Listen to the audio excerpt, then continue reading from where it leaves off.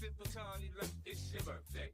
And you know we don't give a fuck if that's your birthday. You'll find me in the club, bottle full of bug. Look, mommy, I got the X, I'm getting to taking drugs. I'm into having sex, I ain't into making love. So come give me a hug, getting to getting rough. You can find me in the club, bottle full of bug. Look, mommy, I got the X, I'm getting to taking drugs. I'm into having sex, I ain't into making love. So come give me a hug, getting to getting rough. When I pull up out front, you see the Benz on dubs. When I roll 20 Jeeps, 29s in the club. Niggas turn off the drain, now they wanna show me love. When you sound like Eminem and the O's, they wanna fuck. But homie, ain't nothing changed, hold down, G's up. I see exhibit in the cut, that nigga roll that weed up. You watch how I move, you mistake before I play up pick. Been hit with a few shells, and I don't walk with a limp. In the hood, in the lady saying 50, you hot. They like me, I want them to love me like they love pop. But how they in New York, the niggas to tell you I'm loco. When the plan is to put the rap game in the trunk. I'm fully focused, man. My money on my mind, got a meal out the deal, and I'm still on the grind. Now shorty says she feeling my style, she feeling my flow. I grew up so good at it high, and they ready to go. Find me at the club, bottle full of bug. Look, mommy, I got the X, if you in to take the drugs. I'm in not having sex, I ain't into making love. So come give me a hug, getting to getting rough. You can find me in the club, bottle full of bug. Look, mommy, I got the X, if you in to take the drugs. I'm in not having sex, I ain't into making love. So come give me a hug, getting to getting rough. My flow, my show brought me to go. That brought me all my fancy things. My crib, my cars, my clothes, my jewels. Look, nigga, I done came up and I ain't changed. Way more than you hate, nigga, you mad. I thought that you be happy I made it. I'm the cat by the bar, toasting to the good life. You that faggot ass nigga tryna pull me back right. I'm a junk, get the pumping in the club. This sound, I'm with my eye, your bitch, if she smash, she gone. Hit the roof on fire, let the motherfucker burn. They're talking about money, homie, I ain't concerned. I'ma tell you what banks for me, cause go ahead, switch the style up. Niggas hate to let them make them want the money pile up.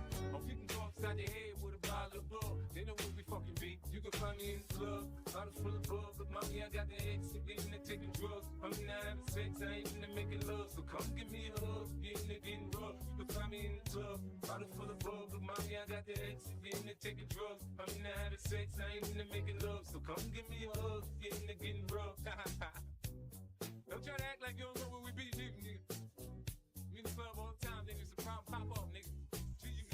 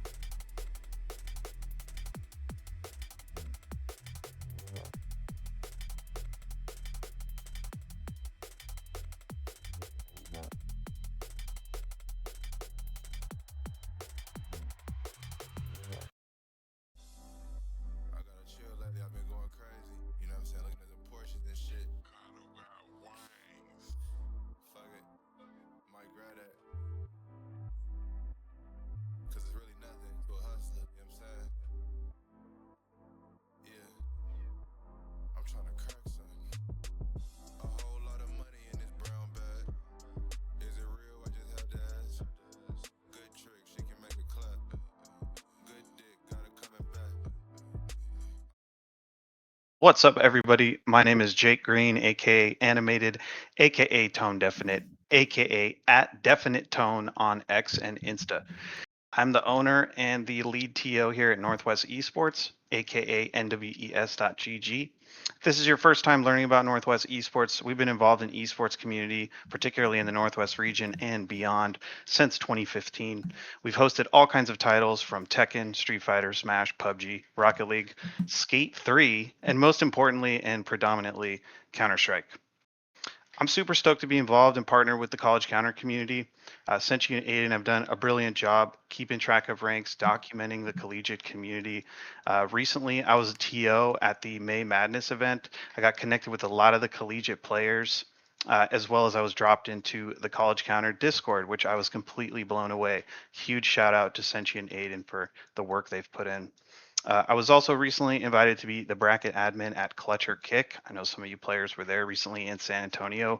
I got to connect with some of you guys and also got connected with Jason, who's keeping things running behind the scenes. So, huge shout out to Jason. Then we reached out to College Counter together, and now we have C4. So, lastly, before we jump into some games, I want to talk about what's ahead for College Counter. We certainly, I'm sorry, for College Counter Campus Circuit, C4 particularly, we intend on increasing the size of these events, right? So 4 teams, we're going to go beyond that. We're also going to raise the stakes even further, all right? So there will be more cash available, bigger prizes, more teams. Really looking forward to it.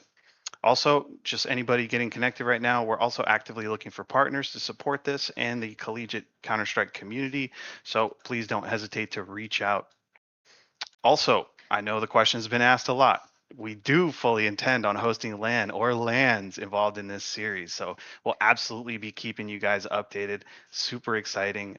Any info about that, you'll be the first to know. Another important rule about some of these matches, or something to know, is these matches from these C4 events will actually have an effect on these teams' rankings. So while we be having fun, we've got a bunch of brilliant talent here. These matches do certainly matter. So we look forward to some really competitive events. So I'm going to hand it off here. Let's get to the games. I've got Mr. Henry Bat here, as well as a co-host Kimmer. Let's jump in.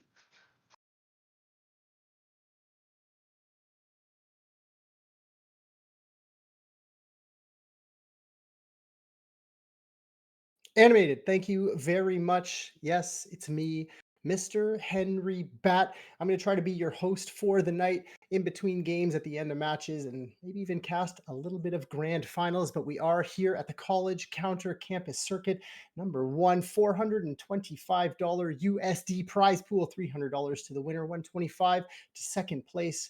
And just like Animated said, we have 4 amazing teams, 4 beautiful North American college teams battling it out tonight. Teams are going to be OSU, BGC, Scarlet. That's Ohio State short form. We have Rochester Institute of Technology. We have Radford University.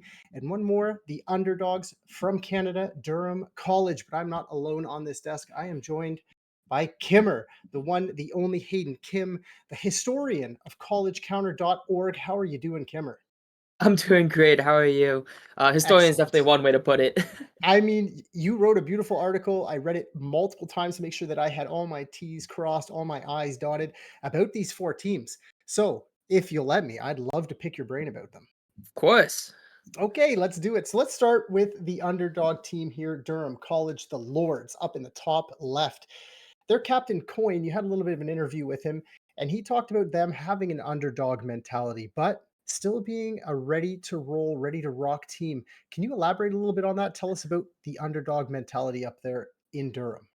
Yeah, I mean Durham is the number 18th ranked team in the country. They are the lowest ranked team in this event so far, which really tells you about the quality of this event, right? But they are by far the lowest ranked team, the only team outside the top 10. So they have their work cut out for them going against the number 5 team in the country in Ohio State. Their IGL captain Coin will not be playing in this tournament, which is a huge loss. He's also their opera, but he will be replaced by Money, MONE, a little bit of a I guess currency team going on, but they're 100% the underdogs, but they also have some established wins. They beat Syracuse, the number 10 team in the country, just last night. Also without Coin and Money taking his place. So this 5 already have experience taking down top teams, and I guess we'll be able to see if they can do it again. Yeah, they're definitely going to have to do it again. They're going to be taking on the top dog from this or this tournament, Ohio State, seeded number 5 in the college counter rankings. And you had a chance to talk to Swifty, the captain over there at Ohio State, and he was talking about maybe them being a little bit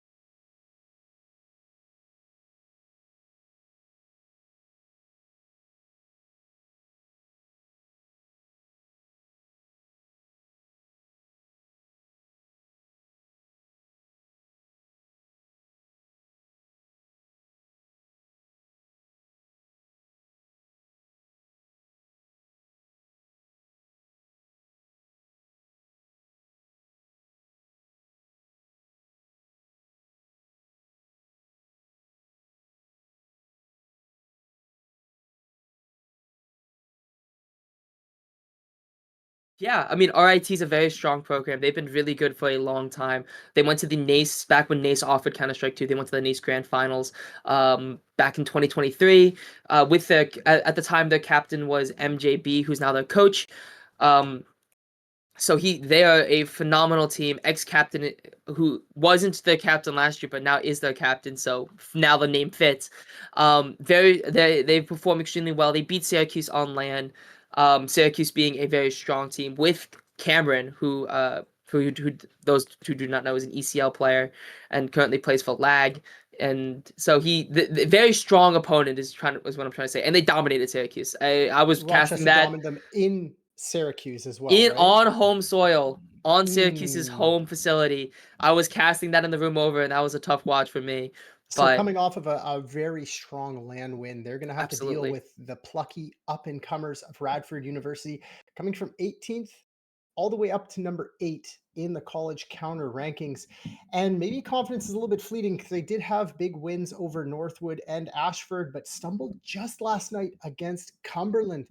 So sitting at number 8, what do you think their chances are of winning this match against RIT? yeah. I mean, they had some pretty solid wins. A really close win over Ashland. In 3 maps. So Ashland, the number 9 team in the country, they went as high as number 7 until they lost to Radford. So that just shows you Radford's ability to play up to their competition as well. They beat number 15 Northwood, another historically very strong Counter-Strike school. And that A was very just in the strong last 2 first-person weeks. shooter school. They have a great Valorant program as well over there. They have for many years. I know this is Absolutely Counter-Strike, but true. glazing up the university just a little bit, just I a mean, little bit. absolutely true. So I'm really interested to see what Radford can pull out of their pocket here. I mean, Radford been hot. They did lose to Cumberland, um, just yesterday. But I'd like to put a little asterisk on that because Neighborly and Cannoli, who are on Radford now and are big parts of their core now, formerly were on Cumberland. So they played the old school. So I'm willing to give them the benefit of the doubt of playing your old school. It's a very Mm. weird grunge match. Right. So I Emotions get added in, the confidence of flying up the absolutely. rankings as well, a little bit of a stumble step, leading them into this tournament as number 8. But production just in our ear, and we get the 3 maps. We're going to be playing Nuke, Mirage, and Ancient. This stream is going to be covering the Rochester versus Radford University, and Nuke being the pick of Radford. I feel like this might be maybe a little bit of a surprise pick. Their CT side is going to have to be really strong, but I think it's going to come down to their T side. They must have some sort of read on what Rochester's doing. Did you get any reads about what Rochester might have on Nuke that Radford could exploit? I mean, RIT is they're a very fundamentally strong team. They play the fundamentals great. Their calling is extremely strong. I think the biggest exploit I think for Radford is going to be able to come out the gates flying. They have to play aggressive early. They're gonna have if they're gonna hit a spot on the map, they're gonna have to hit it hard. I don't think defaulting is gonna work super strong against this RIT team just because of how talented they are and how well they know the angles on this map. I think Nuke itself is a questionable first pick, especially for map 1. If you're gonna pick Nuke, you have to be confident. You have to have the strats on it. And I'm not saying they don't, but that's just something we're gonna have to look for when this game gets underway. But they picked Is into one of Radford? Rochester's best maps, right? This is true. I mean, Rochester. Mirage, Ancient, Nuke, top 3 maps for Rochester. So Radford must have some sort of good read in their back pocket. And I totally agree. They're going to have to be aggressive right off the start on their T side, take the space, force the rotates, and try to get at least 4, I'd say, on the T side to make it even viable. But then we switch over to Mirage. This is Rochester's home turf. This is North America, realistically, Counter-Strike World's home turf of Mirage. Right there, he's repping the Mirage sweater. This is the boxing ring of Counter-Strike. Pretty much all metas are flushed out. Everybody knows how to play this map. All the pre-aims are lined up. So it's going to come down to one thing. And I think that one thing is going to be in-game leading. What are your thoughts on Mirage? Yeah, I mean, Mirage is well known as the solved map, the most solved map in Counter-Strike. It's been in the map pool for forever. The Mirage and Inferno have been in the map pool for God knows how long. Honestly, maybe even before I was born, to be honest. So Well, it was called Mirage. Strike back in 1.6. I think it came out in like 2006, 2008. I don't know when you're born. I'm not going to ask. I don't care. But But yeah, it's real dang close, I'll tell you that much. So Mirage solved map. So it's really going to come down to adaptability. Who's going to be able to read the map better? Who's going to be able to read the rotates better? Who's going to be able to see like, okay, there's an A stack. Let's rotate. Let's position to somewhere else on the map. Let's try to make get spheres of influence or spheres of control in mid, in palace. Are we going to see some gimmicky plays that are going to be like strong palace aggression at some point? This is all just kind of me wait and see how both these teams kind of read each other. I think Mirage is less about prep and more about how well can you soul read the other team. 100%. So let's play a hypothetical. Radford pick up their map pick of Nuke, some divine miracle. They've picked into Rochester's strengths and they dominate them. We go over to Mirage. Rochester picks up their map pick relatively handedly, and then we go to Green Mirage Ancient. Like you mentioned, Rochester, heavy default. We talked about the coach being an ex player, how the organization is extremely structured. They know how to play all of these default heavy maps. Young players on Radford, how are they going to respond to potential heavy aggression towards mid, potential heavy aggression towards catwalk? I mean, in my opinion, Ancient kind of comes down to who can win the mid fight. I mean, the default. There's a reason that every player should know on the CT side should know the instant bottom mid smoke from From CT. every position, from every Yeah, you position. you should be able to smoke bottom mid from CT spawn, basically from any of the spawn positions. That's how important mid control is on Ancient. So it's gonna come down to who can win this bottom mid fight. And if you can't win it flying out of T spawn, you have to have the question of, okay, how do we reestablish position either on shelf, either walking up towards cave. B execute's also a huge deal on this map. If you're able to have a very solid B execute, it's almost impossible to stop. So it's going to really come down to prep. I think Ancient is a lot more focused on prep than it is adaptability. But of course, this is Counter-Strike. Anything is possible. Literally anything is possible. So we'll just have to wait and see what happens. And if we have to get to Very Ancient, true. we'll have a very great series in our hand. 100%. And talking about prep, Radford definitely put in prep. If they've picked Nuke, their understanding of not banning the best map for the RIT side being Mirage, allowing it to get through, they've definitely done some prep. And I'd love to see this go to 3 maps. I believe the players are getting into the server. Many of them are probably already in there. But we're going to take a quick break, maybe 5-10 minutes, while the rest of the servers rest of the players ready up in the server.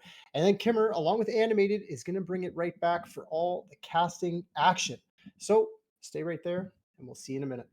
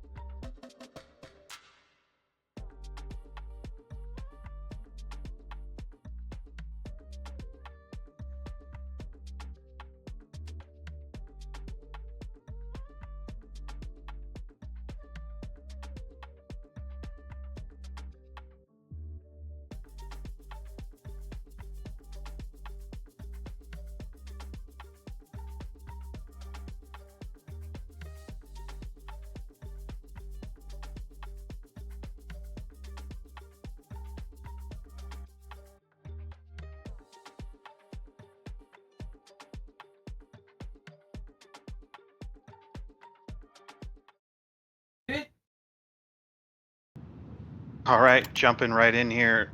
Kimmer, great breakdown there with Mr. Henry Bat. Thank you. Thank you. Really Yeah. excited to get C4 kicked off here. So we've got RIT starting over on the CT CT side. Yep, and Yes, we've sir. got Radford on T.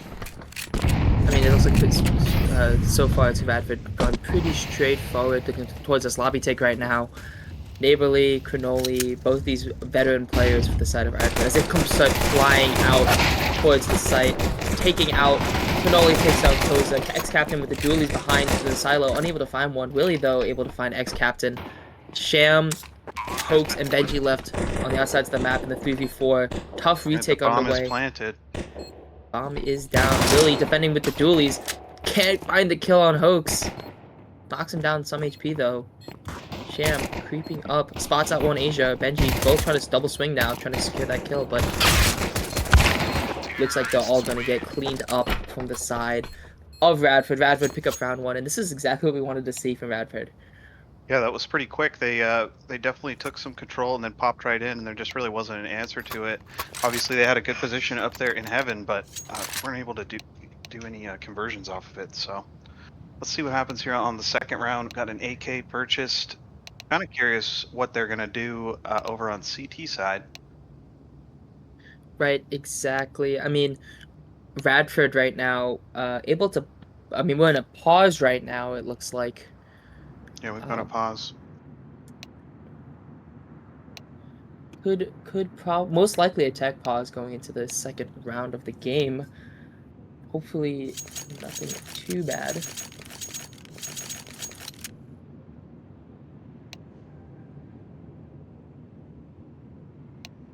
We can just hang out here for a second.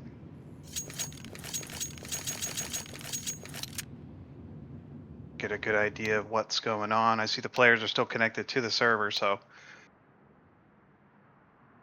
check in with Yeah. tech. Looks like a tech pause. Could potentially be a hardware issue. Most of these teams are playing from their facilities. Does look like a tech pause, but now we're back into it. We're back to it. We got it.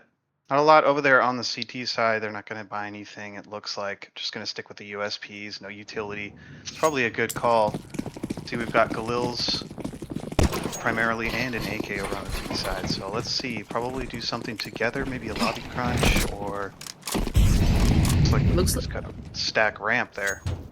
Yeah, it looks like a pretty standard default from the side of Radford here. Just trying to walk outside. You have Neighborly kind of watching that flank, keeping post, but it's kind of creeping up outside, which I think is a funny play.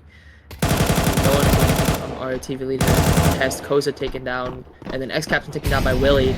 So the A side is basically empty. Neighborly watching for the ramp flank. Benji able to find one from the heavens though, onto Willie. Good, take what they can get. It's probably not going to end up with a gun coming out of this round, but yeah, Neighborly picks up 2. Gonna give Radford. Yeah, this round's over. Radford gonna pick up their second. Benji's got a little bit of extra time here. Let's see what he can do with it, if anything. I mean, the objective would be to try to take a gun into the next round, maybe get any kills possible, get $50 for your team. Right.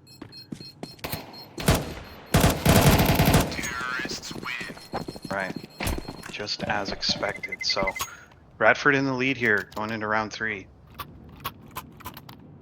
Yeah, I mean this is now the big decider for the side of RIT. If this CT side is gonna hold, they're gonna buy into this round. If they can hold on this CT side, we could have ourselves a much more even half.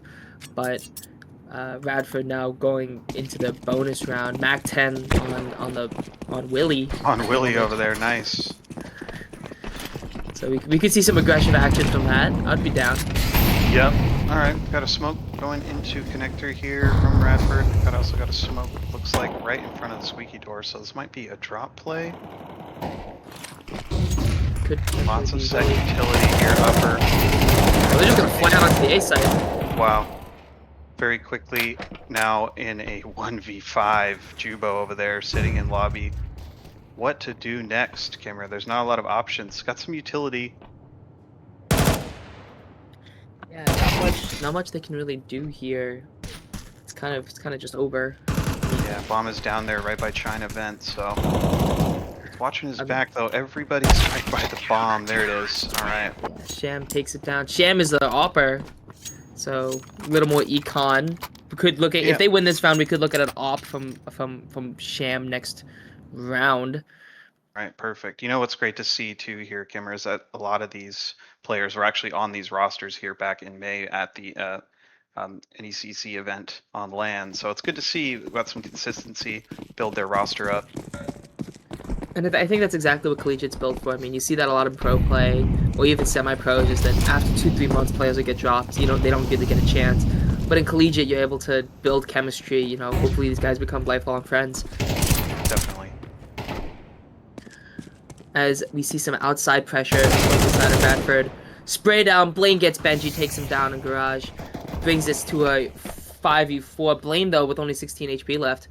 As it looks like more and more clear there's going to be another outside take from the side of Radford. RIT playing pretty passive outside. They only posted up 1, but they have another one posted up in the heavens at the moment.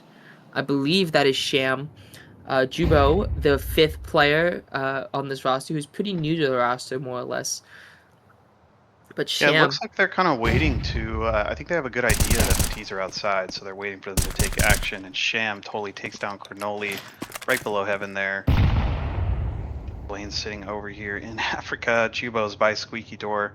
And there's still, what, 4v4, but it's kind of a slow pace, I'll admit. Definitely change of pace from the last couple rounds. It was more just kind of bludgeoning upper.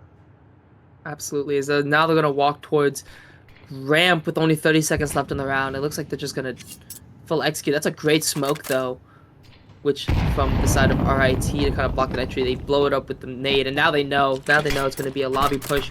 Hooks backing up, trying to buy time, only 20 seconds left in the round. Sham catches a good timing on Willie, narrowly takes him down.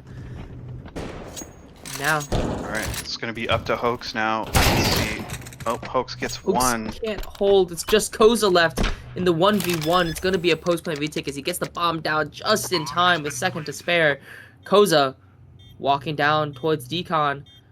Single door. But he knows Jubo has to read on it. He has to know. Jubo the 5th. Newest member of this team. The newest members of both teams, I should say. Both. Really? Yeah, right. Koza the... Jubo now lit down the 13. Koza knows. Here comes... He's got some utility and gets the nade.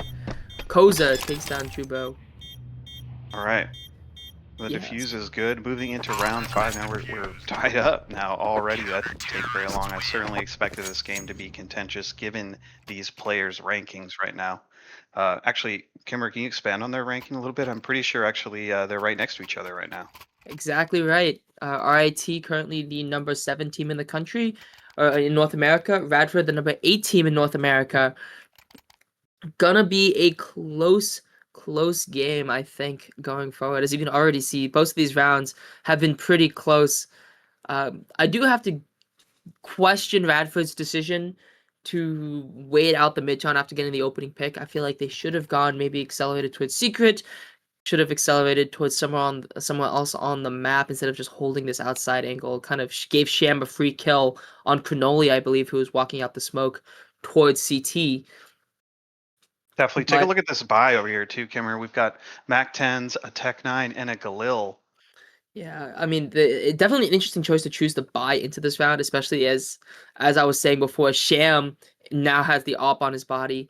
Sham, an unbelievable AWPer for the side of RIT, could be the difference maker. I mean, Sham typically plays towards Heaven with the AWP so that he can easily rotate. I mean, kind of almost a simple angle. Simple used to play that a lot on the Prime Navi teams versus maybe playing the AWP outside or dedicated to the outside angle.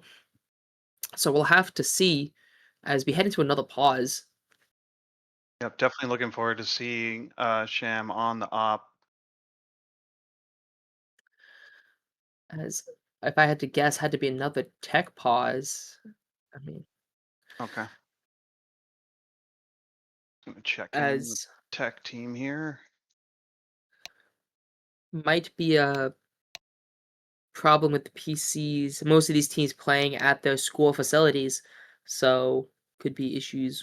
Yeah, it's great to hear and see the amount of support that a lot of these teams have been getting, and just generally the esports clubs going on at these colleges. I mean, you know, I remember having the University of Washington Rocket League team playing in my studio just because the college didn't really have anything yet, and now they've got the hub kind of built out. And I'm hoping in the future, you know, it'd be great, Kimmer, if we could get some cameras at these locations and pipe in some of the data there from on site. So I mean, I think that would be great to have on screen here. Which, by the way, anybody tuning in out there, you know, aspiring casters or anything like that, we'd really like to get the collegiate community involved, not necessarily just the players. So anybody have any interest in volunteering, please feel free to reach out.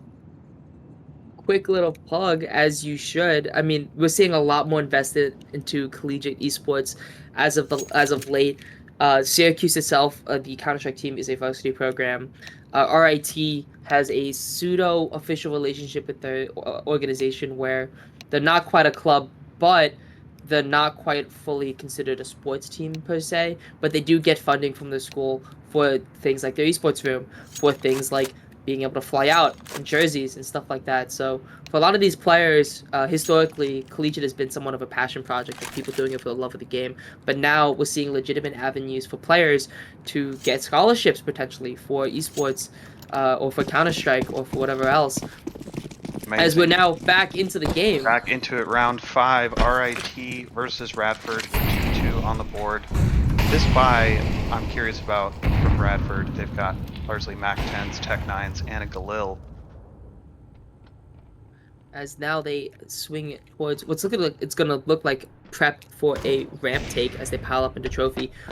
Walking up slowly. Sham rotating with the op exactly as I said before. Gets spotted out. Willie able to take out the op. Sham goes down. Willie with the Tech 9 able to make miracles happen. Picking up the op. Recovering a gun for the side of Radford. Now, very interesting play from Radford as they choose not to accelerate. Cannoli though takes positioning down low. Able to find another one. Benji. Go.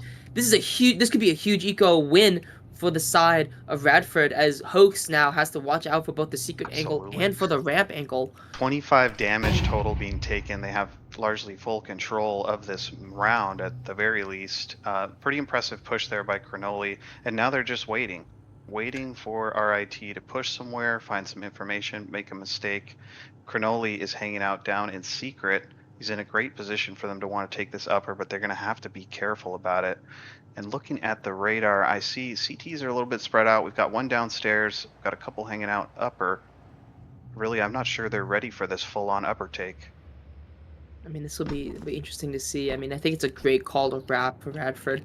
Koza's going to hear the drop, though, as now he's going to creep up. Blaine taking out X-Captain, making it a 2v5. Could be a situation where the gun is saved. It's a huge round loss if it turns out that way. Willie taking out Koza with Shams up. Yep. Now this is looking really rough. This is a 5v1. Oh, Cronoli and Hoax. And Hoax takes down Cronoli. Hoax is secret, but I don't think there's really much more Hoax can do this round. Yeah, only 15 seconds left on the clock. On the bomb, I should say, as Hoax just is going to try to save the gun. Huge eco win for Radford. Huge eco win, unbelievable. I mean, I really wasn't sure what to make of that buy, and they played it perfectly. They got close to ramp, pushed out of the smoke, were able to take down Sham's op, take it into their own hands, and of course hang out at ramp while Cronoli pushed secret and basically just owned that round totally. So yeah, it was looking pretty grim pretty early in the round, I must say. But now we've got a full buy from both teams. We're moving into the 6th round. We've got Radford University in the lead on T side. Again, this is map 1 in a best of 3. We've also simultaneously got Ohio State University playing Durham in our 2nd server, which one of those teams will be playing the winner of this team. Really. Is there any way we can get back updates for that, or score updates for that? Yeah, let me see. I'll ask around, see if we can get some real-time info while those matches go on.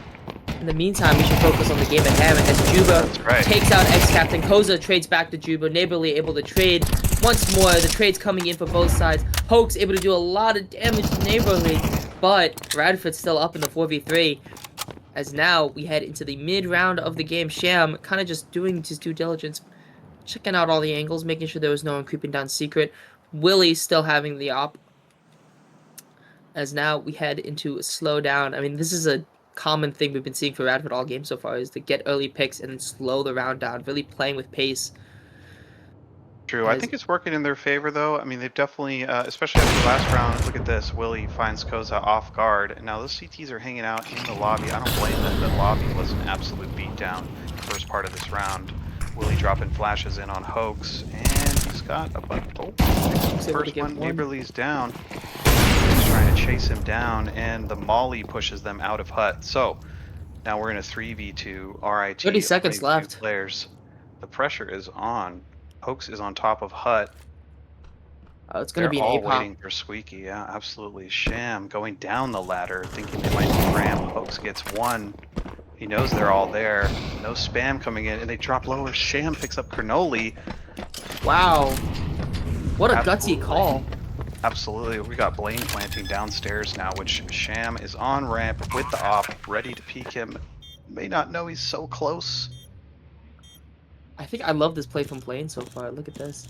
Pretty good. He's got the great angle. He knows exactly where he is. But Sham picks him up, and they're going to defuse. We are back to 3-3 after this defusal.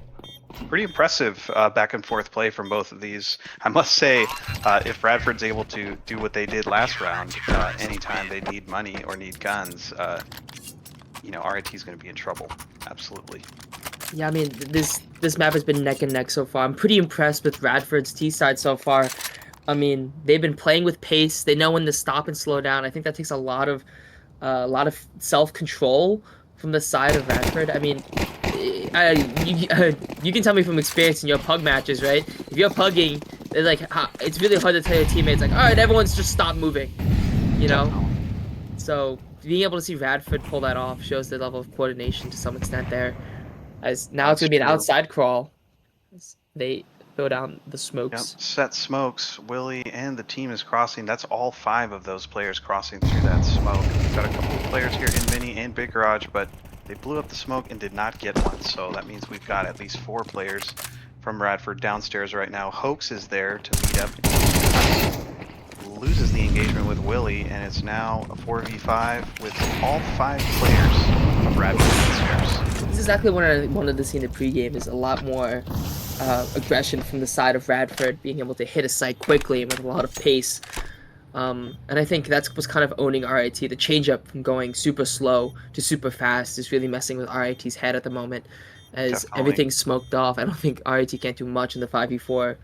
Sorry, I the think there could have been a 4v5. little more aggression or a little more of an attempt to try to get them before they made it across that smoke, but they largely went across that smoke completely unscathed, basically walking across, and now it's basically won them the round. We've got the RIT team running away into T-spawn and CT spawn, just trying to save their guns, and every single player from Radford in secret right now, and we Oh, moved Sham died. Is that the 4v3. opt-down? Oh, That ex-captain. was the Ex-captain. opt-down. Oh, it Ex-captain was picked it back okay. up. Okay. Ex-captain Wow. picked that back up.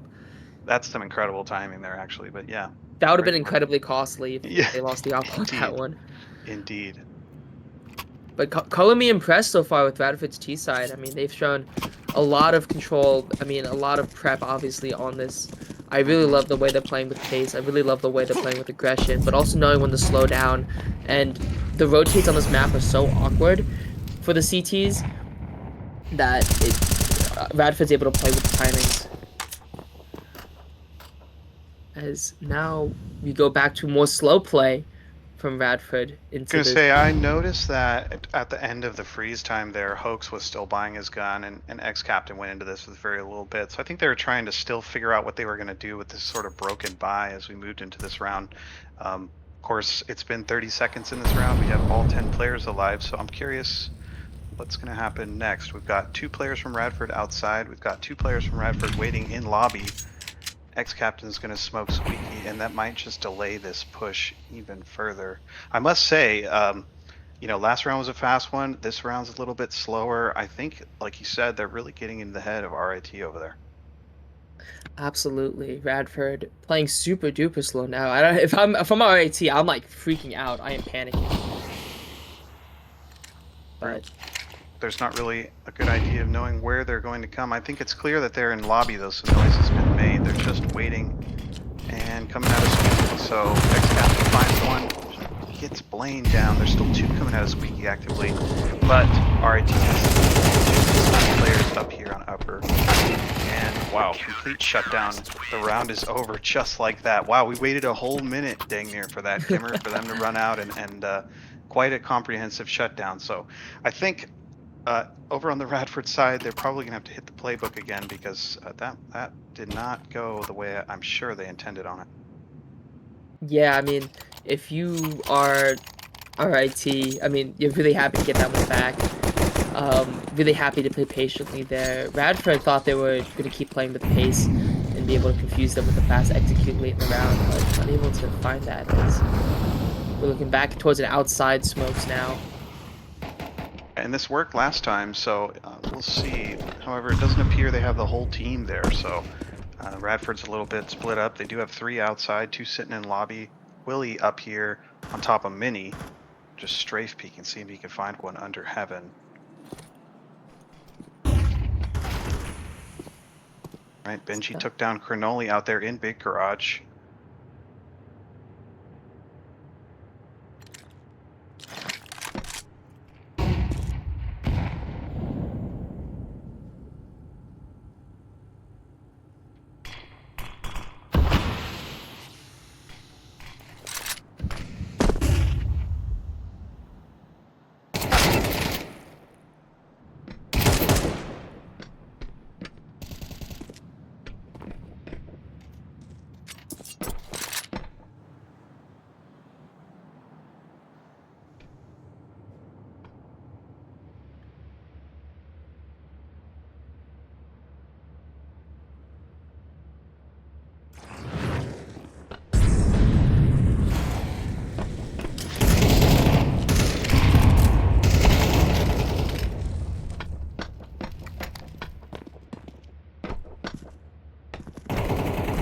Yep. No, I lost the feed on my side here. I I messaged lost you. the Yep. feed.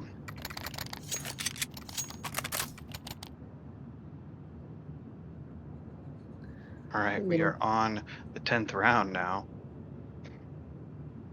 Oh, Yep. there we go. Perfect. And we're back. Sorry for the period of Sorry silence. for the delay there. No worries. We've got Cameron King here in the production room with us. Thanks, Cam, for all your help today. All right. As now, Okay, perfect. All right, Granoli taken out instantly dang near by Benji. We've got Koza hanging out in mini, and this is basically a save. We've got 1 Deagle, 3 Glocks. The entire Radford University team is outside right now, trying to make that risky run from red box down to secret, and I'm just not sure it's going to happen. yeah, I mean, with no utility, it's really tough to pull that off. I mean, an interesting eco call. Benji gets another one onto Willie. Benji, ooh, gets dinked though. There we go. Okay, got dinked with the Deagle, taken down with the Glock. So once again, we have all 4 players from Radford outside, trying to figure out what they're going to do. It looks like they're taking Flying mini is now, and Koza's in a perfect spot for it. They're gonna line up.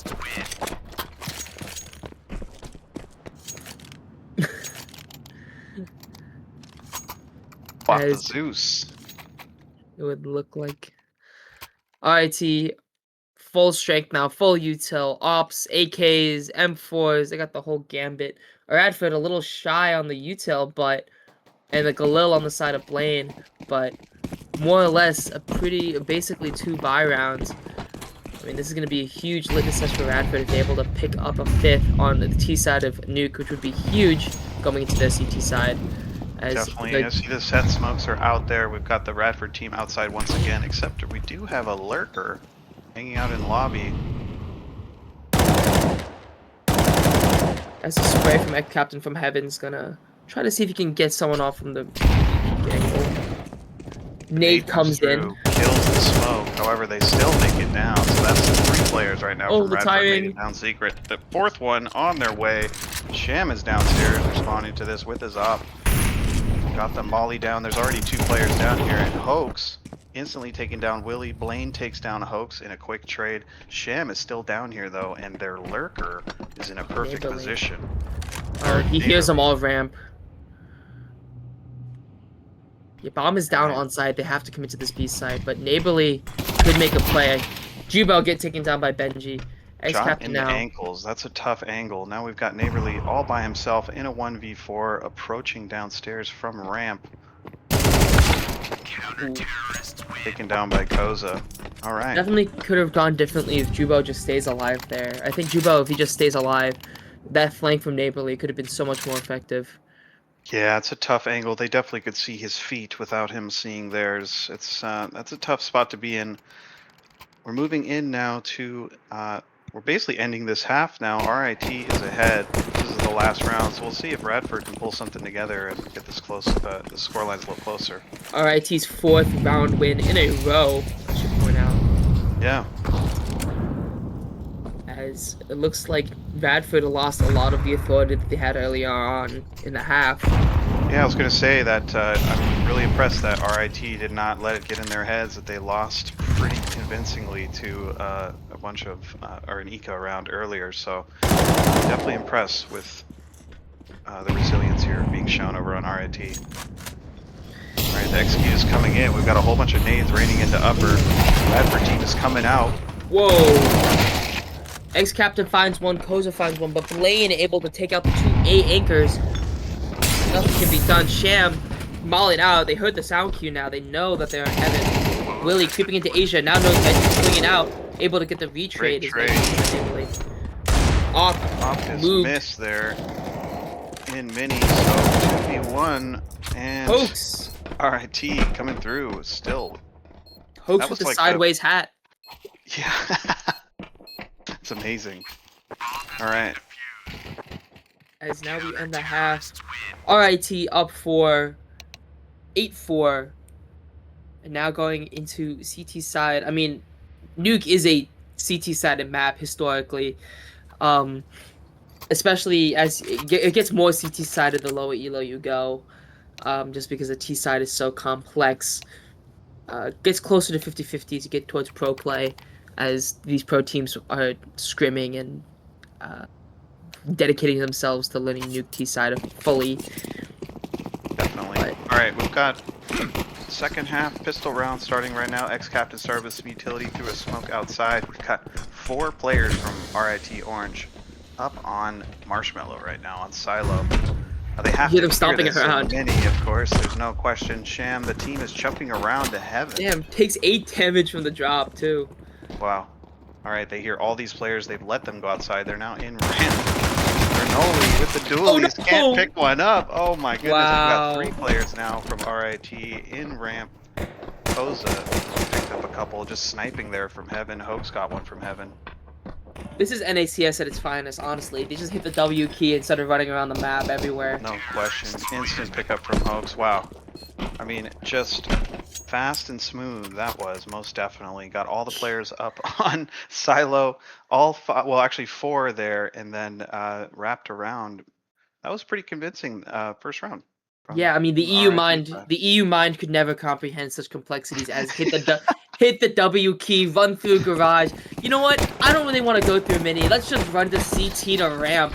Why don't we? Let's go up the ladder to heaven and shoot someone in the back of the head on A. Why don't we? That was absolutely Cronoli's for the taking, I must say. He had the jump, and unfortunately the dualies did not come through. All right, moving into the second round now. Looks like we just got all of our Radford outside. Last bullet in the bag gets the kill. Perfect. 2 more players from Radford over here. We've got 1 in mini. The other one is flanking them, I think, coming from ramp. Yeah, I mean, We got Neighborly mini in heaven right now. Okay, all 5 players up here at upper. No, they know what it's saying. No question. All right, Neighborly taken down. Jubo left by himself, quickly taken down in mini. And all right, RIT leading your 10 against Radford 4. Once again, you are watching C4, the College Counter Campus Circuit. This is the first tournament we've done. We are inviting teams monthly to win money, see who the best players are, see who the best teams are in these small groups that we pick.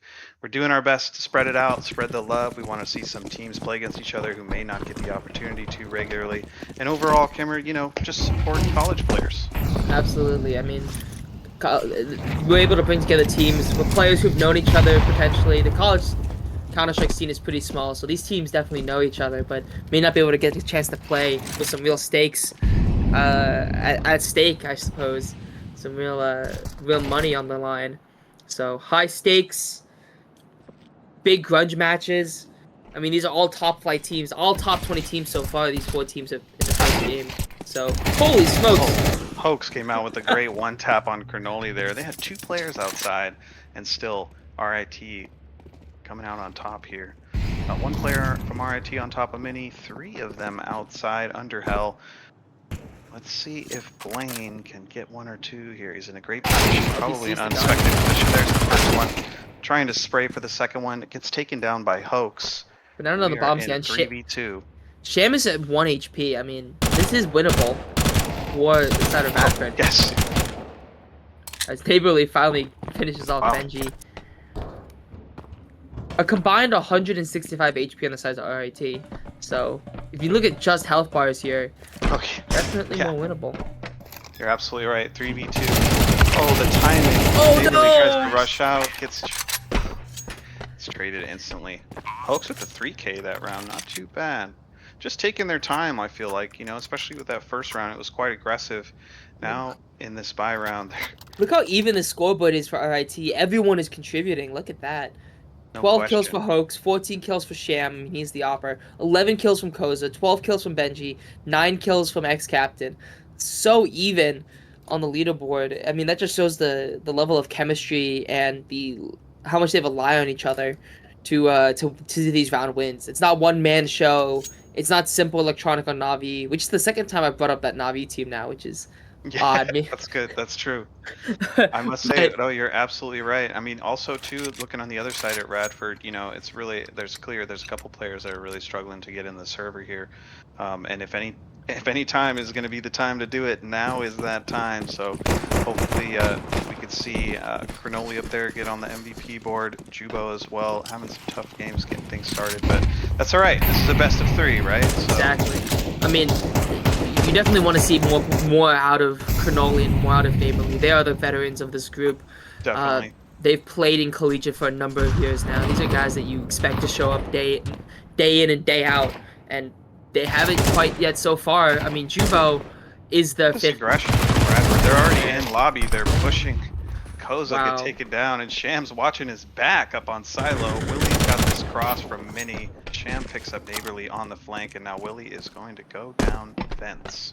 I think that's some great aggression from the side of Radford. That's the kind of aggression you need when you're down. And G But Hope's taking down Willie. Might and not be Jubo. enough.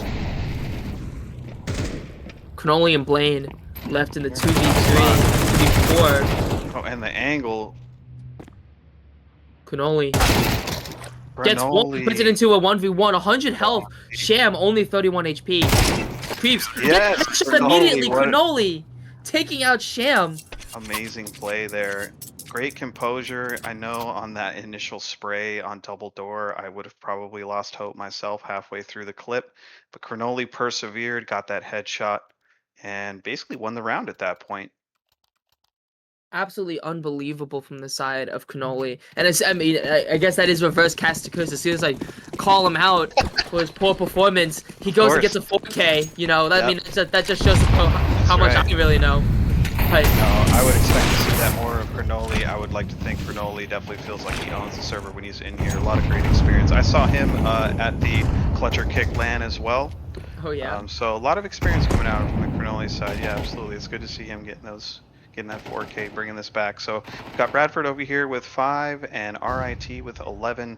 RIT with the interesting buy here. We've got a Tech 9, Ooh. 2 AKs, and nice Keeps it shot hot. from Cronoli. Yeah, Cronoli was just ready to go. Oh, and gets straight killed, however, by Benji. Willie picking up Sham, and X-Captain is down as well. So Radford 4v2. Yeah, I mean, RT's kind of stuck close at the bomb on his back, so Great Benji shot had to by keep Willie. swinging.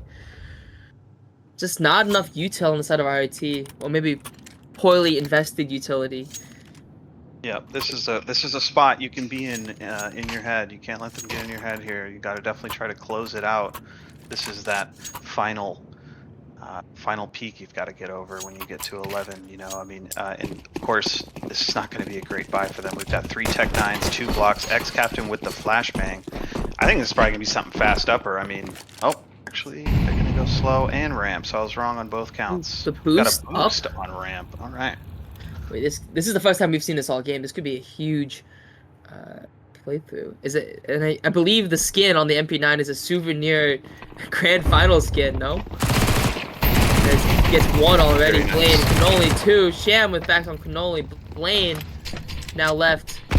Soul on ramp. Sham by himself with the Tech 9 now in a 1v4. I mean, this round is over. But Sham able to find Blaine for at least an extra 300 bucks as Jubo finishes the job. All right, they did manage to take 2 of them with them, so it's something to bring back for this round. But it's just giving Radford some steam at this point. I mean, we don't want to give him too much momentum here, right? So I mean, yeah, absolutely. I mean, that's why the timeout was just called from RIT, if I'm That's a interpreting great that call. correctly. yeah, I mean, if I'm RIT, it's just take a deep breath. I mean, most of the last 2 rounds have gone pretty swiftly. There hasn't been as many like pauses or stops in the action. It's just kills. So taking the timeout, take a breather. Sham doing Sham things, 17 kills, 9 deaths. Unbelievable performance so far from him. He was great on the CT side as well, playing those key rotator positions in heaven. all right. So after the timeout, now we've got three Mac 10s, 2 Deagles, some utility on Sham and X-Captain. It's gonna be interesting. I feel like they have a plan, Kimmer. I feel like that pause was intentional, and they have a plan. I mean, I feel like this is a great buy just in general. They knew they couldn't fully buy full guns or anything, so they're buying half guns, and they still have around 2,000 each in the can, banking on the loss bonus for the extra econ. This is just a money play, And if they can get some value, maybe a round win out of this weird bye, all the bonus for RIT. Definitely. All it takes is getting a little close with those Mac 10s, and it can be absolutely lethal. Can run super fast. Note Cronoli down there, already ready for them to cross secret. I think waiting for Jubo's call. Oh Run no! out of upper. Whoa! Jubo gets traded though. Neighborly You see kills Benji two. with the 180 though? I With did. the Mac 10? Calm down though. Neighborly cleans up on Hoax. Just Sham left. It's taken Can't down find by much. Neighborly. Neighborly with the 3K on upper there. I mean, he totally shut them down. Can I just point out real quick how funny the vote-cheating trophy is? Like, I like that it. is, I see it every single time and I smile. It's just so goofy looking. I love it so much.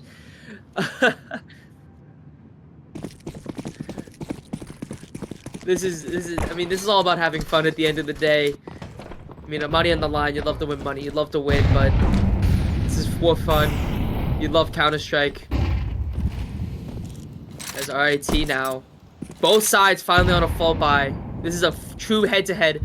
This round, I think, will decide, will Radford make the comeback or will RIT get the coveted 12th round as Cronoli kicks us off with an instant headshot kill on Benji through the smoke.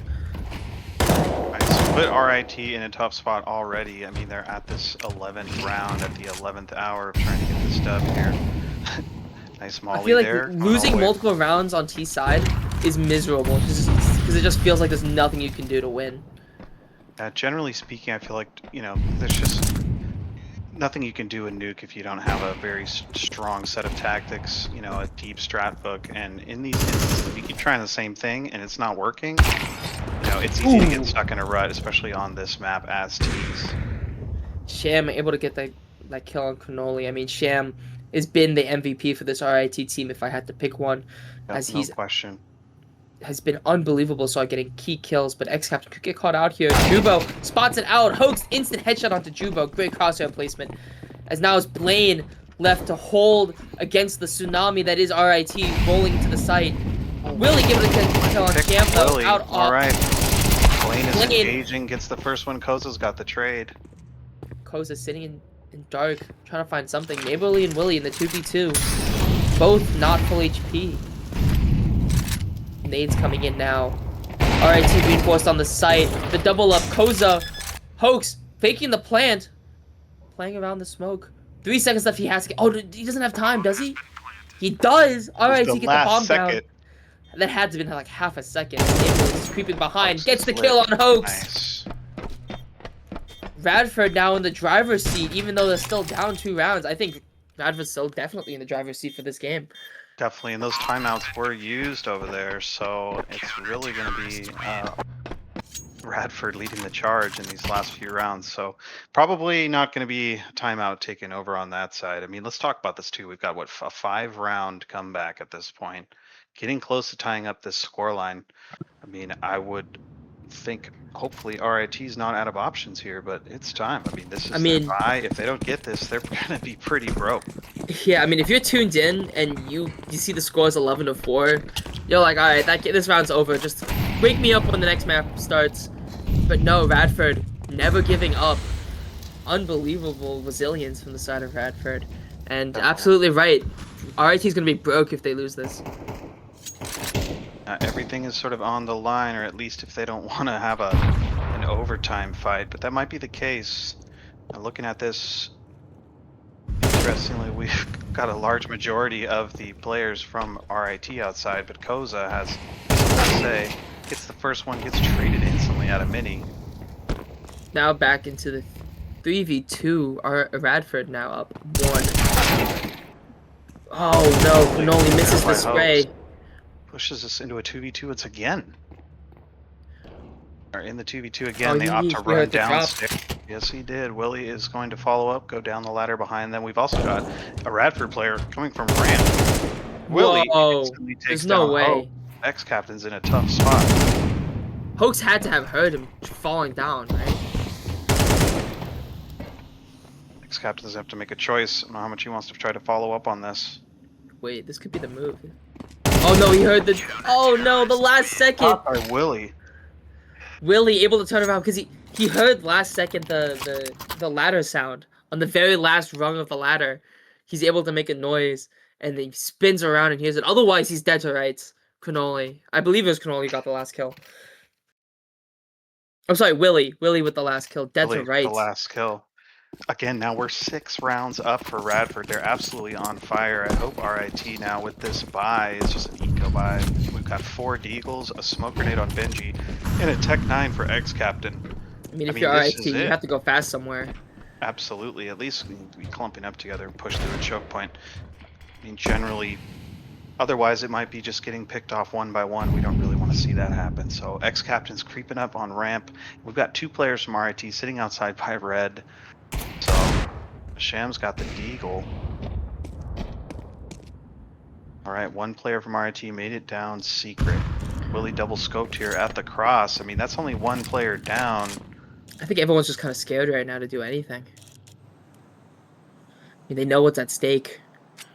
Yeah, with this player downstairs, though, they might be able to make something happen. Sham's not really sure probably what to do here. I mean, he's... How did he even get here? Did he go down secret? He did go down secret. Oh, and the shot almost comes through. That would have been perfect for this. But still stuck behind Silent downstairs all by himself, Sham. Oh, and Blaine's gonna get flanked from ramp. No, Blaine.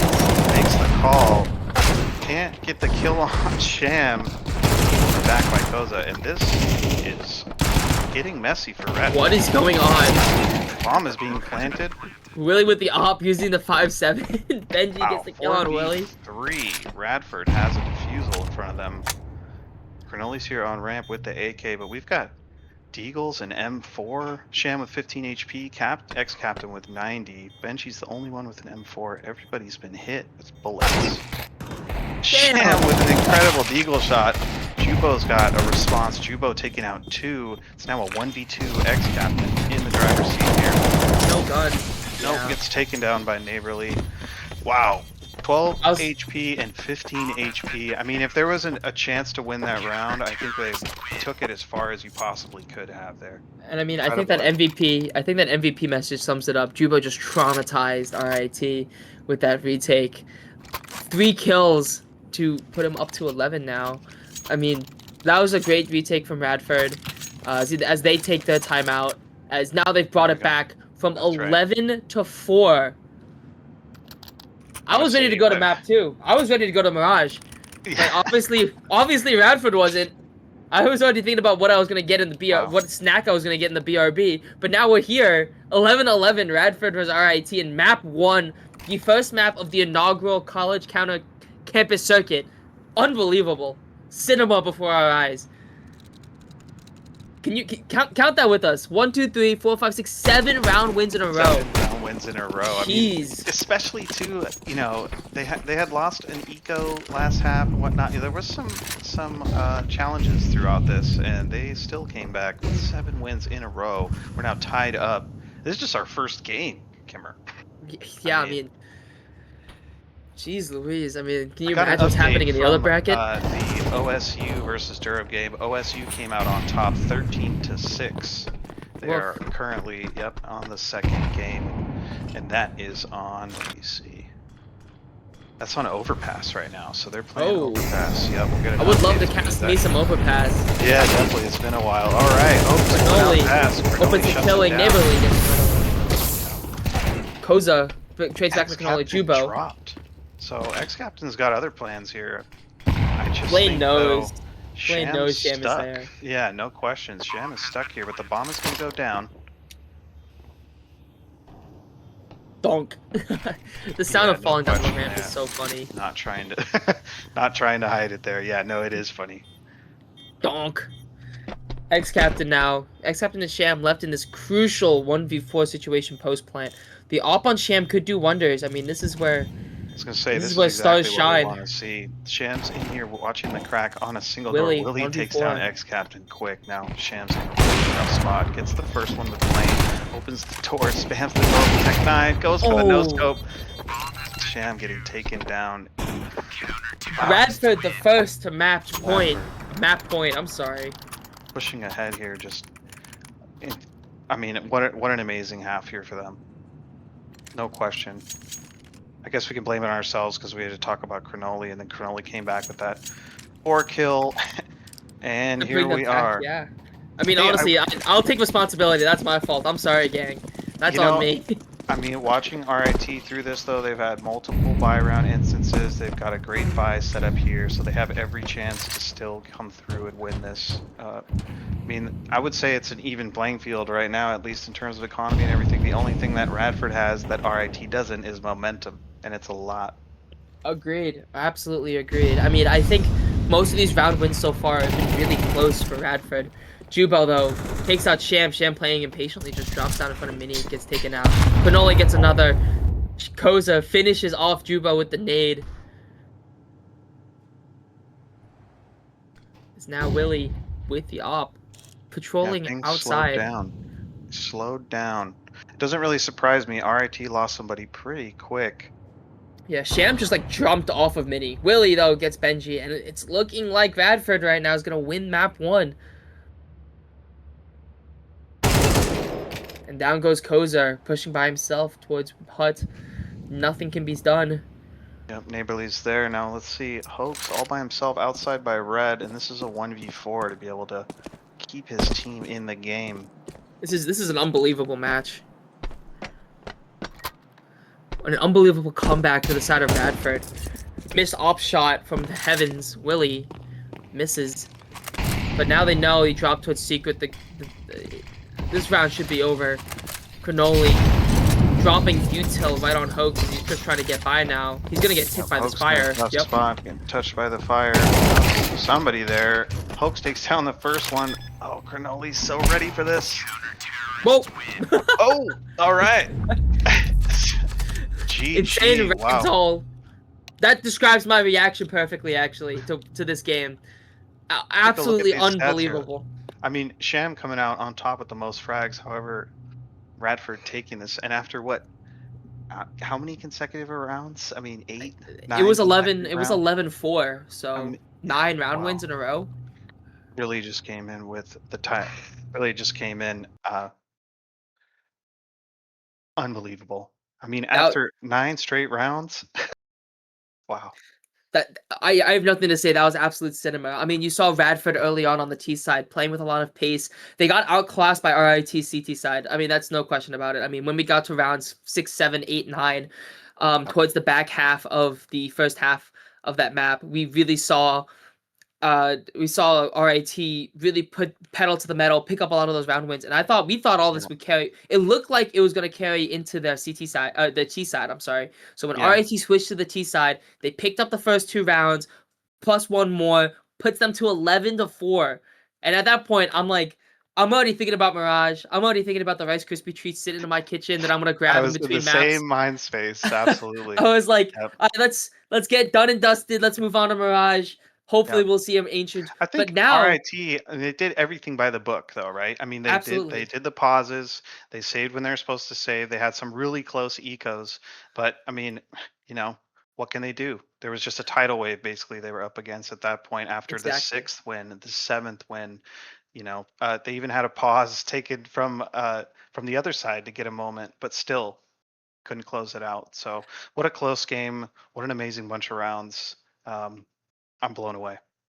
Yeah. Next up, we have Mirage, which is the pick of RIT. Radford picking Nuke. I mean, I see why they picked Nuke now. I mean, Yep. unbelievable. They had some Um, plans for it, definitely. Looking forward to Mirage though. I think, like you said, everybody knows Mirage. We play it endlessly. So this is going to be coming down to strat books. It's going to come down to timings. It's really going to be the nuances is where you're going to get ahead in this because everybody knows how to do the A smokes. Everybody knows how to do B smokes, the executes, play it a lot. So it really comes down to how deep is your strat book and some of the nuances in how you execute. 100% agree. We'll be right back with you for map number 2 on Mirage. Stay put.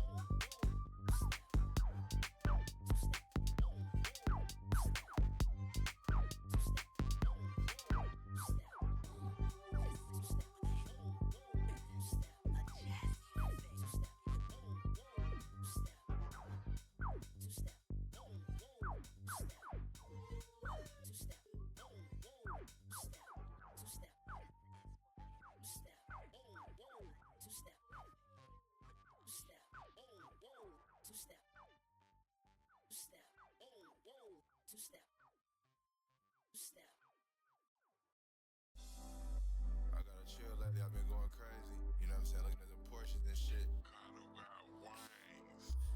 Fuck it. Might grab that. Cause it's really nothing to a hustler, you know what I'm saying?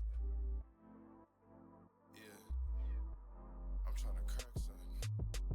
A whole lot of money in this brown bag. Is it real? I just have to ask. Good trick, she can make it clap. Good dick, got it coming back. I ain't with the fuck around. Yeah, it's so good, make me come around. Gotta be smooth when my son around. All of a sudden, everybody needs something now. Let a nigga shine. Tryna get hit like a lion. I need my feet like a fine. Good job. Meet me in the city round 9. Came through, I was cleaner than the bitch. The man's side diamonds ain't dancing like this. 5 takes back to back, still didn't miss. Ain't too many niggas working like this. Scrape that, this the one. I ain't gotta tell you, bitch, you know where I'm from. Frisco, it get active. Bounced out on to get a bitch some action. I was flying through the motherfucking V. Tryna crack some, tryna crack some. I was mobbing through the motherfucking P. Tryna crack some, tryna crack some. Frisco, tryna crack some. Rich, bitch, it goes down. Tryna crack some, Indiana crack some. Pleasant here, crack some. Bitch, I'm still acting. Tryna crack some. Bitch, quit playing, I got moves to make. Meet me out in Napa, we got wine to taste. Which whip today? I don't even wanna fuck, just lips today. One thing I don't got is time. Every bitch in my stable a dime. Yeah, I got a few girls on how to. NYC when I first smoked out. Baby girl, what you wanna eat today? Your makeup in here on fleek today. I'm not a trick, baby. I got nothing. All right, we're back. We're We're so back. back. I'm still in shock over the last map. I still can't believe what I just saw. Totally reeling from it. I'm really excited actually now to jump into this because I mean this is gonna make or break it for you know. I mean this is gonna be the one. Right. I mean, if you're just watching last map, it's easy to become an RIT hater, being like, "Oh my gosh, they threw! Oh my gosh, they had this lead and they threw it! Like, there's no way they win this game." You have to throw everything out the window when you go to a new map, especially one like Mirage with so many people playing. Reset. Okay, the A pushes in. Cronoli's in a great spot. Gets 2 with the dualies. Cannoli, I mean, he was big on the last in the comeback, but Koza and Sham combined for 2 more on Cannoli and Neighborly, and now it's 3v2 in the post plant. 3v2. RIT Look at this. Sham's in the perfect spot. doubling Oops, up X, inside Jubo. CT. Blaine here 1v3. Hoax. Running around each other here on the bomb site. Blaine knows where they're at. Gets the first one. Oh, and Koza with the 20 clip takes him down. And Did I remind you he's that got 3 an weeks RIT ago? pistol. Did I remind you that 3 weeks ago Koza was on the JV squad for RIT? Oh, really? Yeah, he All was right. on the JV squad and got elevated and is playing unbelievably for RIT so far. Nice. I mean, RIT, as I said, gotta throw everything out the window. It's a new day. It's a new match. Got It's a a new map. couple of 5.7s over there on CT, so they made a bit of an investment. And They're all walking 5 of down Radford underpass. is underpass right now. Look at this. Hoax in a perfect spot. On. Oh, misses it. However, throwing the molly. They're all pushing up. The spray down. Right now gets 3. Jubo takes down House, but is quickly traded. But did they see him? There's They didn't no way. see him? No Unbelievable. way. God. Okay, wait. Willie's if he in could pick a up a great gun spot. here. Knows. Oh. Easy takedown by Koza. What a spray down from Hoax, though. I mean, he saw Yeah. at least 2 of them miss the initial headshot. Spray them Absolutely down, deserving of the goes spinning trophy for that round. there. Indeed. Absolutely deserving. Indeed. All right, so our buys are coming in. Our full buys. Not some utility over here from Blaine, though. I think that 5.7 pushed him out of having some utility this round, but that's a choice you have to make. Here's the first big sometimes. test. Is RIT back? Oh, Willie gets the first kill on the Benji. Benji's Able to take him out. completely blind. Look at this running up quickly on Cat, though. I like this Sham's first already Sham. got visibility on Khan. Oh, and the flashbang, the timing, not too good. Sham's in a tough spot, but there's two Radford players here ready for Cat. Sham picks up the first kill on one, Cannoli. As now Hoax walking in, looking around. I mean, it's more about taking this mid positioning right now. See if they can make an attack towards Connector potentially. Oh my God, Hoax sneaking past Willie. They have to know. Oh no, Willie. They do. 2 ships in the night. As Neighborly Koza good takes for down one. Neighborly. Willie and Hoax bypassing each other in the smoke. Does Hoax know? Does Willie know? I'm holding my breath. Hoax the first to discover Willie. As the 2 ships finally turn on each other. 2v2 post plant. Bane not post plant just yet. About to be as Hoax is running to He plant the sees bomb his now. foot. No hiding from this. Bomb. There it is. Plane takes down Koza, and now Hoax by himself. 1v2. I mean, all he has to do is hit 2 headshots. So, I mean, winnable. Totally winnable in that regard. I mean, his teammate or his opponents here. I mean, there's a lot of HP going on over there. That's what's Good gonna, detail that's what left it's going too. to take. Yeah, they've got everything they need to shut Hoax down. They've spotted. Oh my goodness! No way! You completely called it, Kimmer. The thing. Oh, See, it I happened. told you. I told Oh you. All you have to do, 2 headshots, easy peasy. Just Hoax. like that, and they line up perfectly. Radford. Oh man, you just wouldn't expect it. Hoax. I'm so on peeking the point with corner. these.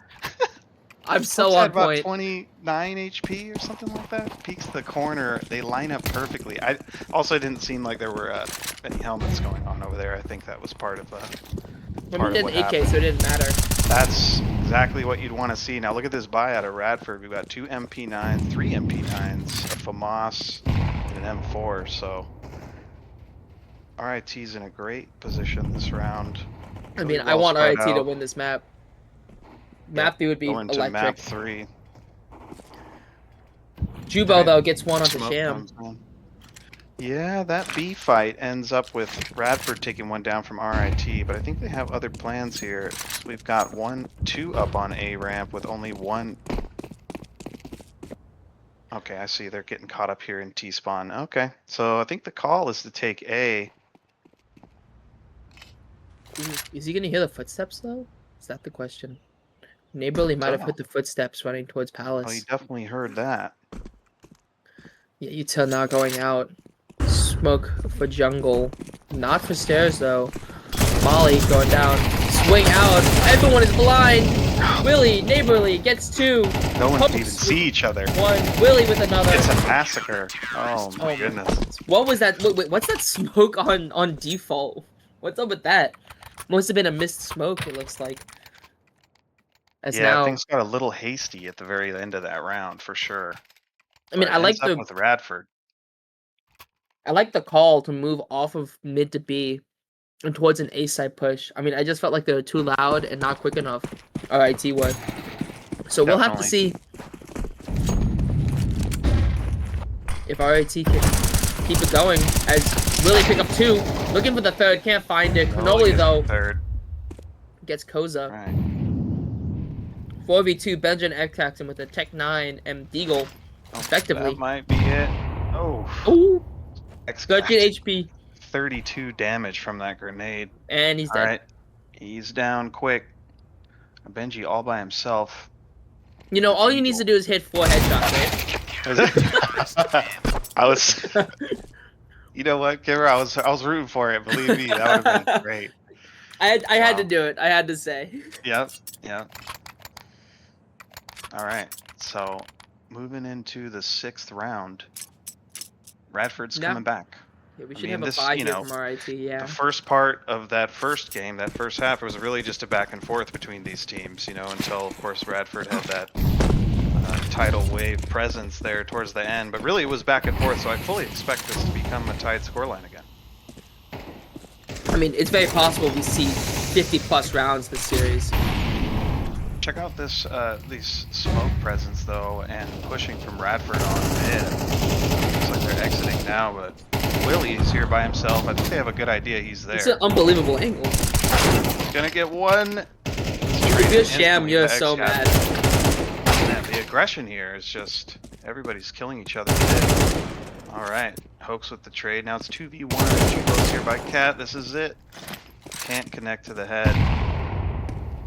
Hoax gets away safely. Jubo now left on the 1v2. Bomb is down by the entrance of T-Apps. Benji and Hoax left in the 2v1. 50 seconds left, so still a decent amount of time. Jubo, of As course, Hoax- has no idea where the bomb is, but you can see they're getting together here on A. So now bomb is entering the site. Down Hoax to timing ready and for it. angle. Yep. Nice 3K from Hoax. Great 3K from Hoax. Wins him a Yeah, spinning I mean, trophy. What a beatdown in mid there. I mean, that was just absolute chaos, trade after trade. That we're just left in that 2v2, and it came down to angles at the end. So far, so good. RIT hopefully can hold on to the lead here. Right? We'll get to map Right. 3. Hopefully we'll get to map 3. I mean, I Hopefully don't we'll ever get to want to map root 3. for a team to win or lose, but gotta stay Absolutely. impartial. But Impartial. map 3 would be electric if I did say so myself. Absolutely. I think we might see it. I mean, this has been a beatdown so far. Even on the first map, it was rather contentious. Now, we've got 3 players from RIT going up Cat here. Oh, Blaine, the timing. The timing. Sees the butt. Sees the shoulder. Alright, the rush is coming in. Blaine gets traded, but Willie with the pick from Cat gets 2 Ooh. picks. Through the Nice shot, bricks. Willie there. Wow. Alright, this leaves 2 players from RIT, and they have to take this B side. I mean, they don't have much of a choice. They can't back out now. Yeah, bomb has already crossed into Archers. As he swings, Nice Sham shot gets by one on Sham. Jubo through the wall. Willie with the op in. Bomb is going down. The flash is coming. Look at Neighborly on this this flank, flank. though. This could be big. The lurk. It's absolutely going to be crucial in this round. Sham gets one on Willie, making it a 2v2, but they don't know. Timing too awkward, and they know now.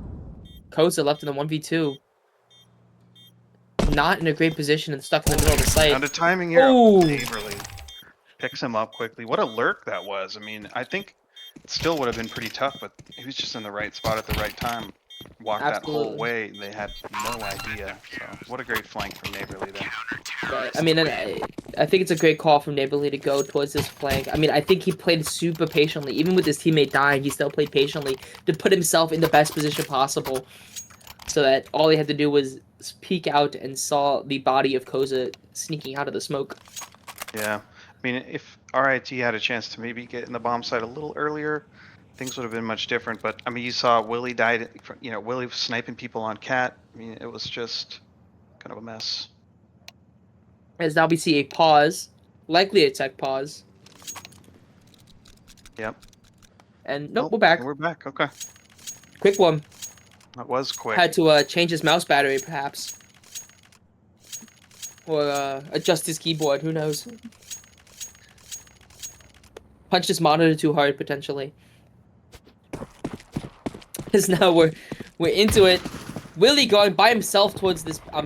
the bubbles were overlapping on the radar. But, I don't know, still true. Willie by himself Still on true, the, by himself. We got on all the B side with the op. 3 players from RIT. Buddy thinks over he's there on cold. B. Oh, they're under, however. Okay. Slowly creeping under. Of course, this is a pistol eco, so we'll see what they can get out of this. There's 3 deagles. It's now Cronoli holding the angle towards Cat from connector. This boost up from X-Captain into the window. X-Captain just sitting pretty, looking at the ladder room right now. As more boost happen. Cronoli picks off one on Benji, but Cronoli does not know there's one already in window. But he definitely knows there's more down there because that spot is only somewhere you can get off somebody else's head. So there's no question. Cronoli, yeah, Molly comes out, but he still doesn't know X-Captain's there, and this is going to come down to timing. Oh no! Takes down Cronoli, half the clip. Sham's in a pretty good spot. I don't think they know about the guy on fire. Nade is perfect. Clean up work. X-Captain, the only one to get a kill. Neighborly cleaning up with 3 eco kills. Puts us to 4-4. I mean, these teams are 7 and 8 in the NA college counter rankings for a reason. I mean, They're neck and neck at the moment. Yep, we were neck and neck multiple times last game as well. So no question, this is going to continue to be a contentious battle. Looks like RIT's got some plans here on B. And question is, Radford prepared for this? I mean, they have one player jump spotting. Nobody else is over here. Oh, actually, we do have a player on Cat. He's pushing Blaine. Cat, however. Yeah. Yeah, and here's the smoke to come in for that Cat. I'm sorry, for window. Yep, well, there's that window smoke. Blaine's ready for this. They drop down. Ex-Captain tries to get both. Can't. Blaine gets one. Hero gets one.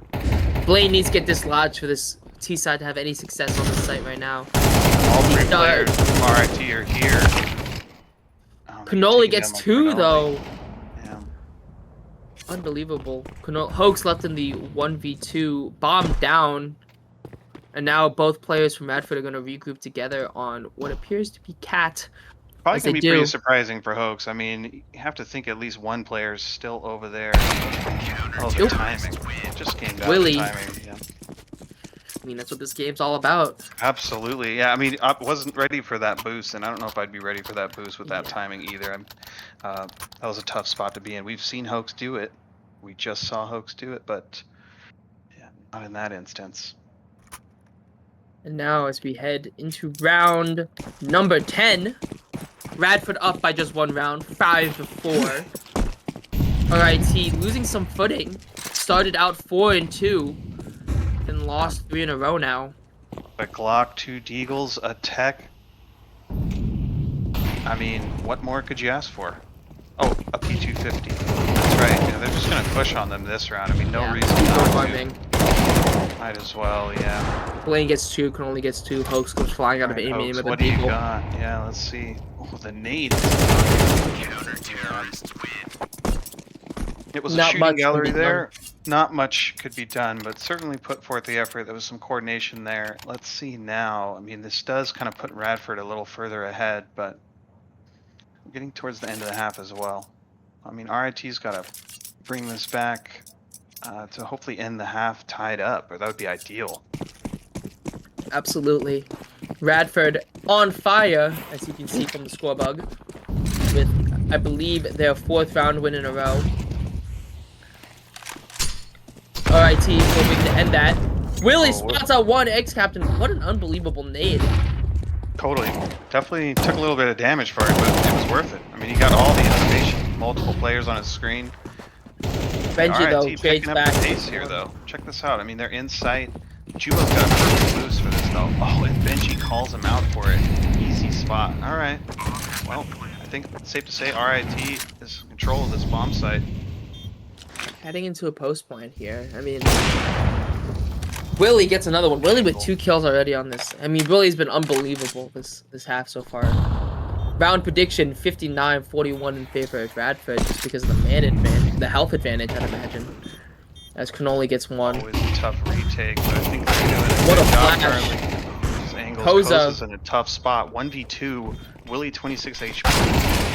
Oh, the running headshot takes down Koza.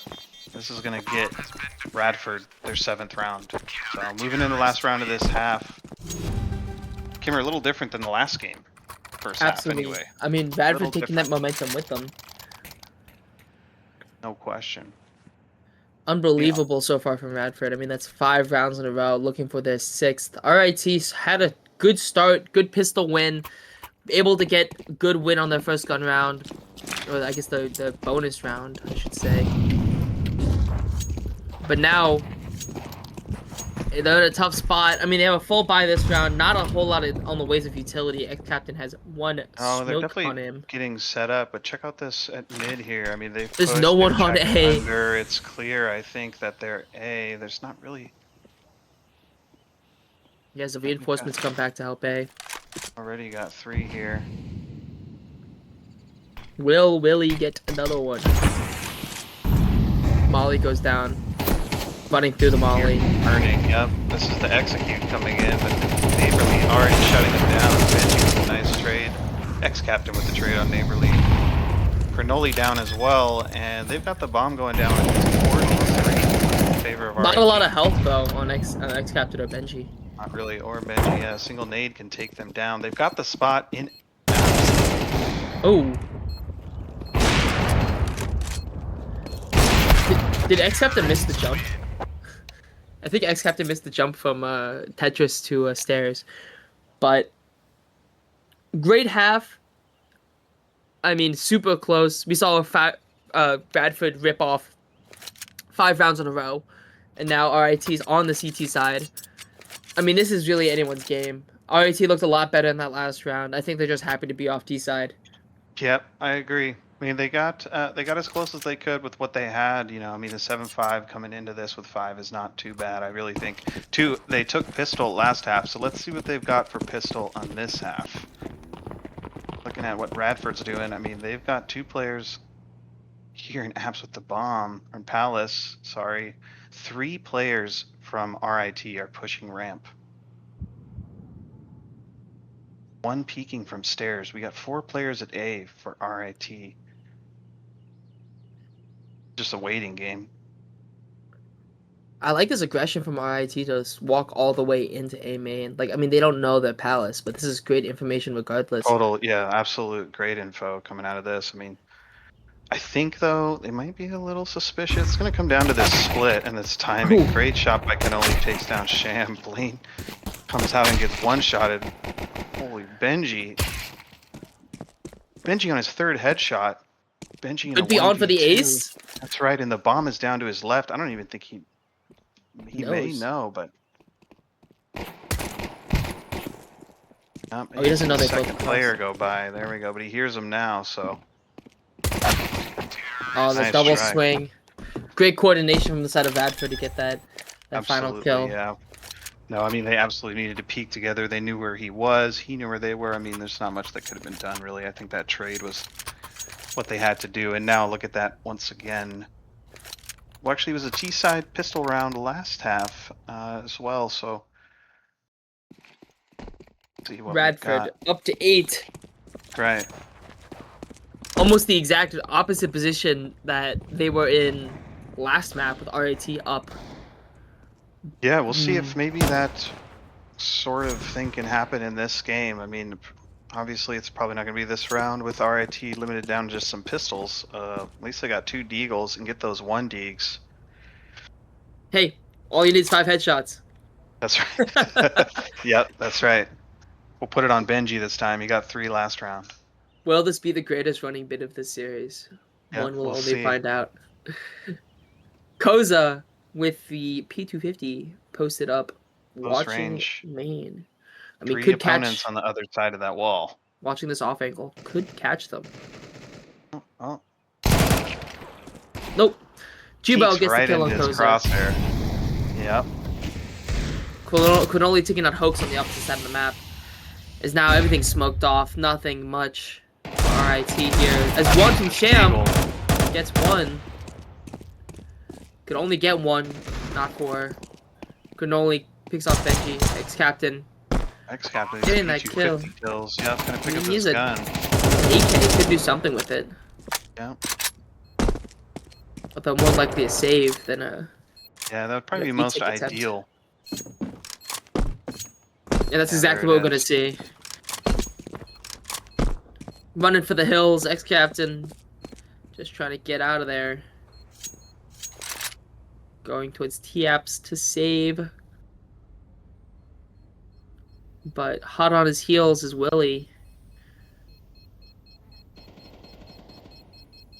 We might just catch him. Oh, or not.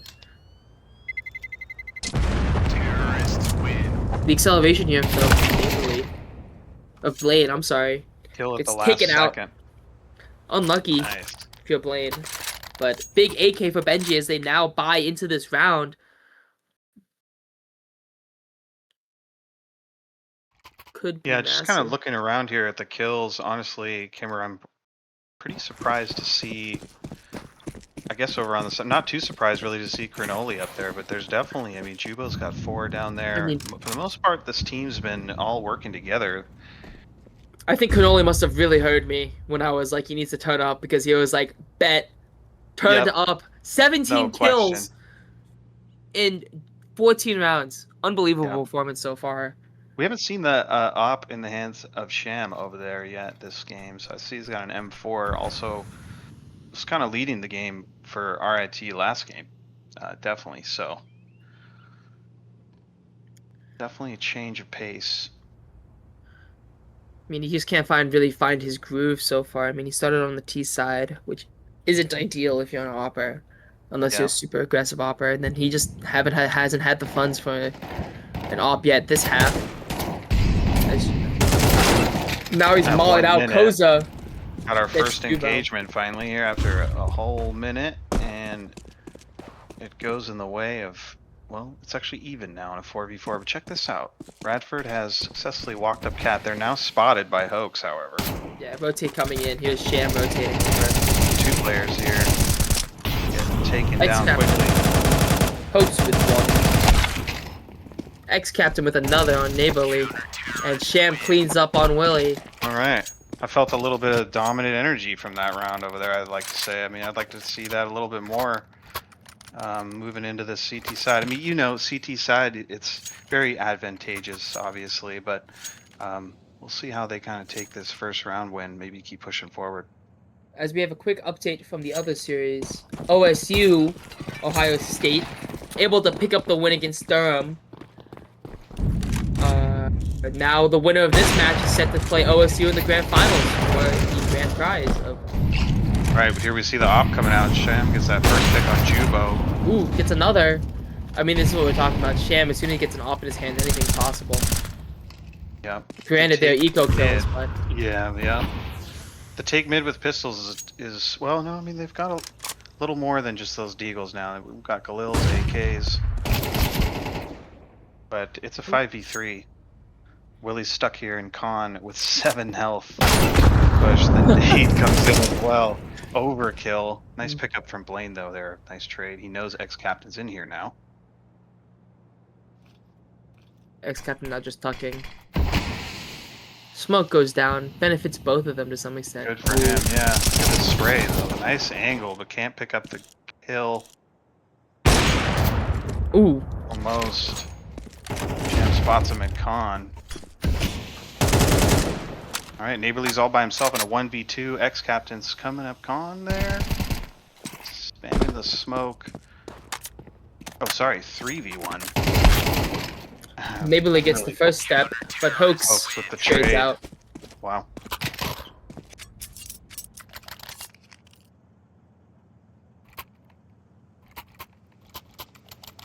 Alright, round 17.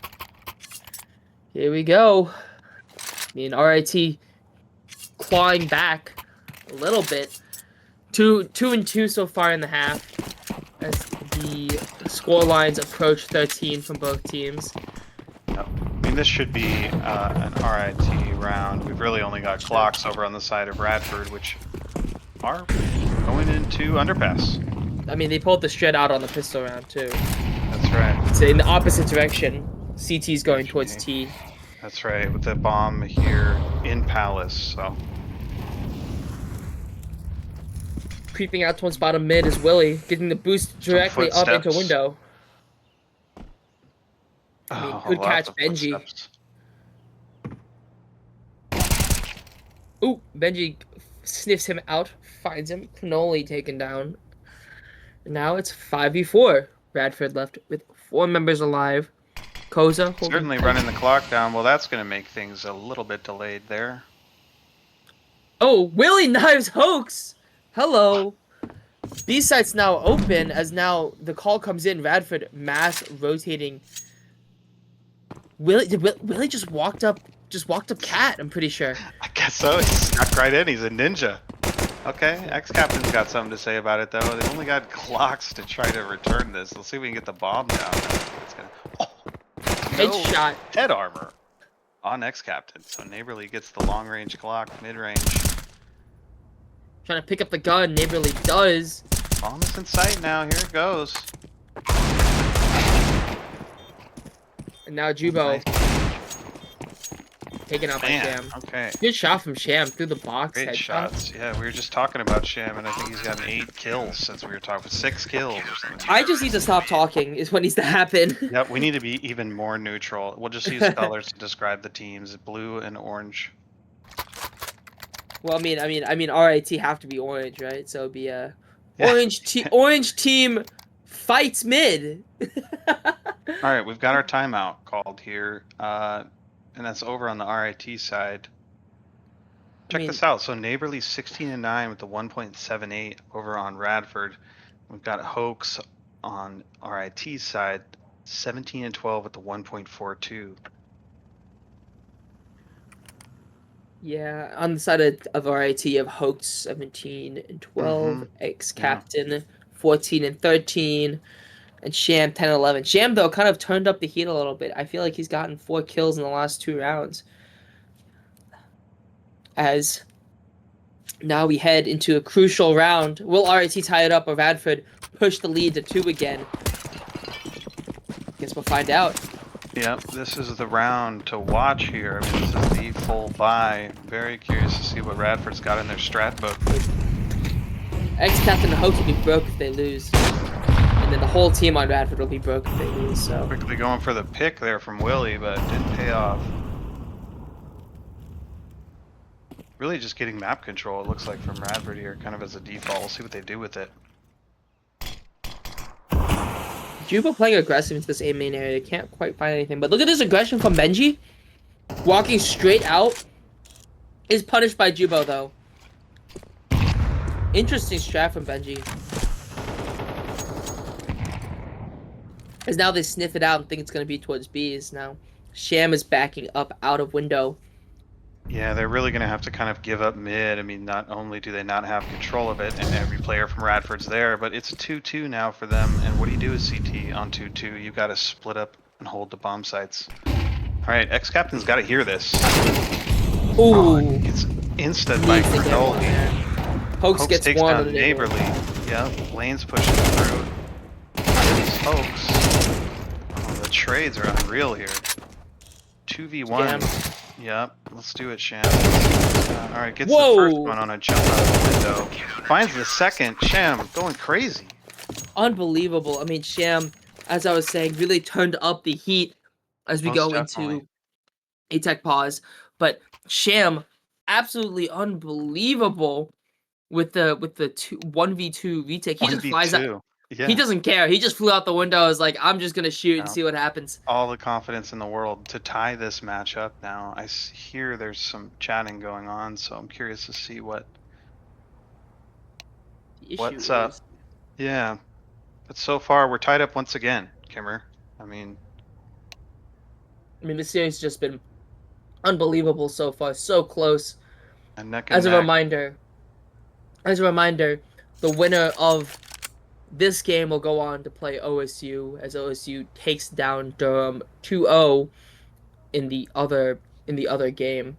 So, I mean, regardless of what happens next, we're guaranteed a top 10 matchup in the next round for the grand final to win a total of $300, I believe.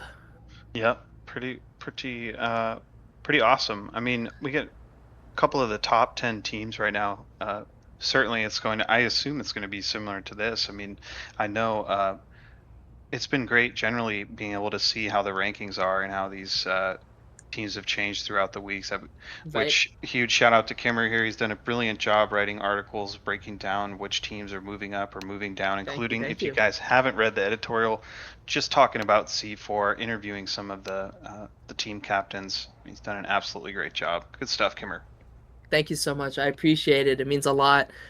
For those who don't know, I am the editor-in-chief of College Counter. So me and our small team of writers work to get you the stories you need to know about College Counter-Strike to keep you in the loop. So check out College Counter. Also to help build the community by putting on tournaments like these in partnership with NWES, Northwest Esports, based out of wonderful Seattle, Washington. Definitely. All right, I think we're maybe getting to the end of this pause. I mean, it's certainly good timing right here at the tied up mark. However, with no timer, we're probably looking at a tech pause. So haven't heard anything from the tech team yet. As now we wait a little longer. I mean, this has been an unbelievable. I feel like I've been a broken record at this point. Both these teams so close. I mean, I feel like I'm at the edge of my seat every single round. Like I'm resisting the urge to go get some popcorn right now and just watch Yeah, because of it's really how. cool actually to see this kind of follow up. I mean, both of these teams played each other at the LAN, not the at the NECC LAN that back in May, and it was actually really cool to see Radford University, particularly. I mean, they had a whole group from Mhm. their school behind them, and it was really cool to see that kind of support, as well as of course it was great seeing RIT there, jerseyed up, showing up. And overall, the LAN was crazy. I mean, it was an absolute brawl. We had 8 teams on LAN, double elimination bracket.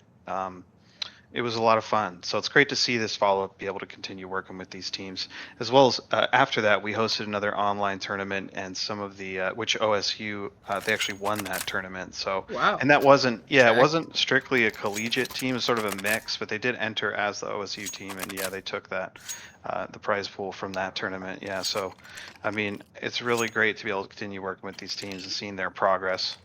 It's a small world, so I mean, if you're gonna play one of these teams in regular play versus or NECC, you're gonna see them again in C4 or whatever else. So it's great to build these relationships, build the rivalries. I mean, All right, it looks like we're back to it. Somebody probably had to get a pizza that was delivered, but we are tied up. Radford versus RIT. I don't blame them. If you guys are just tuning in, this is C4, the very first C4. That's the College Counter Campus Circuit, partnered with Northwest Esports. We're going to bring you monthly tournaments, getting some of the best collegiate North American teams there is. Sham opening it up. Benji as well, taking down Willie. We are in a 3v4. What is going on? Jumping Mac 10s are happening. Sham takes down Neighborly in Palace. I think Sham might have spotted this here on ramp. Whoa, Blade Kobe. taken down with the nade, and it's just Cronoli by himself. This is peak NACS. Who knows what's going Absolutely, on? that round happened so fast. Sham missed the flick here. Trying to hit a clip shot. Yeah, that's gonna put Cronoli in a tough spot. Bomb is down on site. Let's take a second now that we have a moment to dissect what we just watched. Yes, I mean, please, can we? if my recollection serves me correct, they fly out of A main, nades everywhere. They molly out the guy sitting in sandwich. Cannoli now trying to wrap.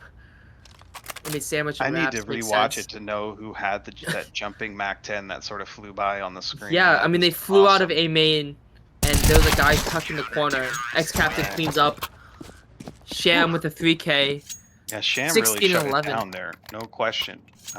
Great stuff by RIT. Now they're pushing forward here. It's 10 for RIT, 9 for Radford. We are in the 20th round. And we're also in the second game. If you're just tuning in, this is a best of 3. And can you remind us what our final map is, Animated? Let me take a look. Open up Keito's channel.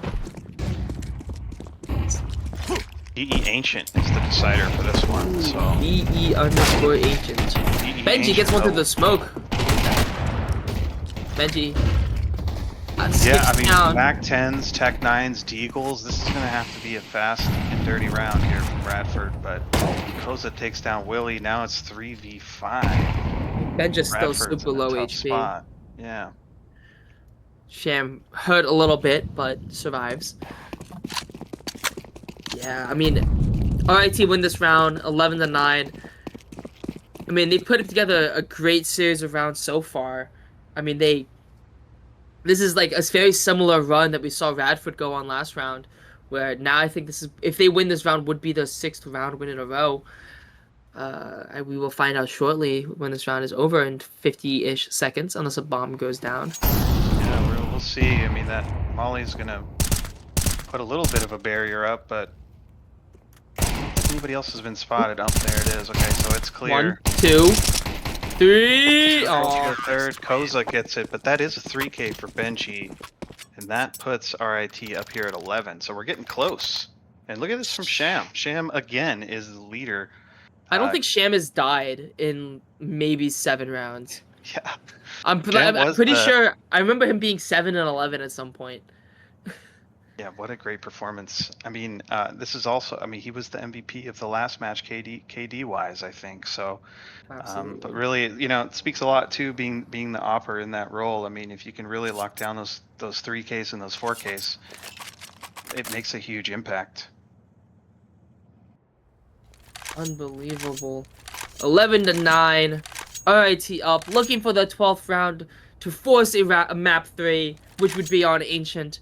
Radford looking to end it here by winning 4 more rounds. It really does come down to this. Both teams with buys.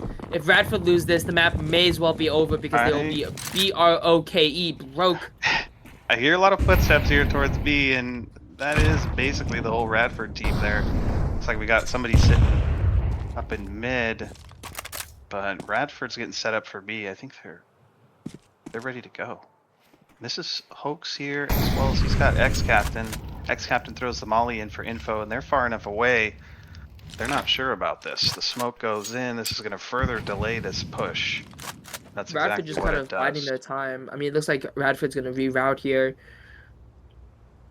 Looks like Cannoli is posted up mid, waiting for something to happen. Neighborly bomb on his back. Creeping towards underpass. A minute to go in the round. Nothing much really happening. Willie, a little hurt. About 58 HP. Don't know what his armor status is. Willie just kind of watching the exit, make sure everyone gets out okay. More nades come out, smoke into Palace, window, Here's I'm this sorry. Pivot. Yeah, I think they're still going to end B here. I mean, this sort of pivot through underpass cost them a lot of time. And a lot of util. That's right. 2 smokes and a molly. As now they creep up towards Cat. It's going to come down to this. 25 seconds on the clock. The exit's going to come in. Flying out a Cat. Ex-Captain. Can't find any. Goes down. Hoax. Stuck. Gets 1. Bench. Gets 2. Is spotted out. Jumps around the site. Finally taken down by Blade. Sham rings off an op shot. Misses. Flies out with the D. Looking for something. Can't find one. Pulls the off back out. Taken down by Blaine. An ill-advised push out without his teammates. Benji finds one on Blaine. Angles. This is the perfect Makes it a person you 2v2. want to be in this 2v2 right now. Benji's going to come swing. out and get Woo! the first one. Benji finds one. Cannoli left in the 1v1. Cannoli and Benji. Oh! No bullets. Cannoli left in runs the out of AK. ammo. Benji takes this to the 12th round. Wow. That all happened so fast. And put it now in favor of RIT with the 12th round. Benji with that 3K too on a retake. Remember what's going on here? 7 rounds for RIT. I mean, that was just unbelievable. Sham almost threw it away, though, running out with just the deagle without his teammates who were mollied off. But I did see him fly across the screen with the deagle out. I mean, he was really just trying to take that initial plant timing back, but obviously didn't work in his favor, but it did ultimately get his team the round. So great I mean, work here Benji from gets RIT. he gets an unbelievable kill right outside. I don't even know, what is that space called, like directly right outside of Directly right from the window. from window on B site, like if you're walking out of market. I would probably just say to the right of the window. I don't. Certainly, there's a name for it. I should Sure. know. We should Google it. Some research to be done. Some research to be done on the casting side here, definitely. All right. E-box, I am being Here we told. go. E-box. All right. Makes sense. There's an electric box right there.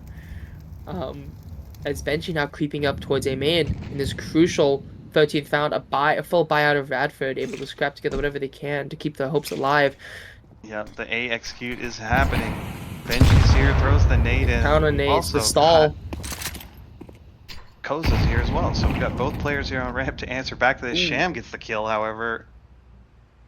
Puts him up to 17. This is the Hoax and Sham show right now. Hoax with 20, Sham with 17. Ex-Captain not far, Benji not far behind with 16. Yeah, and the thing is, there's just They don't know about the close angle rotations for coming Benji. in. Yeah, there's no need to rotate with the CTs. They have 3 here. Sham takes down Blaine. I mean, this is a tough spot for Neighborly to beat. Somebody coming up connector. Benji What a with the flank spin. through the smoke. Sham gets Cronoli, and check this out. Jubo's in a 1v5 spam through the smoke. GG. 13-9 is your final score for map number 2. We're going to map 3. We're going to map 3, that's right. And that is going to be on Ancient. I mean, you can't ask for a better start to the life of the college counter campus circuit than That's a right. BO3, 2 back-to-back maps going 20 plus rounds. I mean, what more can you ask for? You're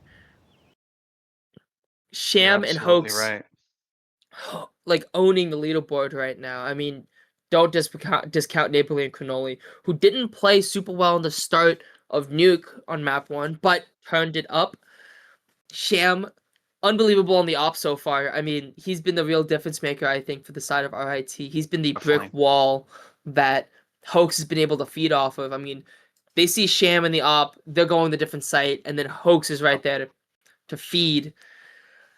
I mean, unbelievable map. Super Yeah. close throughout the whole thing until RIT rattled off that final 8-round win streak.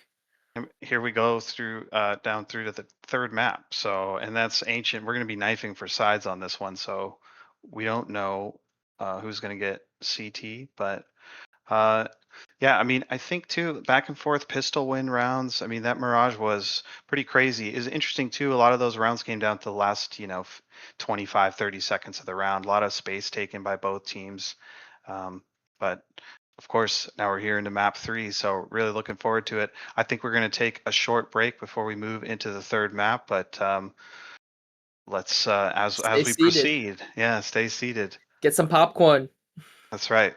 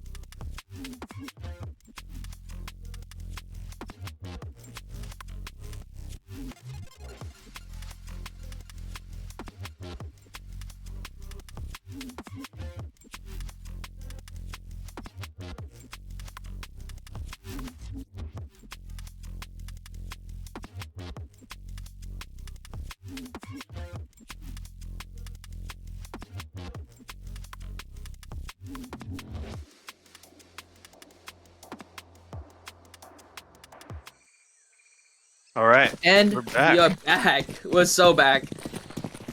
Knife round. Radford, RIT, map 3, Ancient, Cinema. I can't think of any Excellent other. cinema so far. Can't think of any more 3-word describers. Oh, There we go. all right. We've also got Cam in here. I'm animated, and we've got Kimmer. Kimmer, things have been a little crazy so far. I mean, we've got 2 of the top 10 teams in Collegiate NA on their 3rd map. This is a best of 3. Benji's all by himself with a knife, and this is the knife for the decider. So Radford wins the knife. Elects to start on the CT side. And we're off. We are good to go. we're off. Are you excited? Because RIT. I'm excited. I'm I'm pretty super excited. I mean, this I'm is it. This is what pumped. we've been waiting for. We battled through Mirage. We battled through Nuke. Both maps had each respective winning team kind of taking a lead towards the end. It's kind of that latter half of second half, huh? I mean, it's really Yeah. something else, Stringing, but stringing together rounds. absolutely. All right. Well, here's the smoke coming in on RIT. It's just going to be a push-up B ramp. Goes the first one in. Willie takes down Benji. The bomb is being planted. You see 2 of them pushing right square, 3 of them on right square, and Radford kind of holding a cave here. I mean, what else can they do? They're smoked off. I mean, they still have 5 alive, though. That's right. 5v4. Ooh. Taking down 2. Oza takes down Cronolia. There's just a flurry of bullets happening for RIT to take first round. Okay, RIT taking pistols again. This is something we see them do. I mean, Hoax has already off to a great start. He dropped, what, 22 kills in the last map on Mirage. Hoax has been on a tear. I mean, he deserves the swag with the sideways hat.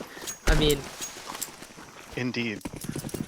Sham and Hoax are the players to watch on RIT. I mean, Cannoli and Neighborly, the people to watch on Radford, as they both popped off on Nuke and were instrumental to their comeback on that map. Check this out. Radford's doing a deep ramp push, all 5 players here. Yeah, and they're going to be met with Galils and AKs. Not much they can do there. No, Benji with Jubo 3 picked farming up 1. ecos. Yeah. Benji, too. Definitely a notable player from the last game. I mean, come on, him and Sham. They're keeping RIT propped up here. Sham's had, I mean, he's been the MVP KD-wise the last 2 games, so. Absolutely. I mean, if you're just tuning in, this is map 3, Radford versus RT. The winner of this game will go on to play Ohio State in the grand finals to potentially win $300, which for a college student is a lot. That's a lot of Chipotle. I can tell you that much. That's at least 3 Chipotle meals. At least 3 Chipotle meals. Very well. And no question. All right. We'll now take a look at this. We got RIT. I mean, it's a 4v3. You know, I mean, look at this. They're kind of spread out too here a little bit. Yeah, Radford in the 4v3 now. I mean, RIT slowing everything down. Radford buying into this round. FAMAS on Neighborly, M4s on M4 A1Ss on everyone else. As it slows to a crawl, but here's Willie scaling up towards Platt. Gonna jump up on the platform, finds 1 on Sham. Wow. And backs off immediately. I mean, that's a great move from Willie to get 1 and then leave. Oh, Neighborly and the gets nade. Benji with a nade, big nade coming through. And he just flies out. Ex-captain, not much he can do but die. That's right. And All right. We've got a little peek at the scoreboard here. Sham up there with Hoax. Jubo with the 1.5 over on Radford. And this is a timeout already coming in from RIT. I mean, what do you think? Good time for a timeout, Kimmer? I mean, I have to say it's pretty early. Of course, they did lose that last buy, but hey, what do you think? I mean, with the way these games have been going so far, it's been very back and forth in the early rounds, and then one team jumps into the driver's seat and strings together multiple round wins. We saw that with Radford with the unbelievable, what I believe was an 8-round comeback down 11-4 to come storming back to win the map 13-11. And then RIT to end map 2 on Mirage, strung together 9 rounds, 8 rounds of themselves. So taking an early timeout could be good to reset the mental, to make sure that everyone's on the same page about the game plan, so that we don't go into the situations where you could give up a bunch of rounds in a row. Yep. And this is coming out. We got Sham with the Deagle. So we got 4 AKs, Sham with the Deagle. We got plenty of utility to go around. Note Jubo over there held on to a Mac 10. So this looks like it's going to be a B play. I mean, obviously here they're getting set up outside B. The smoke is coming in on right square. I love this mid aggression though from Jubo. As Willie takes out Sham through the smoke. And he's going to get another. Cannoli gets one on Hoax. Hoax gets Willie. Willie gets Koza.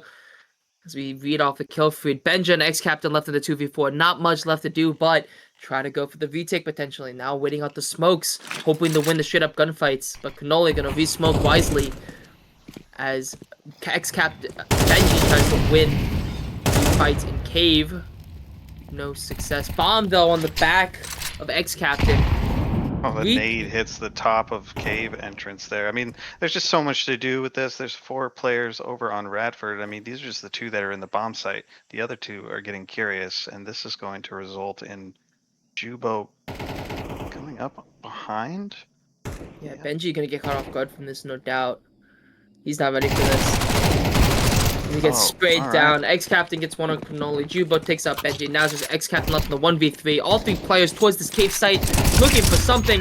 Can't get it. Neighborly finishes off 2-2.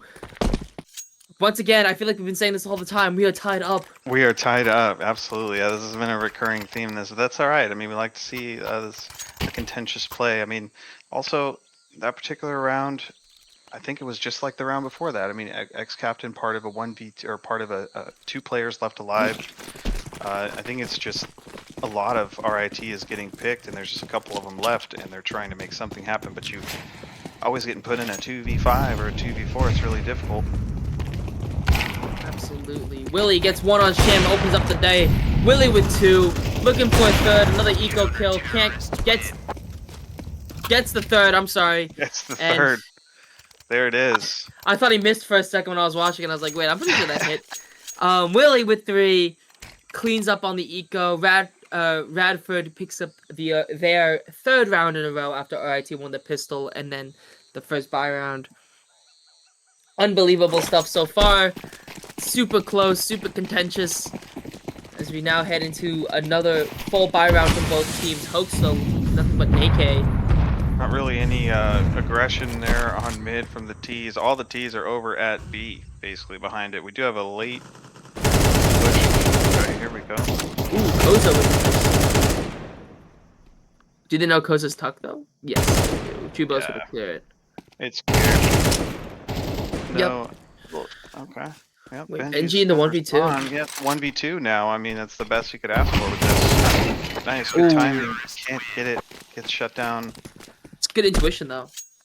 That's good intuition. I mean, we would want to have Benji be in those positions from how we've seen him play in the past here. But Radford, again, taking this round. So that's 4 in a row. RIT used a timeout. I feel like right now would have been a good time maybe for that timeout. Cool them off a little bit, but we'll see. Of course, it's coming into 7th round, and that's 1 Deagle, 3 Tech 9s, 4 Tech 9s, so that's a late buy, okay. Running through the CT Molly, they do not care.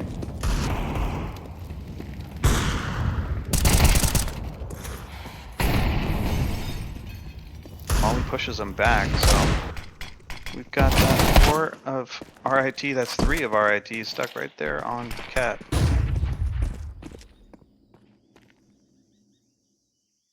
Just pistols on the side of RIT.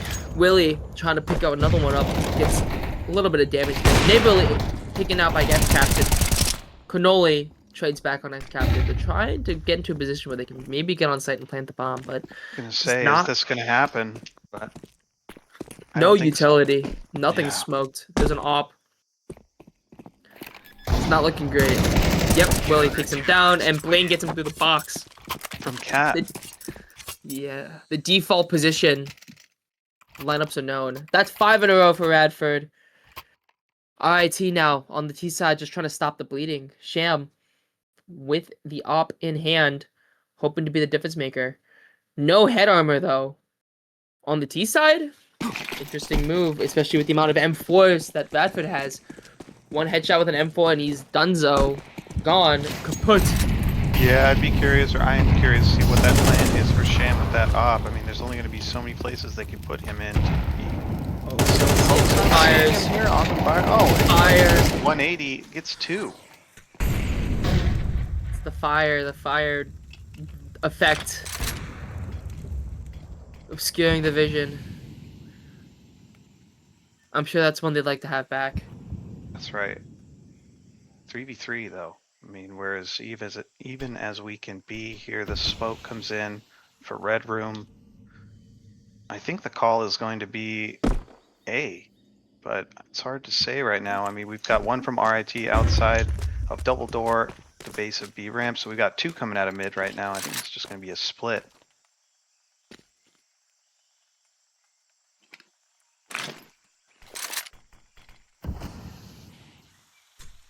Benji is smoking donut. There's 2 of Radford in donut. Benji's spamming through the smoke. I mean, they're trying to push up here through mid. Comes down to timing. Benji kills Willie. And now they're up. Gonna do a B split. This is gonna be interesting. And we've got 2 from RIT going through cave, pushing through cave. Sham's got the double smoke on left square. Right square is identified and killed. That was neighborly. Smokes are out. Sham's got the bomb planted. This is a 3v1. Jubo's got 34 health. This is definitely going to be RIT. There's so much for Radford to do. Just 34 health. But Jubo's going to go for it. He's creeping up. Sham just holding on to the angle. Jubo gets 1 though. He spots them both out. Knows them both there. The swing out. Sham though finishes the job. The op does work. It worked with no head armor there on that. The big green, yep, coming out from Sham. Not a bad play from RIT. They definitely took their time. And that was a 3v3 at one point, and not too bad. RIT finally snapping Radford's 5-round winning streak. Pretty good. Pretty good. Bringing things closer. Insta smoke. Where is that landing? I see the flying across the map. Right in cave. I don't know if that was the intended spot. I think it was cave, yeah. I guess it was the intended spot. As the spray through from Cannoli tries to find more of the people walking towards Platt.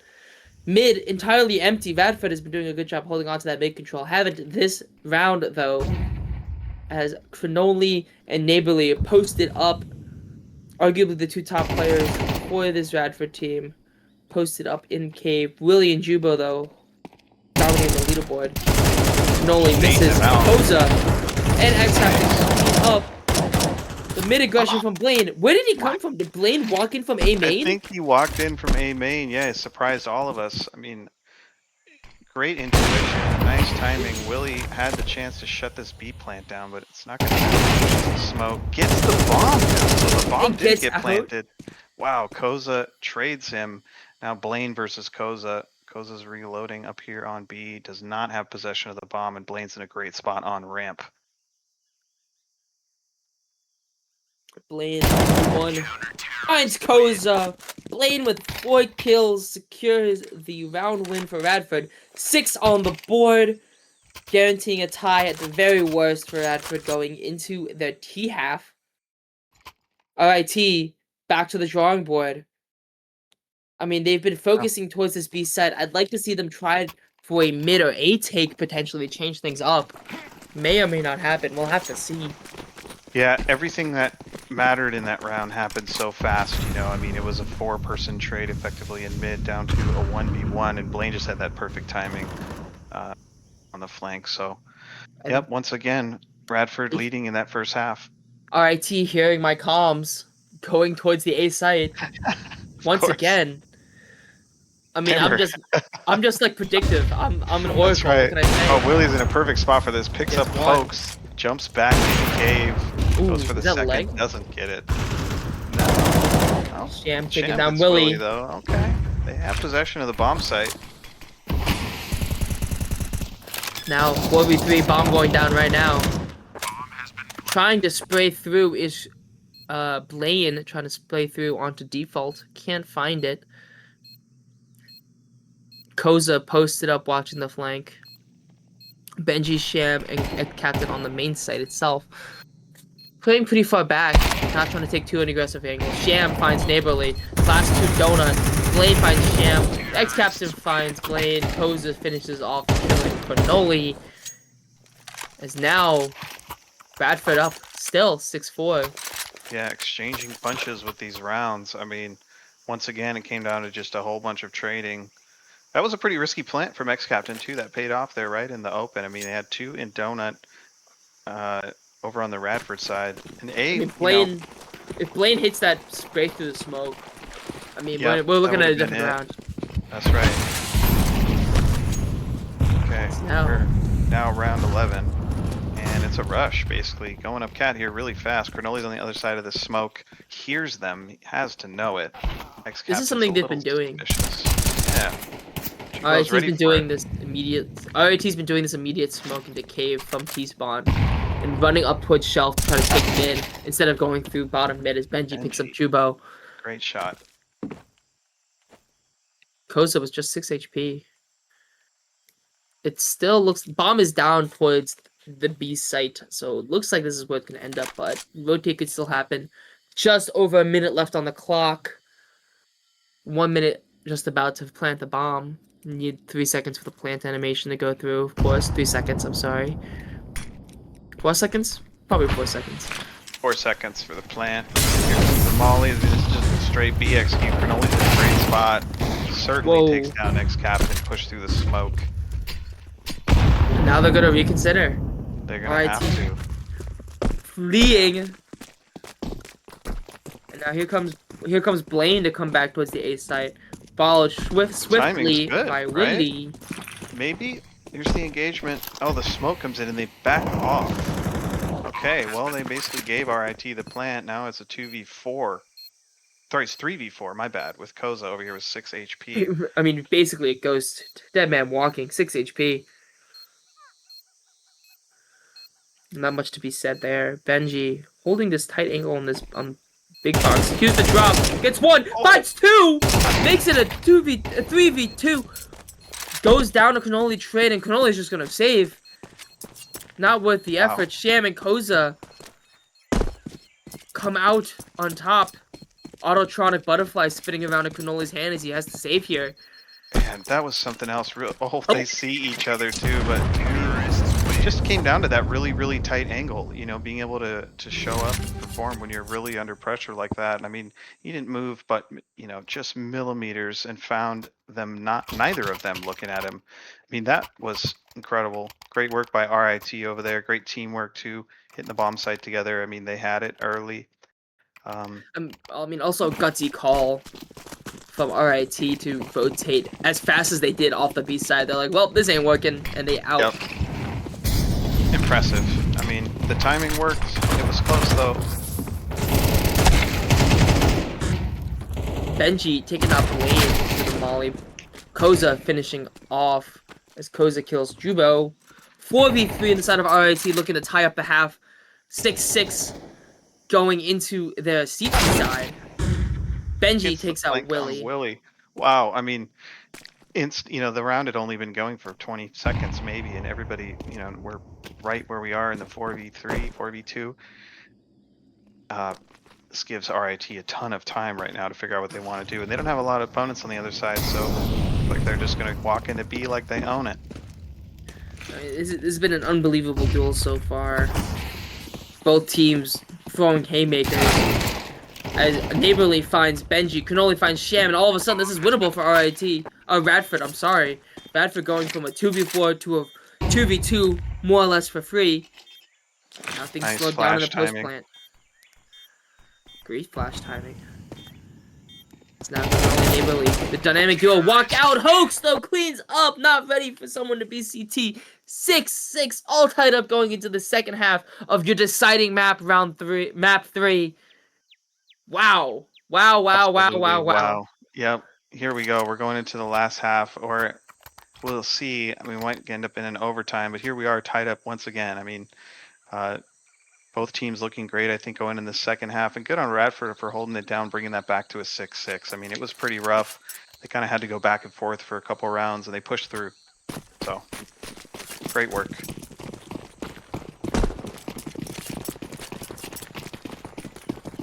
All the marbles on the table for this last half of Counter-Strike as the execute comes flying in. Double smoke behind the pistol for the side of Radford, who chooses to fly out. Blaine gets X-Cap and takes him down. It's an empty bomb site. RIT scrambling to come back to try to set up for this retake, though.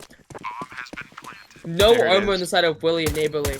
Yep, the bomb plant finally came in. This is a tough spot to be in over on the RIT side. I mean, A is tough to retake. They have all this utility. Cronoli gets 2. I mean, now it's a 4v2. Oh, Ew.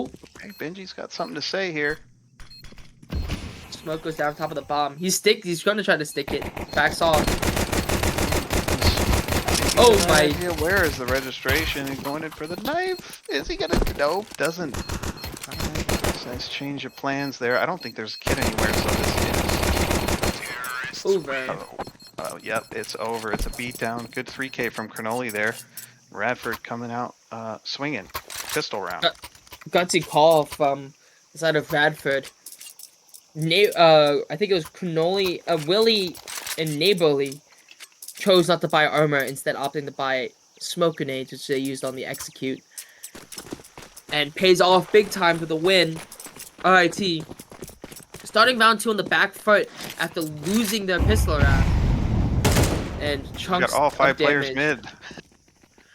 What are you gonna do when What you're down? are you gonna do? Yeah, absolutely. Here's all of them. There's 2 of them here. They get taken Koza down. gets 2. Koza got 2. Wow. 2v2 guns around. He's trying to find the bomb. All right, bomb is in possession of Radford now. They're going to plant it, and we've got 3 CTs in T-spawn with an AK and a Galil. So I think this is a save call here, Kimmer. I mean, no reason to not keep these guns. Get yourself a little economy going next round. Sham is going to be adventurous to try to find something. He only has a USP. But Hooks and Koza are going to want to hold on to the Galil and AK, I'd imagine. Yeah, Nice. Sham's just looking for an exit, it looks like. Yep, hanging out down there by the boost box. I mean, I don't blame him. Chances are they're probably going to go out through CT here, but worth a try. Worth a try, indeed. Wait. Shut No up. way. Oh, he's baiting him. Oh,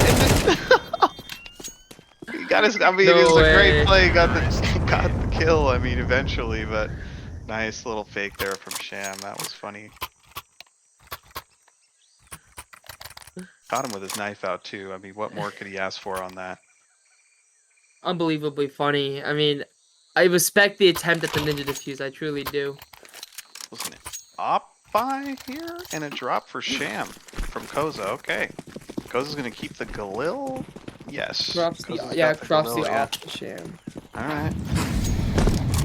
Good use of econ from RIT to make sure everyone can get the optimal weapon. Definitely. Koza, not necessarily their star player, but has stepped up in his moments of need. Hoax and Benji being the star riflers for this team, without a doubt. Well, here's the play. I mean, they're going out towards mid. They're getting 3 out towards mid. They smoke off X-Captain. He's got the angle, but he doesn't fire. They're also smoking Donut. They know he's in that room now. That's hopefully going to give him an opportunity to get out of there. Or, well, he's out. So they're going to clear cave. I see they're kind of making their way towards B. So they walk through mid, smoked Donut and red room. They're hitting B now. So drop of the bomb. We've got 4 players from Radford. 3, sorry, in cave, and there's 2 from RIT. They get both taken Koza down. should not Blaine have and swung. Cronoli. Yeah, that was rough. Took down Koza and Benji over on RIT. So X-Captain comes in with the spray from the FAMAS. Has to go right square. Not many bullets left in this gun.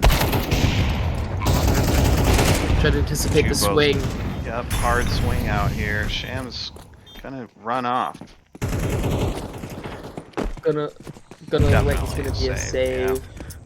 And that is the smart thing to do right now. I mean, Hoax has an AK. Sham's going to be able to save this op. I mean, putting your best foot forward next round, if you have the op in Sham's hands, I mean, it's going to give you hopefully a bit of a leg up. But also, we got 4 players surviving likely from Radford over here. This is going to push them 3 rounds ahead of RIT, Kimmer. I mean, this is getting ahead a little bit here, I think. Things are slipping a little bit for RIT. I mean, they were down early, 5-2, brought it back, 6-6, tied up the half. Then a rough pistol, and then you lose the round after that against the bye. And then Radford now have the upper advantage.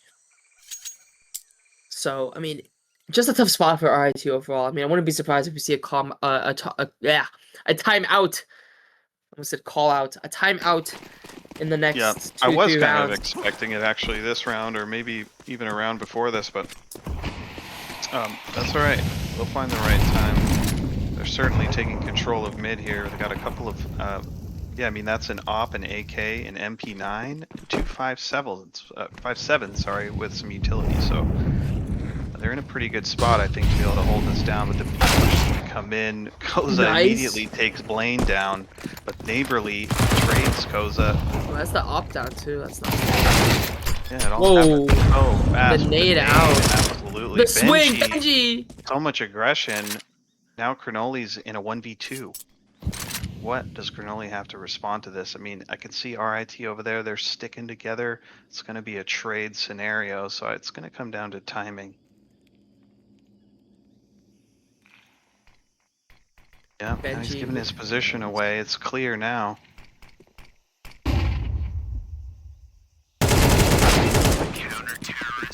Benji, 4K for Benji.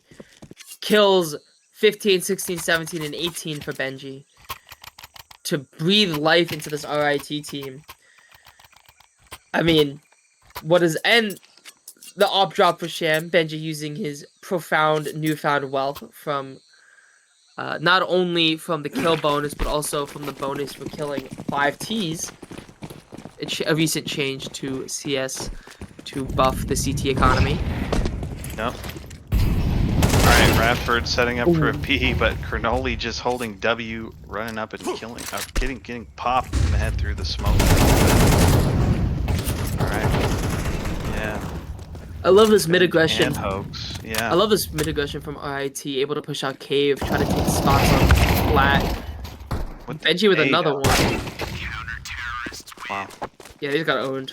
Like no other way to put it. Did. Well, this is going to put Radford in a tough spot too, because they're not going to have a whole lot of money right now. So I mean, this is exactly where RIT wants Radford to be. I mean, they're broke. They're still holding on to that op from Sham over there too. Look, he's got quite an economy going. Hoax has 8 Gs. I mean, RIT's in a great spot right now, and I think the call is going to come in. Let's get out of here fast. They stop. Maybe a delay mid, maybe here. What's happening? Running with their backs turned. Hoax with 2. Captain gets 1. Wall tied up. 9-9. All tied up with the spray down. Wow. Comes down to this. Last 8 rounds, potentially. Yeah, I mean, we're getting the full buy coming out. Notably, Neighborly and Blaine have Galil, so maybe not necessarily the buy they truly want out of this round. But this is a core round. I mean, we're tied up once again. We were tied up back at 6-6 at half. Yep. And we've got Benji leading with KD up there.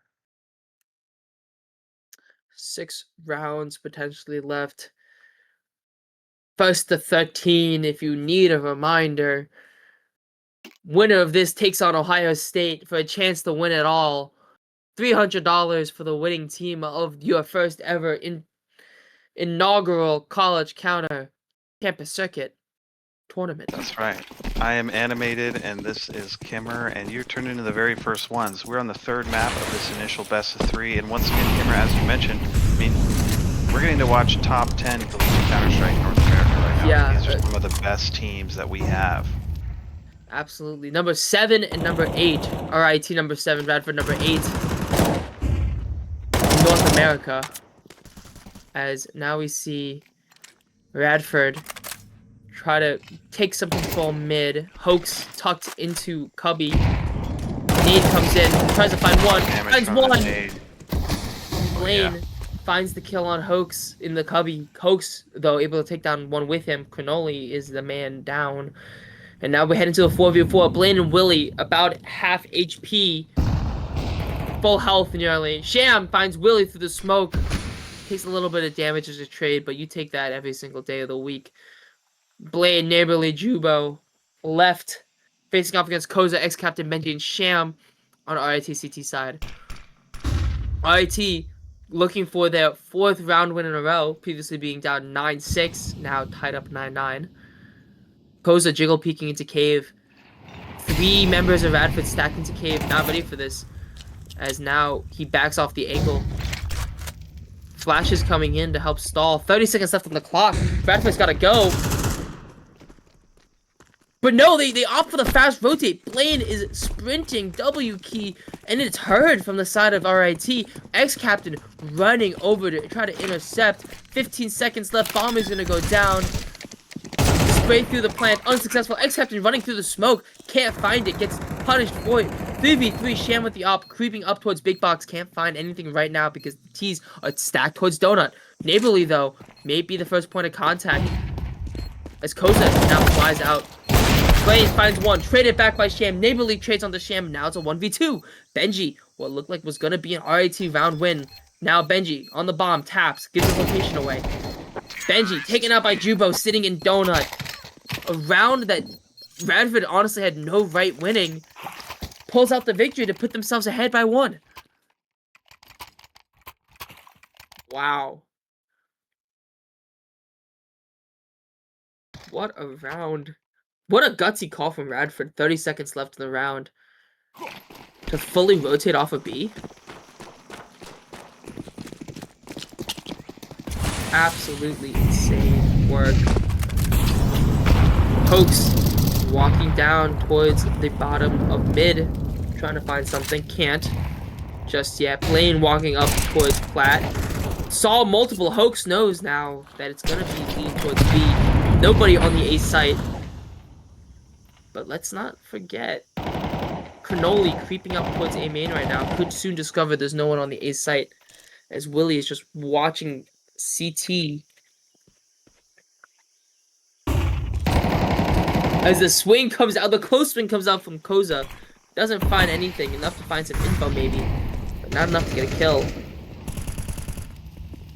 Oh no. I mean, look at the other side of the map. Cannoli's on A site. Creeping. Ex-captain. Ring around the rosy with Cannoli. As Blaine now, the team now playing. They've all snuck through. Cannoli missed ex-captain coming through. Missed Hoax. He's going to catch the rotate maybe of Sham. Sham might be the first one to go down. Fight taking place.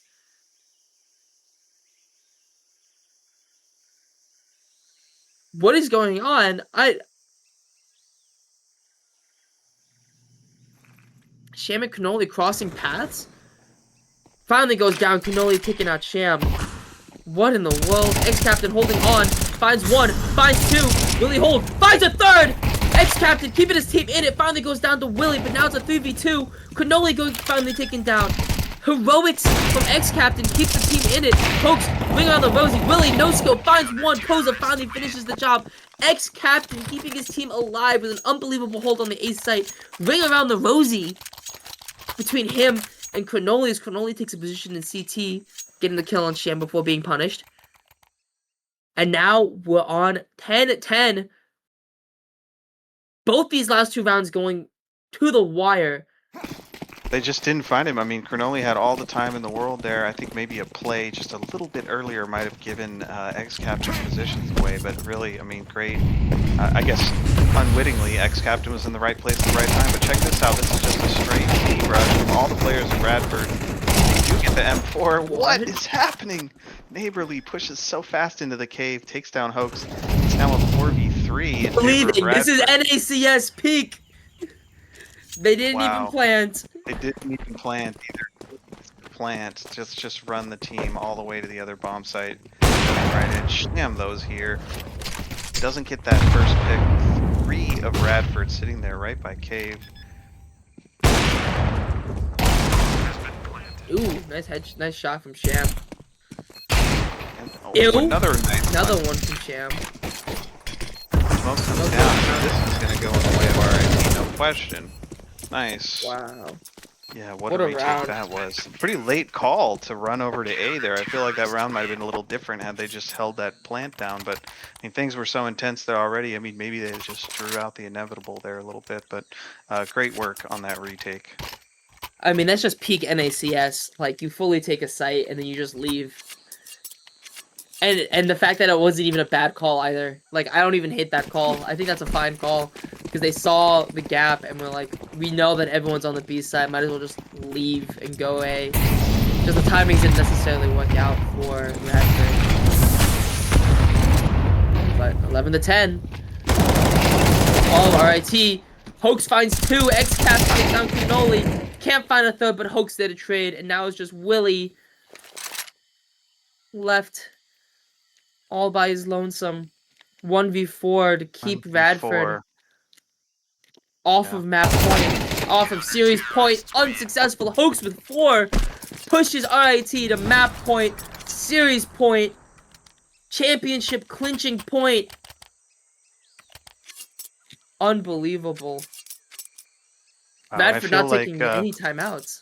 Yeah, that is notable. Absolutely. I mean, from this first map with Nuke particularly, I mean, Radford really had a super comeback, and I was kind of feeling like that might have happened here, but really RIT has held through on this and totally taken this match point here. Cannoli finds 2 with the Mac 10. Yeah, Unbelievable. that was pretty amazing. Just running out of mid like they own it, and they certainly do. Now they're going through Donut. They're about to get this bomb down. Sham's shown up, but what can he do? Misses the op. Willie gets benchy, and now it's a 2v4. Koza gets 1. Still 2v4. It's going to be a pretty tough retake. I mean, generally, Sham's smoked off. He pushes the smoke. Unbelievable. He's gonna, yeah, I mean, this might be one just either way at this point. Does pick up Blaine. He's still going to go for it. Oh, Koza man, finds one of Cannoli. Ooh. Had the makings of a retake. Had the makings. There's all the money in the world over there at RIT right now, so I think it'll be just fine on trying to get that retake. They got pretty close. Good on them for trying. But here we are now. This is it. I mean, the good news is it's a full buy from both teams. So Radford trying to keep themselves alive. One last round of regulation. Will it be overtime? Will RIT finish the job? Only time will tell. As we go into this final map of round of regulation. Benji with an aggressive play. Partnered up with Hoax on the shelf. Finds 1 before being traded. Blaine takes down Benji. 4v4. Willie jump peeking. Hoax! Unbelievable shot! Hoax shut him down just by being curious alone. So here we go, 4v3. However, Radford is planting the bomb. Unbelievable. Koza with the op now. Double op from Sham and Koza. Ex-Captain Hoax. Koza with the no-scope through the smoke. Hello? I mean, this makes things even more difficult. This is a 2v4. All of RIT is here. Bomb down. Sham drops the off. Blaine picks off Sham. 2v3. Koza with no HP. Can't find it. Hoax picks off Blaine. Now it's just Jubo. Keep Radford's hopes and dreams alive. Can he do it? No, he can't. RIT clinch. RIT win.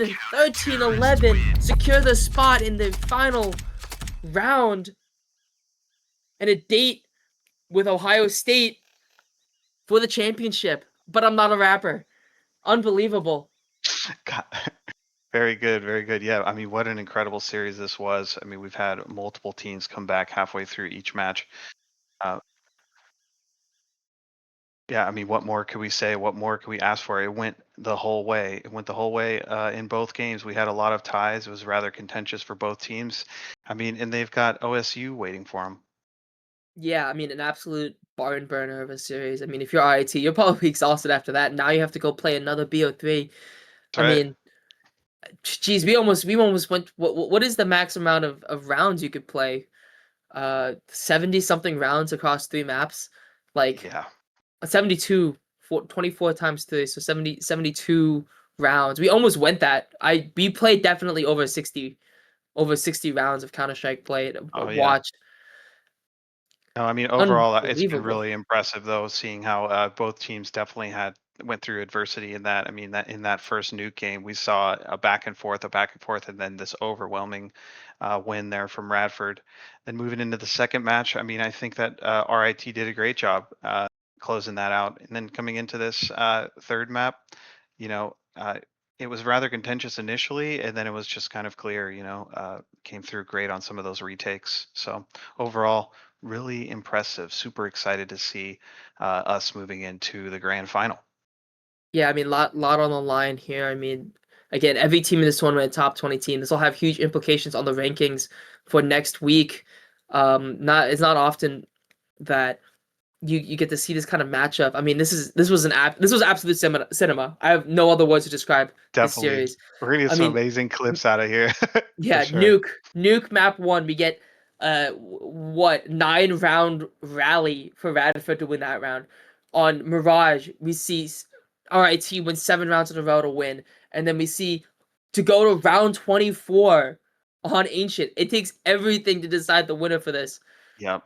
But we do have an interview, I'm being told, with Sham, the wonderful opper, from the side of RIT.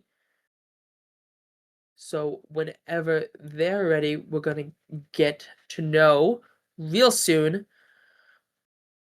But until that time, we can talk a little bit more about what happened on the other side of the bracket. Ohio State beating Ohio State. Durham. I mean, they are the favorites to win the whole thing. And honestly, right now, I kind of like the odds just because of how exhausted RIT must be. But Yep, they're it, also warmed up. I guess both teams are warmed up at this point, but I mean, with going through a banger of a series like this, I mean, you have to get your head right. You have to be able to come back and put 100% in on that second best of three. So, I mean, we'll see whether or not that has an effect on them. I mean, there was multiple times, and as you saw, Radford took one of the maps off them. I mean, we weren't sure how it was going to end. They certainly persevered through in multiple instances. So, you know, but given history and the rankings right now, I mean, I think that most would say Ohio's coming in as the favorite on this next match. But if you think about it, I mean, RIT's warmed up. They just won a series. I mean, they're ready to go. So, I'm really looking forward to it. I think too, it might be a good time too to talk about. You had already interviewed these players in advance and wrote that article. I mean, do you think that some of absolutely. what they mentioned in that article has been reflected in the way that they've played today? I mean, I think so. I think RIT's played it an absolutely phenomenal series. I think they played fundamentally. There was some great, solid calling from the side of RIT. And speaking of RIT, All right. Sham, the opera for the side of RIT, is in the call. Hello, hello. Thanks for having me. No Hey, problem, Sham. Sham, So, nice to join. Go ahead and yeah. sorry, send it. No, sorry. Actually, I do want to hand it off to, we got Mr. Henry Batten here. In fact, maybe we should go over to Mr. Henry Batt on the screen, our host. Go ahead. We might even be able to get Sham on a little cam call here. I just There joined the we go. Discord with him, and he was available. So maybe Cameron King can sort that out. You can see Sham's already loaded his cam up. He's ready to roll.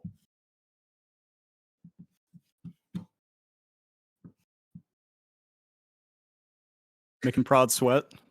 Making prod Working on the sweat. fly a little bit. That's on okay. That's okay. course. We won't the make interview with prod Sham, sweat. but So give I'll us a just second start it here out and we'll get it anyways. sorted. Yeah, please go ahead. Let's go. We got Sham in here. What's up, Sham? Yeah, we might as well take How's it advantage of going? having him in here and just use the voice call. So reverse sweep.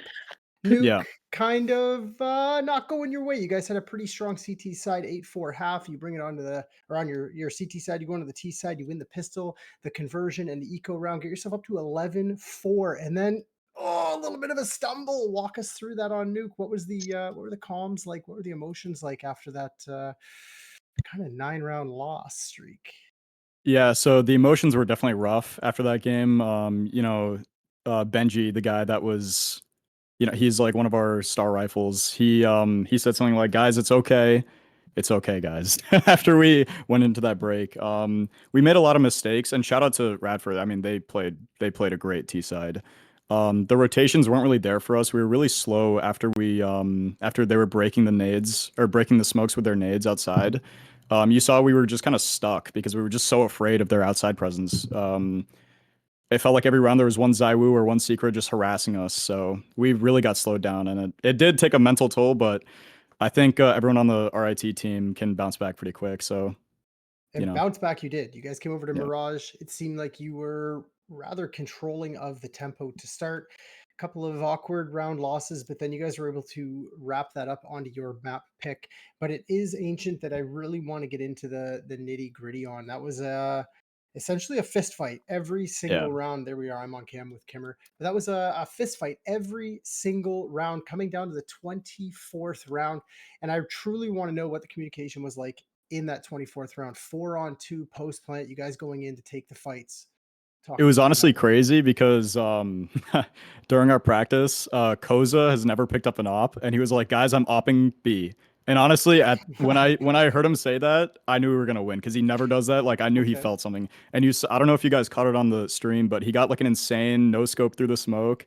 So we're all like, "Guys, guys, guys, they're all dead. They're all dead. Go in, go in." You know, like comms Yeah. are really hectic. So we're really happy to close it out. Again, they played a great CT and T side. Um, I was really frustrated with myself because my rotations weren't that great that map. You know, as the operator, it's kind of my job to help everywhere. I was really concerned about an A rush for a lot of the rounds, but it never really came out. It was mostly through mid and into donut. Well, a win is a win regardless. Ohio State is waiting for you guys in the grand finals. I'll let you get back to your team, take a 5-10 minute break. Prod will be in contact with you, and we're going to get the grand finals underway. Thank you very much for coming in, Sham, from Rochester Institute of Technology. My name is Mr. Henry Batt. We're going to take this to a quick little break, and when we come back, it's going to be grand finals time. We'll see you there.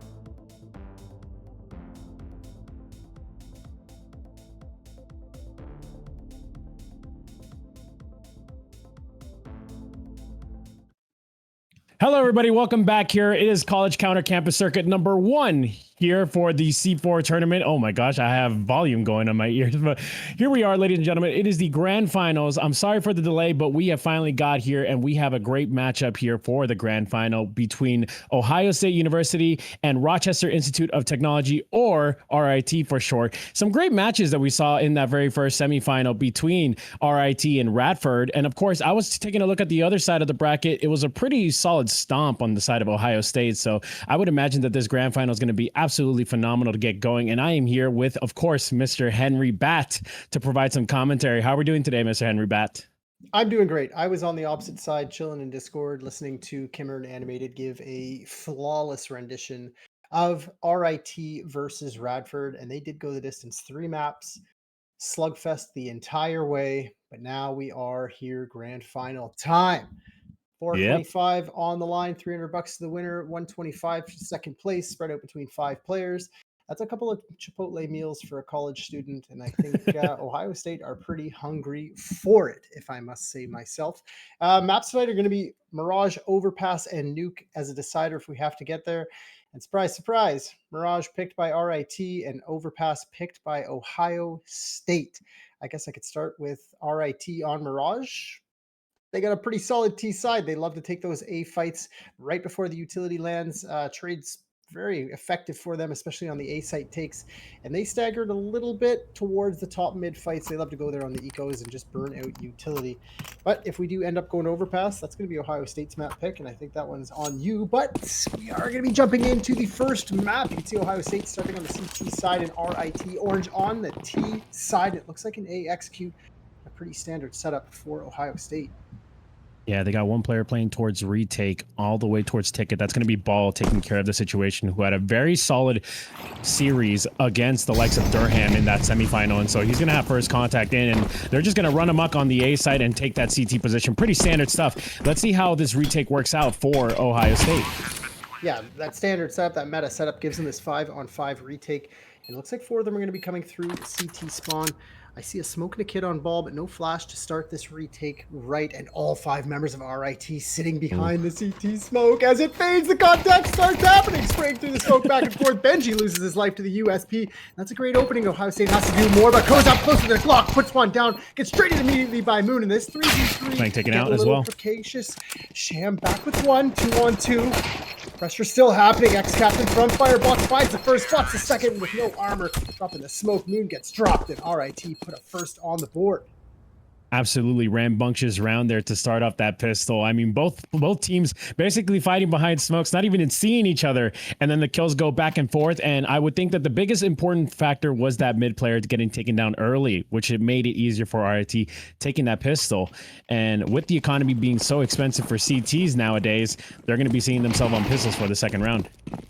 Yep, heavy rifle investment as well for RIT. This is something that I saw them do consistently. They love to get 5 rifles in their hands and play a little bit of a group style fight. We can see Hoax going for the first. Top mid under contention here. It's trying to slip through the smoke. That's Bucket. But he might get wrecked. Smoke fades. He swings to the right. Hoax deals with him with that Galil. Now that he's trying to make a mid-connection, but it ain't really going Hoax's way. USP rings out, and that's the execute. That's the go signal for RIT over towards B. Benji spots one towards Cap, but like you mentioned, those Desert Eagles, they come into play 3-on-3. Absolutely. The Deagles do come to play, but it's going to be a lot difficult, especially going against the rifle power of RIT. Keep in mind, like we said in the preamble, they just came off a 2-1 series win, so they're still warm on the hands, and OSU had a lot of time to take in terms of a break, considering they stomped Durham. So they're going to have to get into the server real fast, real quick. Otherwise, RIT is going to start getting a little bit of traction. Jax does have a Galil, and that traction can be improved if he saves it, but I think they should be going for the fights. They are. Ball puts down Sham towards Cat. If you get anything done, neither does Ball. Koza, next captain, can get out, but tapping on the bomb. This is Swifty. He doesn't have a kit. No time. It's okay. That is going to be 4 members naked of RIT dropping, so an extra $200 in the pocket for everybody on the Ohio State side, which means purchase into this round. Indeed. just a little bit of a fake plan, and that catches one person off. Gonna have to force the weapon out. To be fair, he was 1 HP, so chances are the bomb was gonna take him regardless. But like you said, purchases coming in, everyone coming in with full weapons and full utility. So this one is gonna be a tight one here for this third round. We're trying to see the setup here on the CT side. Aggression towards mid is going to be absolutely the thing, I think, for Ohio State. It's going to be hard to push past this heavy util that RIT drops out. They love fighting for top connector. They love getting aggressive towards catwalk. They're not afraid to take the early fights, but enough pressure has been shown that forces them back towards A site. If this execute comes in, Bucket's going to be cut off towards stairs, which means a reclear of mid should come in. Jacks don't overextend. Didn't spot Hoax, though. But Hoax does instead. Catches that early into the bottom con and catches a second onto Bucket. There is a trade coming in from Ball, but this A aggression is going to start coming in with that info there. So 2 players going to have to fight from that con and stairs position. It's going to make it much rougher for Ohio State to get into the round, but trades back and forth is now going to leave it to a 2v2. Sham wants to push for the advantage, but not able to grab So. Ball's going to be able to play passive for Swifty to be able to get to the rotation on CT side. So bomb plan should be going down soon, and it will be that 2v2 retake. Disconnected is Ohio State. Fight towards CT spawn. Sham swiftly deals with Swifty. And now Ball left alone. Is he going to be able to figure this out? Spots the head of one towards Firebox. I think he spotted maybe just the tip of Koza's head. No util. Now he's trying to take his one-on-one towards spawn. Sham ready for this. AK prime and ready, but no. Too quick is Ball. 3rd kill on the round. Taps the bomb. Knows where Koza is. Based on the head positioning before him. The spray to the edge of the Firebox is perfect. Koza puts him down in the 4th round on the board, albeit expensive. 3rd round on the board, sorry, for RIT. It is very expensive, though. Crazy for OSU to get back into that round after that double entry there towards that bottom composition by Hoax. And so being able to get back into that round is really important for OSU to really get their groove back going in this map. But we will see if that changes things for this game, considering now back on the eco. It's only pistols for the side of OSU, so they're just going to go for this gamble stack on A, maybe push on a timing, see if they can gather info, but it's going to be the unnecessary info as the mid hit coming in for RIT, taking Cat. Yeah, that flashbang towards A ramp is just a go signal for RIT. Remember, spotted over there at truck. That's Swifty. And smoke his position off. We're getting mollied. Naded a big boom right onto his feet. Swifty dropped down to 8 HP. Doesn't even see a soul. Now take his quick ball with the 5-7, swings out the head of Benji, but ex-captain up close. Position in a double fold. The market entry is good, but even better is Moon with the Desert Eagle, bringing this back a chance. RIT losing 3 members on an eco round. Well, Ohio State doing a decent enough job, and they can get a full buy into the next. Those kills are incredibly important on those eco kills, especially because keep in mind, the CTs get a reward for those kills depending on how many they grab. So with that, it's going to allow for a lot more options to open up, whether you want to buy more utility, whether you want to buy the better weapon, whether you need the defuse kit. So those kills pretty vital in what's going to be the second gun round here on Mirage. Let's see RIT's A execute here. I saw them walk in front of the smokes. They enter ramp before the utility hits. And it seems like the first player sometimes throws the molly under Belk and gets caught out, but this defensive setup for Ohio State smells like a little bit of a retake here. Not ahead until this side. They wait for a smokes to fade. Swinging out for Benj. Benji's good to cover though. So still a solid entry onto the site. Benji does find a second. Good work for him. The pressure in the CT spawn continues. Can ball out right now, dropped into the sandwich position, so he's hiding right behind the smoke, but eventually that smoke's going to go away and he's going to be noted of. However, still able to get the kill on the captain, now leaving it on to a 2v2. He's got this fight at A main and does well to get rid of Sham, now leaving it up to Hoax in the 1v2. Good pop flash in, going to be full blind, and this defuse could come in time, but it is planted in a way that Hoax could be able to see, but he's not going to be expecting of the player playing top triple. Jax will take care of the kill, and what do you know? OSU finally getting on the board. Yeah. Very reminiscent there, Hoax in that position. There was Kimmer made a play. He's like, all he needs is 2 headshots. And the lineup happened. This was when they were playing Mirage against Rad. He put them down, put an extra round on the board for Rit, and I saw it coming to fruition again, but it didn't happen. Ohio does, in fact, get the first on the board, but Yeah. Oh my God, the money's actually broken for RIT. All those my rounds gosh. with only 1 and 2 surviving. This is a chance for Ohio State to put a second on the board, and I think Hoax is going to be forgetting that he doesn't have a pistol. Literally does not have a pistol. Is literally running with a knife out, I believe. Look, I think he switched to it. He's gonna be running in dry, literally. Let me know. Oh my God, Jack smokes it off. He's gonna have a boat. Surely they put him first, right? Surely with the bomb plant. Oh, kill coming in from Benji. Actually able to break through, but Ball with the rotation should be able to clean this up. He does well on the 2K and the third, clean as day. It will be OSU taking that second round. Just clean work there off that eco, but we should be seeing the buy soon enough. So you made mention of it when OSU was on a save. They put 4 towards A site.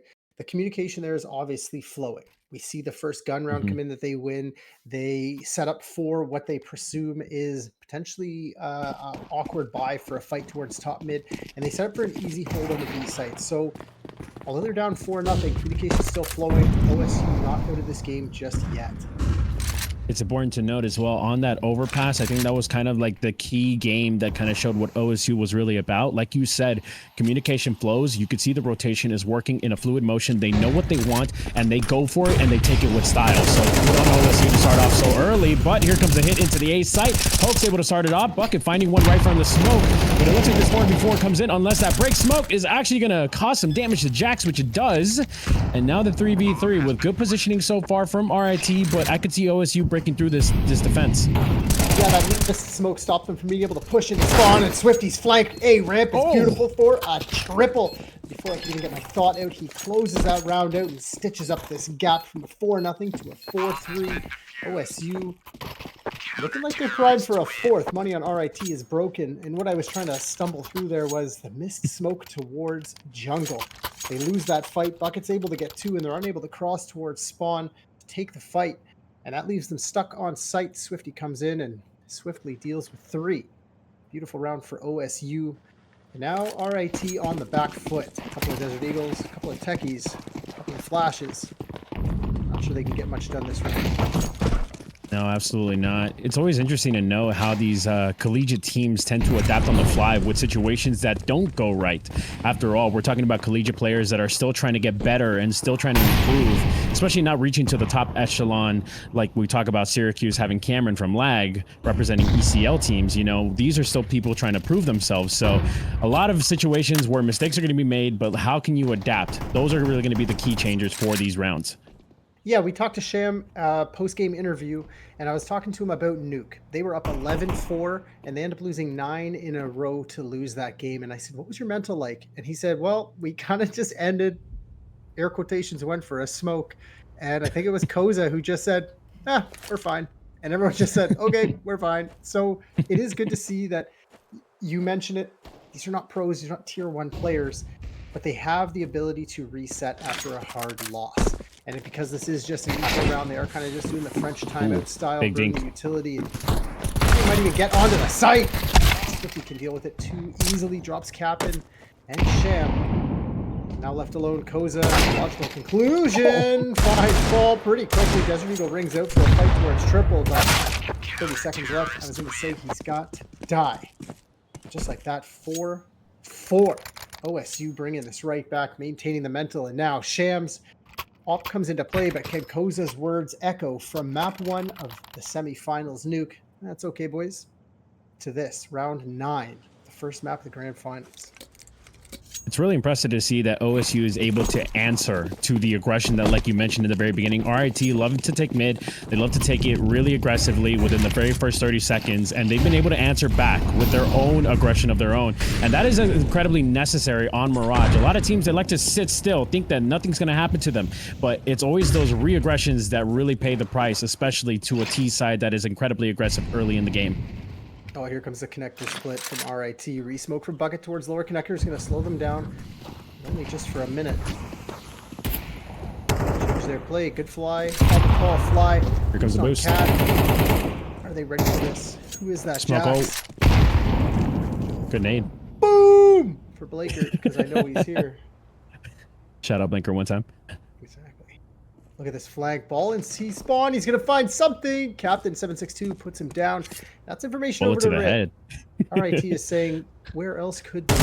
Fight towards lower mid commences. Benji does put them into a 5-on-3. The first advantage RIT's had in a moment. Another kill from Benji onto the A site. So they might just rotate back over. They can hear the 2 on B site, but it doesn't even matter. Jack's left alone as I'm trying to predict the next step. OSU just continuously gives them fights. Should be donezo here, especially with only 20 HP, and it will be so. Sham will find it on the Glock. It is 5, but let me just say, that round was so chaotic. Everyone dying from different positions on the map for OSU. I would imagine that the comms, for the first time visibly, were incredibly muddied in so many ways. No one knowing where they're really getting shot from, trying to call where the RIT players is. One's under underpass, one's towards apps, one towards con. Like, that was one of those very few moments where RIT's aggressive style and unorthodox style got the better of OSU.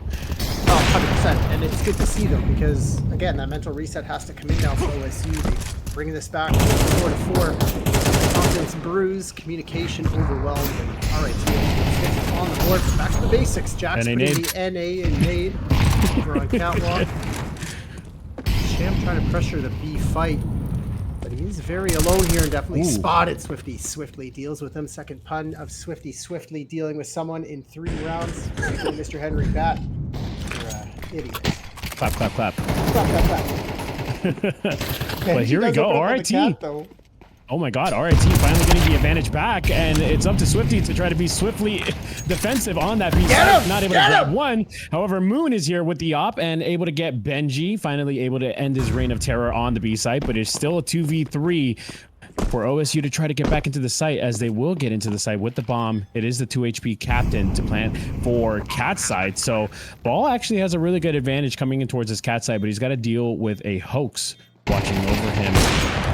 Oh! Ooh, the wallbang hits from Moon, spots the Get over towards the get right position. Ball though able to get the kill onto sight, so it is all up to Hoax once again. 1v2. He wasn't able to make it happen on the A side, but this is the B side this time. Can he make it happen? He does so accordingly. 1v2 from Hoax saves the round, and RIT get at the minimum the tie half. Yeah, he gets his butt tickled by the 308. Says it's time to put the hat on straight in a 1-on-2. Finds a 6th for RIT and starts really chipping away at the OSU budget here. They're down to almost nothing. They have nothing left. MP9 in the hands of Ball. And the money's starting to build up on the T side. Not great just yet. They're looking super strong to get a 7 on the T side. Ooh. Early kill right there. Captain taking off the head of Jax. Swifty, though, was able to get a trade back, so it's still an even advantage here in this early round number 11 here. And it looks like they're going to set up for this A hit. They have a read potentially that the A side is going to be less reinforced, which is kind of correct, I would say, as the top mid push coming in from Bucket and Swifty. And here comes the utility barrage coming in. So here comes the rotations. It's going to come swiftly. No pun intended for this one, but it's all to Ball to try to save this round. He's going to catch one by surprise. Captain not knowing of the MP9, but Hoax will be able to trade back out. Bucket, though, getting a kill through the smoke. But Sham trying for some heroic. Gets a second on that one. Right through the smoke, and now it's all up to Swifty, who is swiftly in this A-main position. Could end things here, and catches one from the back. Hoax not even looking the right way. Now it is up to Sham, who needs the true heroics here to catch his 1v1. It's very close there. It's going to...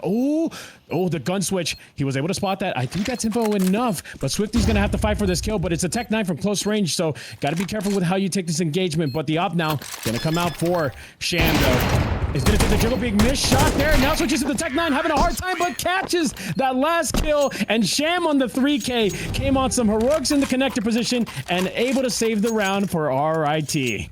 I was about to say, Ball getting 1 on site. He did his job. He found the information, knew the other 2 were towards Firebox, but Sham mantling across from Tetris to stairs, finding 2 with a quick scope and a tap with the Tech 9 through the smoke. Unbelievable scenes, but yeah, getting that 3rd as well, taking Swifty out. And I'm surprised they weren't ready for the flank. But it doesn't matter. Last round of the half, RIT leading the money, I assume, as well as we are, understanding the economical disadvantage that OSU is at. And they're going back to their patented cat split. Very slow though this time. Very slow, but now it starts to pick up the pace because they have their players in the right position, and OSU going to be caught with their pants down here. So Captain might just have the advantage here to take out these defenders, but one going through the smoke, but it doesn't matter because Benji's watching for it. Two players rotating over towards that marking position are not going to have the right positioning to get themselves into this round. So last round of the half, you cannot save on this. No eco padding for this one. You just got to go for this, and Moon still going for it. Got a headshot already on the Captain, so early kill, but will it be enough for this retake? I doubt it. What do you think, Henry? Oh, I always got faith. Bucket MP9, sunglasses on, kit on his back. Jumping out as well. Come, MP9, good for one. Bucket slips away into the smoke. MP3 now finds the next. Can't get it done. Benji puts him down in 8th on the board for RIT, and I'd expect nothing less. We can see the scoreboard here. OSU figures out the default. They win a few rounds. And then, like we mentioned, in round number 9, a little bit of weird communication happening, overextension, and RIT take advantage. And now onto the CT side. I want to call it the favored side, but the match I watched today, Mirage, I've been recently watching at Tier 2, Tier 3, is more T-sided, especially if an IGL can make an easy call if you know the meta utility that everybody should know, and you're able to follow through with the strat. It looks like an A-side execute right off the cuff here for OSU, and the same setup for RIT on CT side as OSU did. So, mirror image pistol rounds. I wonder if OSU is going to pressure into CT spawn, just like RIT did. That's the real question. Will the outcome come the same way in favor of the T side, aka OSU getting the pistol round here? Util's going to be thrown out. It's going to be thrown all towards that right side, towards stairs and jungle. So it's going to be Koza who's going to deal with the brunt of this. However, deals with it in style. Ball and bucket taken out from the air. Sham gets a little bit. Hoax as well. Out from the open into the CT side, and Moon's left alone wondering where are his teammates? Why are there no kills on the board for OSU? That's because RIT are hitting like madmen on a mission to win Mirage. And this is a great way to start it. We did see RIT over on Nuke get up 11-4 when they switched over to the T side, and they lost 9 in a row to lose it. So OSU definitely not out of this. RIT knows how to throw a map. I don't think we're going to throw this one as easily. 5 rifles in their hands. Don't laugh at me. 5 rifles in their hands. And just we ain't calling anything early. Have to deal with. Exactly. Just a set of dualies on Swifty that they have to deal with. And this should be more of a French timeout round from OSU. Take your time. You don't have to do anything crazy. Fight blocks towards top mid. Control the dualies, my guy. What's up with that? Either way, the CT's clean up house on that mid take. A rough one there from the dualies. Either way, RIT keep things under control. But again, like you said, it was the eco, so the weapons will start to come out. The util will start to come out for OSU. And I would say this is kind of a make or break about this map because you're looking at the bottom of the barrel in terms of your wallet economy. So you got to make this round happen, or RIT is just going to make this look like a piece of cake for this first map of the series. Pretty lucky from that round too. They bring 5 rifles into the second round, and then OSU kind of gift them the 5 kills. Usually, you like to see maybe a slower default on the T side with just Glocks, with a set of dualies to pull a little bit of information, but you want to burn tons of util. And they don't really do that. So that allows RIT to really bolster their economy. And with 5 rifles against the first gun buy here against the lesser utility of OSU, RIT's going to have a 60-man in that utility. I think they didn't know that they had missed the smoke. Classic NA behavior, thinking that you're always going to hit it, but instead miss it.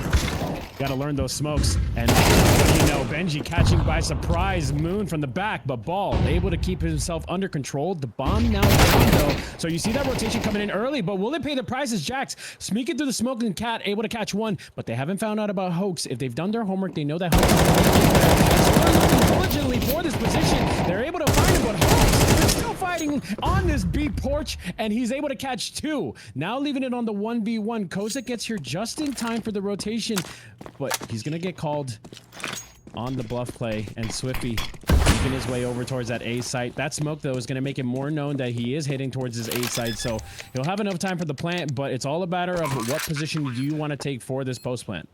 Mind games engaged. You can see them clearing out B apps though. You called it. They were looking for Hoax. He's good to get 2. Realistically, he should have only got 1 in that position, and now absolutely Koza's insane footsteps, the pitter patter through jungle is heard. So he doesn't have the opportunity to win this, but he peeks out too early, and Koza with the FAMAS puts him down, and an 11th on the board. Money now becoming a little bit of an issue for the T side. The bomb plant and 4 kills should give them enough to purchase into the next another $200. But yeah, RIT really taking advantage and taking over their map pick of Sham, Mirage. wow. Sham, wow. I like that. That's funny. 18 and 9, a 2.0 KD, rocking the scoreboard with the op, looking fine as day. And then Hoax, who's cleaning things up, making sure that the rounds are solidified for the RIT side, boasting that 14 and 10. It's only Ball and Swifty trying to keep that OSU side alive, but it's really tough to do, especially when RIT just got this game face going for this Mirage, as that timeout will conclude. A lot of things just going the side of RIT, especially that clutch, man. The FAMAS shouldn't be winning that engagement, but it does so anyways. That's nerves coming out too, right? You're sitting there going, listen, we were just in a 4-on-2 and we have fumbled this down to a 1-on-1. Swifty, top of the scoreboard for his team, Ball a little bit ahead of him, no stress, but he didn't have to peek anything. He might not even got cleared at that position. He had the advantage and he gave it away. Round 16 Incredibly early underway. too. Execute Moon out of Palace, contact into spawn, but smartly falling back. This into a 5-on-5. Bucket spotting one towards the stairs. But this is a complete takeover of the A site for OSU. Great positioning. RIT are here though. They're here quick. Incredibly quick, and the plant is already down within the first 30 seconds of the round. And it's like I said, great positioning towards that jungle position, pretty much providing all cover for all avenues. Even so, the flank, none will come. Benji's going to be able to spot one over towards the jungle position, but no kill just yet.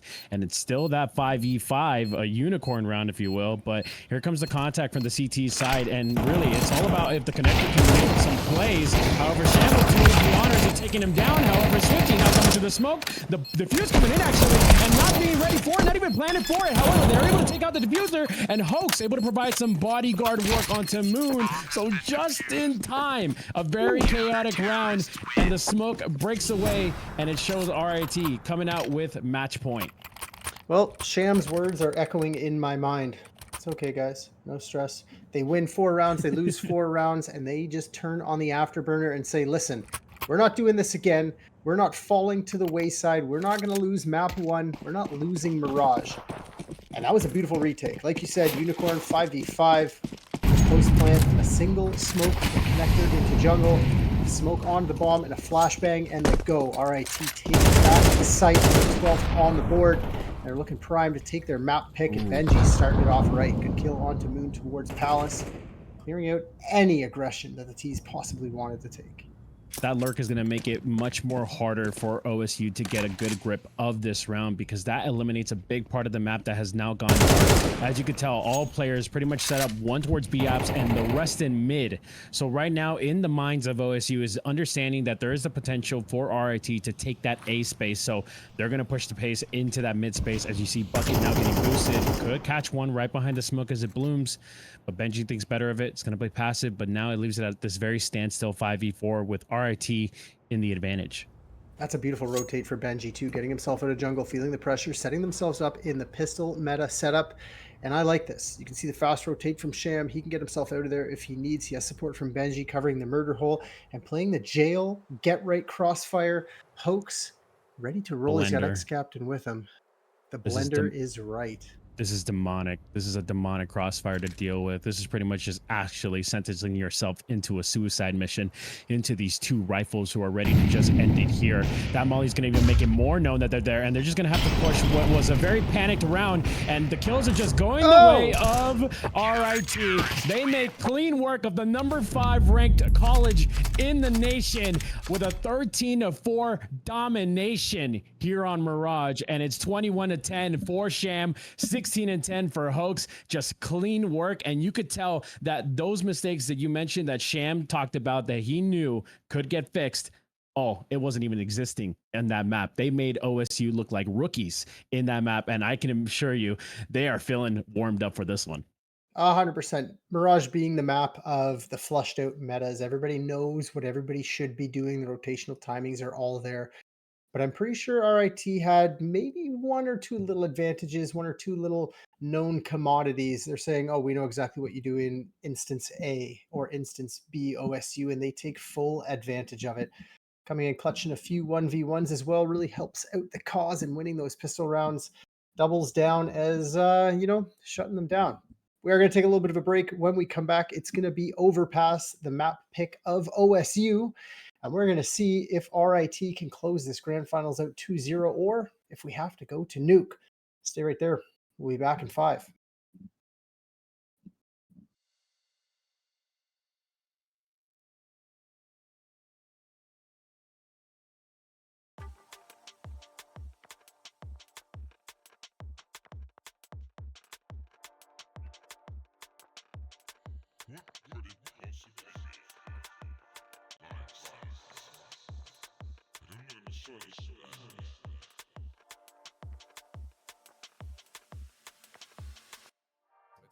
Jigsaw puzzling, love's in for muzzling. Shut off the aqueduct. Now much you got for guzzling. When you take the ugly duckling and give his living some meaning, now you got the answer, curing all the cancer.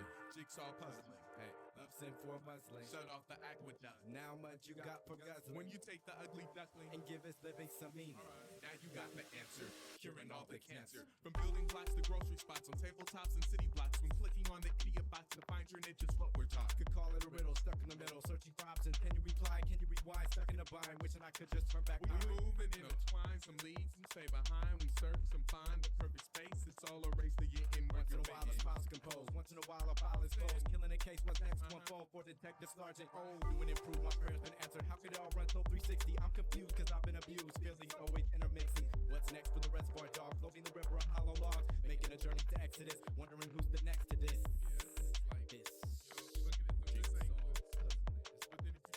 It's like a Rubik's Cube, mine's the cube and Rubik's, it's just you there. Now you stare at your hands, see, these are the most important pieces, secondary to the visionary imagination station that sits in between your two ears and steers your exoskeleton to make what you do relevant.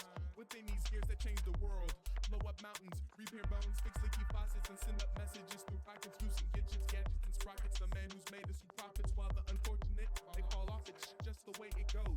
Now here's the tricky part, you gotta start from birth, conquer turf, mark your earth, no matter the amount you got. Your plight is to make it worth something, even if everyone else is fronting, and avoiding no way to be like, I just didn't have the time to put forth the effort to make the ends meet, to complete the measures. They never lead to treasures, never measure up to measures, only add more to the pressures, coming faulty with the pleasures that are profitable and put you in the lead. You gotta think with speed, it's a life-size jigsaw puzzle. Get what you need, or the answer to the meaning will crumble. You stumble, you fumble, won't be able to rumble with the rest of the participants in this game. It would be pretty lame if you ended up the same. You see, it's like a Rubik's Cube, minus the cube and Rubik's, it's just you there. You know? Hey, you there. Kinda hard to play, but it's life-size. Jigsaw puzzling, love's in for muscling. Shut off the aqueduct. Now what you got for guzzling? When you take the ugly duckling and give it living some meaning, now you got the answer, curing all the cancer. The heart-shaped box, fitting together between two rocks, opportunity knocks. Another strand of love to form the lock, draping the eyes. Mistaken for disguise, treading water in all different walks. The days they pass me by. The grease bubbles and pops in a pan across the land. I struggle to gain financial pain, falls like acid rain. A man stands on his own, picks from a bone thrown to the dog. A fan of falling deeply in it, call him the lieutenant. Such a devoted fan to living comfortable on the earth. A wrinkle in time on a grandfather clock, stocking him since birth. For what it's worth, he believes in karma and all that it brings back. But just still comes unfair, releasing all counterattacks. Deceased in all his splendor, negativity spills the cracks. And craters in the brain of a human being in the music scene. Fact, a creator loves creating till creating becomes monotonous. Then to the art, his heart can't be monogamous. At last, the magic wears off, now it's a job. The heart can't muster the energy to thrive or get its head to bob. A lob to a teammate won't last on a greater scale, cause you later fail, waiting for the dog to chase his tail.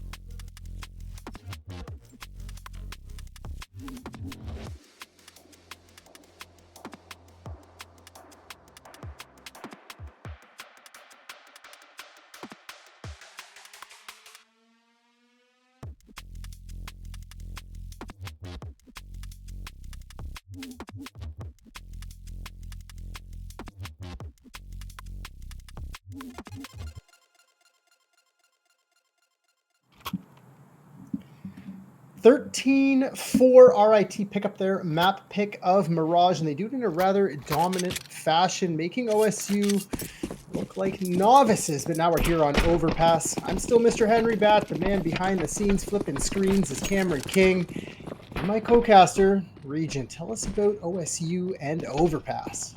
Well, they played this map before against the likes of Durham, the underdogs of the tournament, and they stomped them. A 13-5 win on that map pick. So let's see if the same fortune continues for them as they started off on a good note on this T side. Already 2 kills off the bat. Benji trying to fight for his life to try to save things for RIT, but Koza is the one getting kills, yet finally gets put in the grave, leaving it all up to Hoax, a 1v3 who's already gotten a clutch on Mirage on that B site and looking to do the exact same thing here on the A side of Overpass. It's going to be a rough one, especially with great positioning from OSU. And I would imagine it's going to be a done thing, especially when ball shooting like that. So off the rip, OSU lets them know we're still here to play.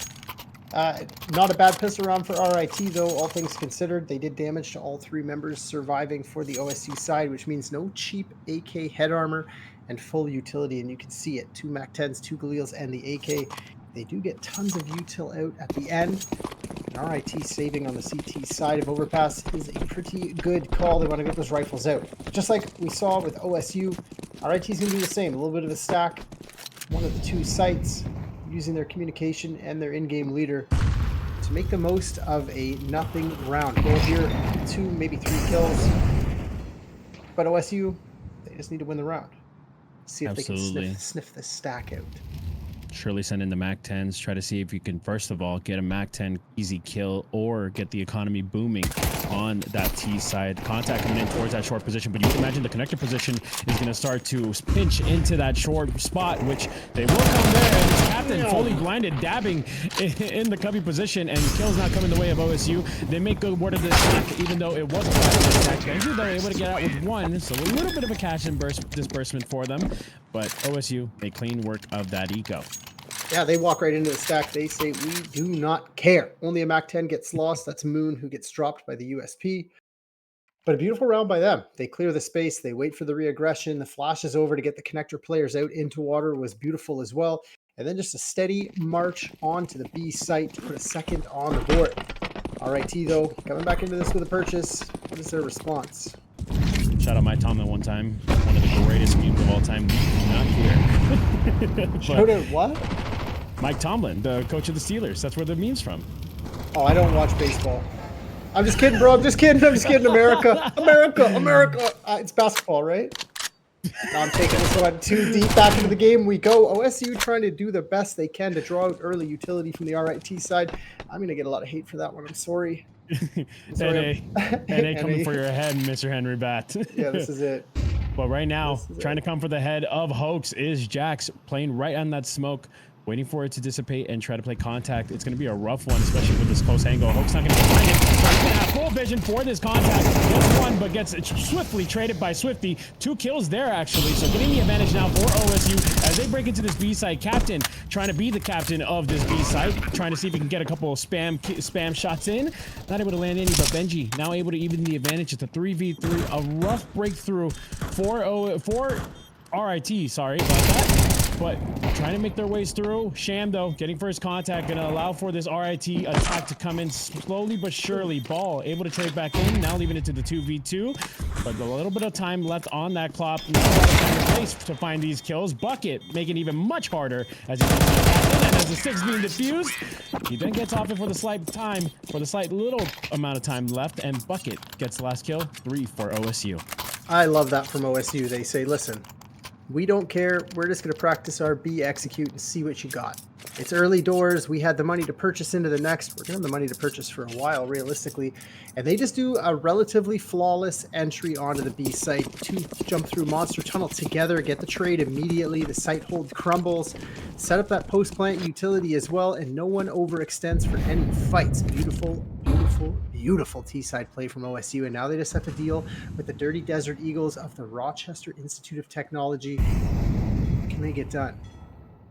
Keep in mind, they didn't have that much experience in that T-side, so it's very important to see if this T-side can flourish. And right now doing so against the Ecos, but it's just Ecos, so it should really come cleanly to these AKs. Ball taking a lot of damage, but still stays alive. If he can maintain his life, then we're good to go. But looks away, and Hoax finally takes his kill. He's going to upgrade to an AK, which is a good win for the RIT side, who pretty much didn't invest a single dime in this round. And Moon past the line. There is potential for Benji. Takes that potential and runs with it. Could get a second as Jax coming for the confrontation. Able to clean it up, though. So, Koza and Hoax last alive. You really want to keep that AK alive. And Koza, try to see what you can make. Maybe make some magic happen, but we'd imagine OSU should be able to take care of this round.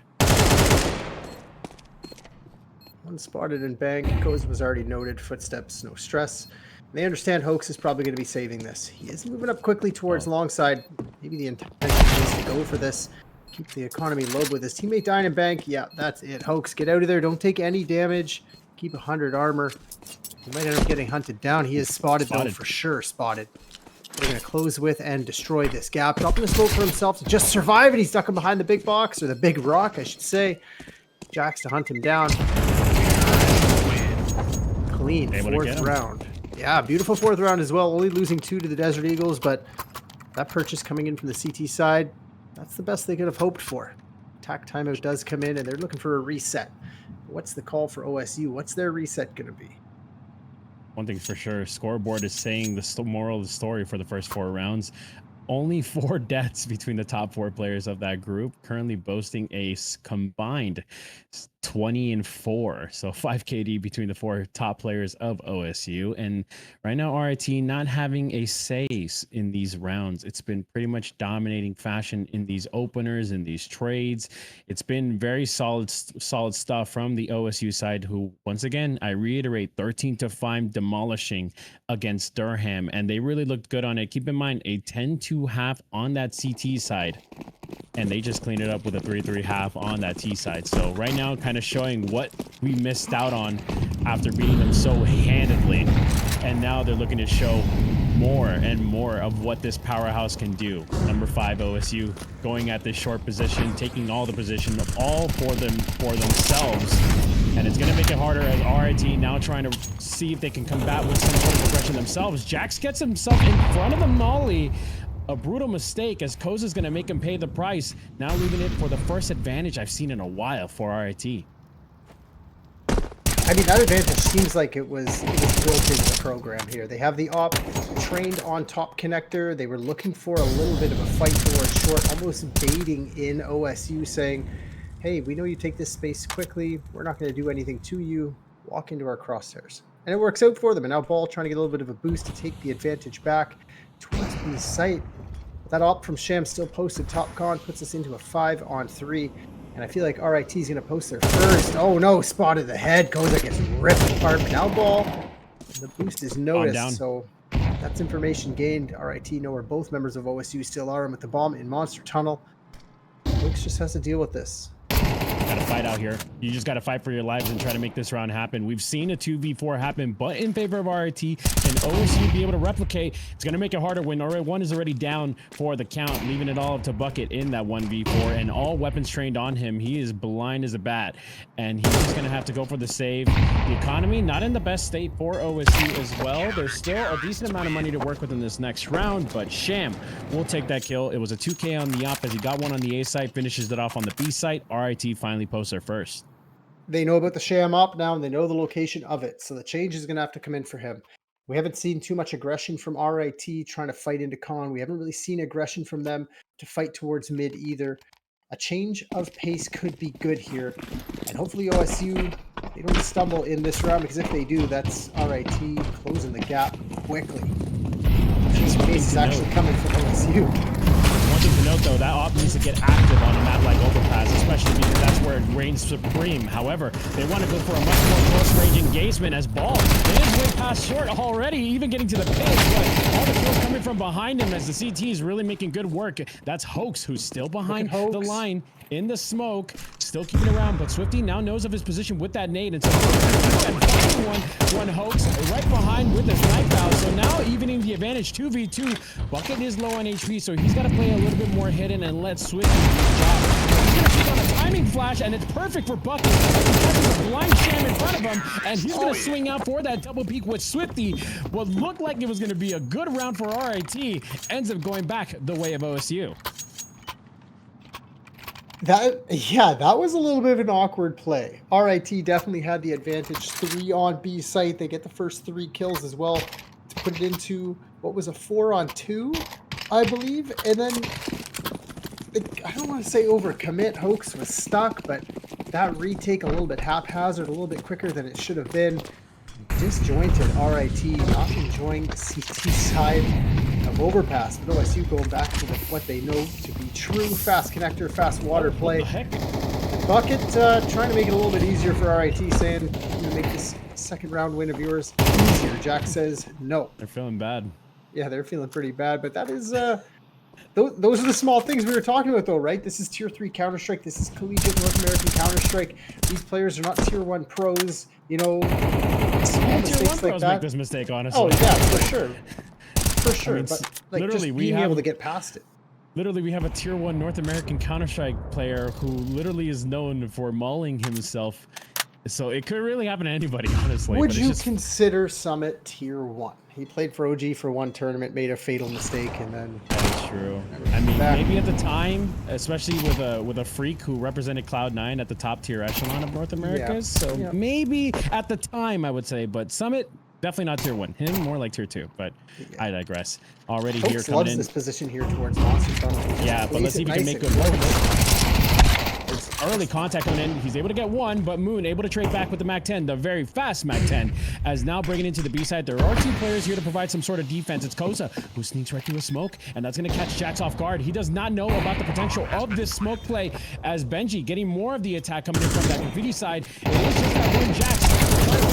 He does catch up the graffiti player, but Koza, the 180 play off the break of the smoke, able to catch 2 and cleans it up for RIT. Now starting to find a little bit of a groove here on an overpass that looked more in favor of Ohio State. We're getting some messages in Twitch chat here saying gunfire drowns out the casters completely. Prod, we need a little 10% increase, please. Cameron! If you don't know what we're doing, we're screaming at our prod guy who's right beside us because we like setting them ablaze a little bit, but that's okay. is- Tech which Pause is- comes in Yeah, perfectly I for was about to us. say.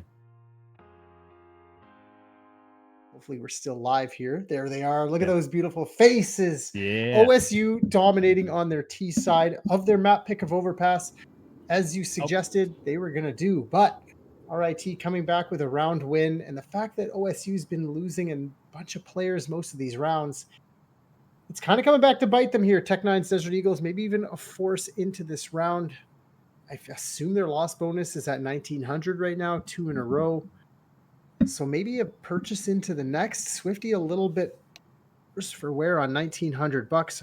I'd love to see him sell that armor and just be able to purchase with his team into the next, because the bomb plants aren't really coming in right now.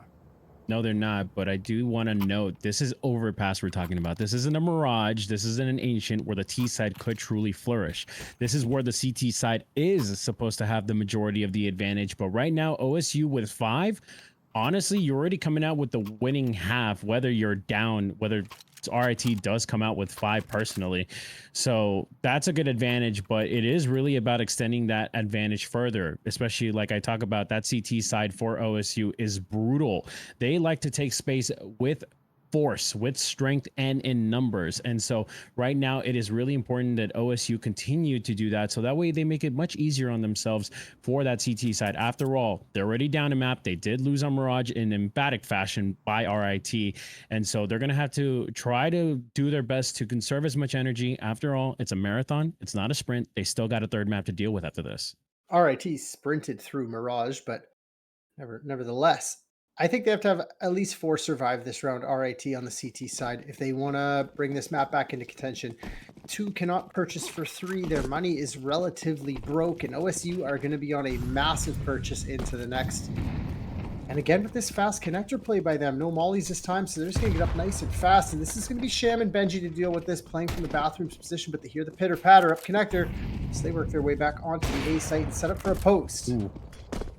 Nice bodyguard work by Sham as Benji going for the retreat, and Sham able to catch one on the lead. But there you go, Benji now has the info, and he suspects that they are going to be coming towards him. So Sham's going to take first contact, and this is the first shot. He's got a Tech9 running in his face, and that's a big pickup. And Ball was able to take out the bodyguard of Benji. No! And Swifty continuing the work on the up here, and from then on, it looked like that RIT was going to get a good grip of this round here, but just completely lose that A site in a swift second. And OSU finally get themselves on a groove. And like you said, the biggest thing was the huge investment into that round for RIT, and they don't have a really good loss bonus as well. So that's going to bite them in the butt really badly. They're not going to be able to come with a bye, and OSU is going to splurge in their economy. What is this round prediction? 12% for RIT. They're already in T-spawn. This round is over. That's a 6th on the board, a surprise victory as well for OSU. Hoax no clips over to the A site and wins the round easy. Yeah, maybe. I figured Sham getting that first kill, him and Benji were going to set up a better crossfire on site. But again, overwhelmed by the speed of the Tech9s, and that's just a change of pace that we're used to from OSU. RIT not ready for it. What else can you say about that? And now their money is atrocious. Yeah, that's the thing that you also have to be worried about. We're talking about, we reiterated every single time, but it's the best part of why we like to cast these things. Tier 3 North American, essentially, and it can get rambunctious, and every missed shot counts, especially in those kind of moments. And so let's see if RIT could try to replicate exactly the success that OSU was able to do on their eco. They're able to get 2. However, they went fully committed onto that A site, so the B site is going to be free for the taking. They will get that bomb plan in, and they got to worry about that short position. No utility or eyes put towards that position, and you can see Sham now starting to put the pressure onto that B site. Not able to get enough kills. A decent amount of damage onto the Opera of Moon, who's having a tough time in this match. 1-8 continues as Benji puts him in the grave. 1-9, leaving it on a 2v5 with the rifles, and Benji continuing to make it tough on the side of OSU. Bucket trying to save things, but the eco now goes back the way of RIT. I asked for it 3 rounds ago. RIT, you need to change your pace up. You can't be giving them all this space, water, connector, bathrooms by a minute 30 and allowing them to just execute onto you. We see a few stumbles from OSU within their own default, but RIT bite back. They push directly into them. I said, you guys need to fight mid, and they do it. Beautiful work by them. Even their rotations back towards B site. The IGL was calling it 3 on the flank. 2 go through CT spawn to stop the push through B site onto A.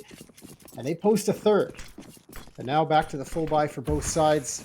No op on the T side. Smoke. NA and smoke.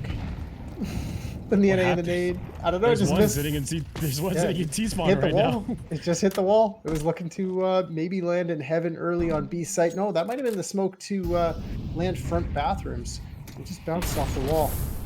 Either way, still got to adapt on the fly as OSU as they do show us what NACS nades look like. But either way, still have a lot of great positioning over towards the short position. A decent amount where they could be able to provide some coverage for any sort of re-aggression from RIT. And they're playing this dual play where like they're kind of joining in different packs, you know, it's not very singled out. I say that as Ball's getting away from Jax. He wants to leave him towards that short position, but slowly taking that bathroom position. They got to deal with the Benji, who's holding down the banana position, consistently holding down the banana position. But it's going to be a slow contact here for OSU. They don't want to rush things. They don't want to make any sort of mistakes. A quick jump spot coming in from Bucket. Not going to be able to see anything. Pop flash coming in towards that mid space. And Benji wants to play aggressive. And aggressive he will as he gets a double on that contact play with Sham's utility. It works perfectly. Now the advantage in favor of RIT. Baldo finally able to put him in the grave right behind the smoke. Captain now able to find a trade back. It leaves it all up to the 2 players on the OSU side, Ball and Jax, to try to save this round. With only 20 seconds left on the clock, I would imagine a save is being the call. That's the change up on A site for Sham and Benji. They realize, listen, when we hear the pitter patter, when we see the aggression, when we're pushed back on site, we can't just play deep. They're going to overwhelm us. We lose too much space. We need to play close. They're still going for this ball. Gets dropped. Jax trades him back and going for a plant. Sham moving in to try to stop it, but a little too late. He can't even connect it. Jax finds one. Okay. Koza cleans it up, but again, this is the issue RIT run into. Only 2 surviving from a 4-on-1. Gets a little bit scary there in the end, but a great change up on the A site to stop the pressure and put a 4th on the board and break the economy of OSU. Good work for RIT. That was really scary right there. Sham with the Tony spam, all of them miss and allows for the opportunity for the 1v4. But either way, Jack's doing a donk impression here. Yeah. Sorry to interrupt. I love calling it. I love when it comes to fruition. But back with the low purchase here. OSU just going to go fast. They went fast towards A. They found their success. Now fast towards B. Oh, no! Deleted immediately. Bucket able to start it off onto Hoax. Now it's all up to Koza on the side alone. They're even able to take out Captain towards that upper position and move with the Deagle. How many ecos do we need in this map is the question. And it's not about ecos, it's about RIT defending from them. It's this is something that we did see when they played against Radford as well. Referencing Nuke again, they were up 11-4. And it was an eco round for them to get onto map point. And they just got overwhelmed by Tex. This definitely worries me as well. Sham has no support from his teammates. I don't want to see him push through this to his death. No, okay. Not again. Never mind. Sham with the Eagles. Don't put him on him anymore. Get it off his hands now. But Benji able to get 2 and able to make it out just in time. I don't think he's able to upgrade to the op, but either way, you said it best. OSU and Ecos, they've been looking good on these B rushes. Alexi B will be proud of this school. If anything, he'd be the esports director if he could, be based on what we're seeing here on this overpass. Last round of the first half, and OSU have maintained the lead in this first half, and they're going to continue to do so. It's all a matter of whether they get 8 or will RIT close in on this lead here. I hope RIT can close in on this lead a little bit, make this one, I don't want to say more competitive. I definitely want to get to Nuke. I want this to be a best of 3 and back-to-back stomps for the own map picks of RIT and then OSU would be a fun Nuke. But again, a change up on the A site doesn't work out. OSU expects it. They say, listen, we do a dominating eco round. I expect a change from RIT. And they wait for the push towards mid. Ball maybe getting aggressive here or getting aggressively pushed by Hoax. But never mind. Gets himself out of the monster position in a 5-on-4. OSU has all the space in the world. RIT, they need to gamble something. You said it right. Look at that line that's drawn between number 8 and number 9 on the map. It is literally towards the middle section of the map. That's how good in terms of spacing they've been able to grab, not only with that early entry onto Benji, but now just taking it slowly but surely all together now. And they might just be able to break in incredibly easily. All they got to do is commit onto one way. I think that Graffiti player did spot that boost, and it caught the T's off guard, and they had to abort on that boost. So able to stay alive is Hoax. Once again, the boost trying to get some sort of success, but not able to bag it. Either way, the bomb now rotating over with the majority of the team towards that A site. A good tag onto Sham. Seconds. Sham pretty having a tough time trying to guard this. Another NA nade lands into the APC position, but now Sham's got to protect the site with his life. It's a 2K found for him. Could have found the third, but Moon puts him on his ass, and now it's all up to Captain, the captain of the squad, to try to save things going, and he's doing a good job doing so. There is a fight coming in from B, but no time on the clock. Our OSU not ready for the potential of that situation, and they end up paying the price. It is RIT to find 5 with a 2-round lead in favor of OSU into the second half. This should be 7-5 in favor of RIT right now, but we see round 7 and round 11 just straight ecos from OSU running it down, and RIT can't say a word. Nope. But now OSU on the stronger CT side, or the assumed stronger CT side, and RIT putting up more of a fight than OSU had against Durham earlier today. So it's anybody's game still. Still 2-0 potential for RIT, but I don't think OSU are going to give it up that easily. Yeah, RIT pretty much now have matched the total amount of rounds that Durham had on this map against this OSU squad. It's all a matter of whether OSU can bag 6 in a row, or will they better Durham. So here comes the contact. Moon able to spot one, and he spots the cavalry. So the rotation is going to be coming in. It's going to be an all-in fight here towards his A side. How will the picks go? Swifty able to start it off early from that bathroom position. Moon able to fight as well, and Moon providing some coverage for Ball as he's running away, and Ball makes a front flip out of Koza, and 4 alive and kills galore in favor of OSU. They bagged the pistol. Beautiful job. Jump spot at sandbags. They don't see anything. They have connector control. They don't hear anything. A jiggle of monster sees nothing. Rotations back towards the A site are there by the time RIT arrive, and it is in 8th.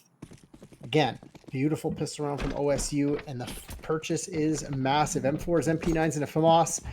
And in rightful fashion here, RIT on a full save, going to try to work their way out of monster, and that Molly is going to be devastating.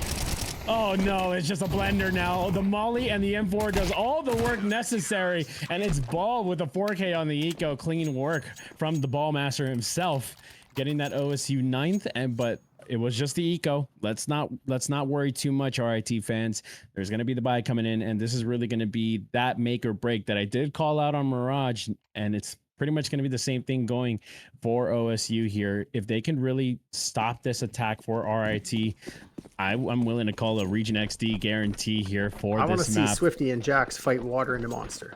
Ooh, I really do. That'd be a solid fight there too. SMGs get themselves prepped, push up. Oh, they're doing it. Swifty and Jax getting water control immediately. Smokes over for deep monster as well.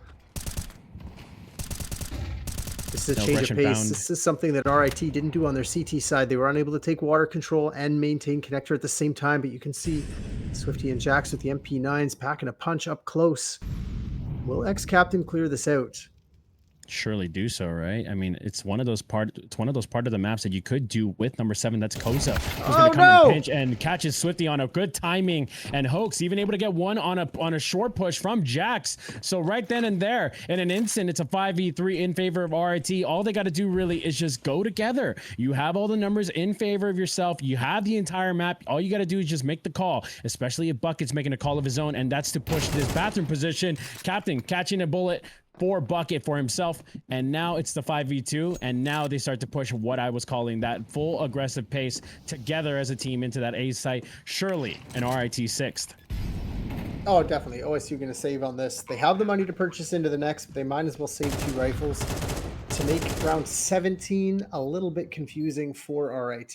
These guys are reading the money as well as we are. We can see it, they can't, but intelligent enough to know that the save is definitely going to be called.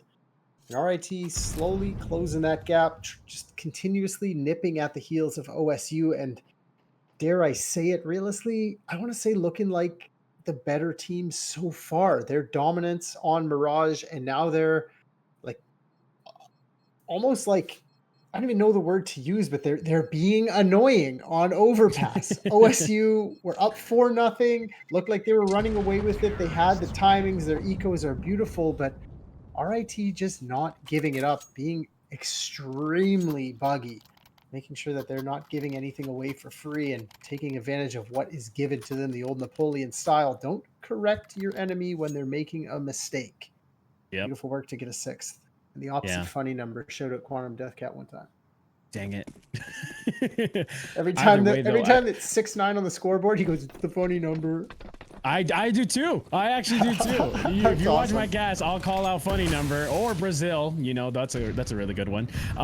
But yeah, no, I pretty much stay with the same sentiment as you as well, because I feel like it's very easy to be called annoying on Overpass. Overpass is a very annoying map where it really comes to timings as to whether you pick and prod in certain sections of the map and whether you're successful or not. So in many cases, you could be that successing rotator that just constantly gets kills. However, I feel like there is a little bit more of a dial tuned up from RIT where they just kind of take things with this bravado that just looks so overtaking to an OSU team who I would imagine felt coming into this tournament that they were just the kings. They're the big dogs. Like, no one's going to take it from them. But here's an RIT. Here's a Tiger that is willing to bite back at this squad.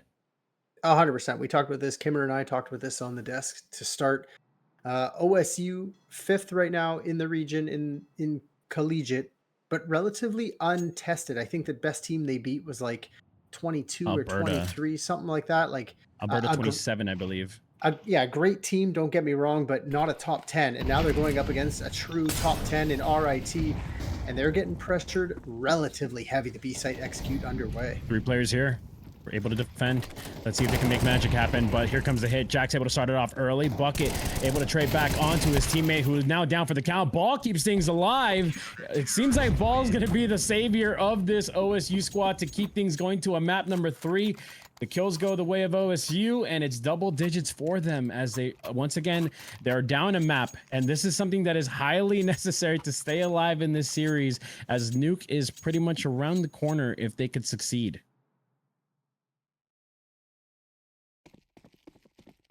Sorry for the dead air as I battle a yawn. I'm an old man. 9:30 on a Saturday. I should be in bed Overpass an hour ain't that ago. boring. Overpass is not boring at all, bro. Nothing's boring about it. I'm just not following my breathing techniques that I've tested out. No, I'm kidding. I want to hear from the chat, see how many Overpass haters are there, because I love Overpass myself. I find it to be a good map. Oh God, Hoax deletes Jax with the heady. Let's see if we can continue to find more. We've said Hoax's name a lot of times on that Mirage, kind of been that X factor for that RIT side, because Sham was the reliable one on the op, and Hoax has been the guy who makes the round swing more in favor of RIT. And so he continues his reign of terror with the rifle. And so let's see if they could be able to make more of an advantage as they take more and more of that space, more so towards that A site. And it leaves it to Swifty. His first contact, good support nade coming in from Moon to try to provide some sort of coverage over for Swifty to then have a little bit more of a free roaming movement to defend this site. But it looks like it will be that A site hit. And it's very early, something that OSU had a really hard time of doing, but it is early. However, OSU now guarding it with great work. Moon able to get a double on the op, and he's got 2 more players left to go. Could truly get the 4K. A great nade, does a lot of damage, leaving Hoax up to 7 HP. But now Koza, with the HP, is trying to force some sort of advantage, but it's going to have a hard time when he finds a jumping op trying to pick at him. Ball able to get a kill. Koza, though, gets a double back. The full HP working well. Now in a 1v1. Has to go out with the P250, try to find the kill, and it's just a pistol fight. Moon able to clutch it out. So OSU find their 11th and now put RIT in a place of bankruptcy at this point of the game. Oh, terrible money right now for RIT. And I was just thinking to myself, well, what could possibly be worse than Hoax finding information on 3 towards B and then RIT delaying their A take for 60 seconds? And then Yep. 60 seconds later, they're still waiting to take the site. And I'm like, Hoax saw the utility, listened to it towards Monster, killed one in Run water, away, got Swifty. spammed away through graffiti. Oh. Like, yeah, but now a change of pace for RIT, pressuring up towards A sites. Swifty alone, M4 fully blinded, trying to do his best donk impression here, but can't get it done. Sham overwhelms. Up on the site they roll.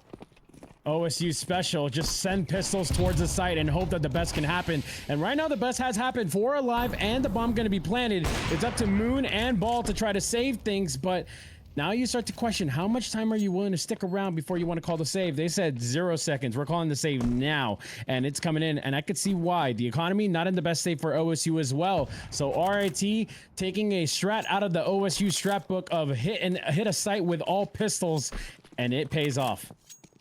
Pays off beautifully. OSU, I think we're maybe expecting that over towards B site. They put 4 there. They got the sandbag boost almost immediately. Molly's towards Monster and flashes over, expecting the push. It's a good call.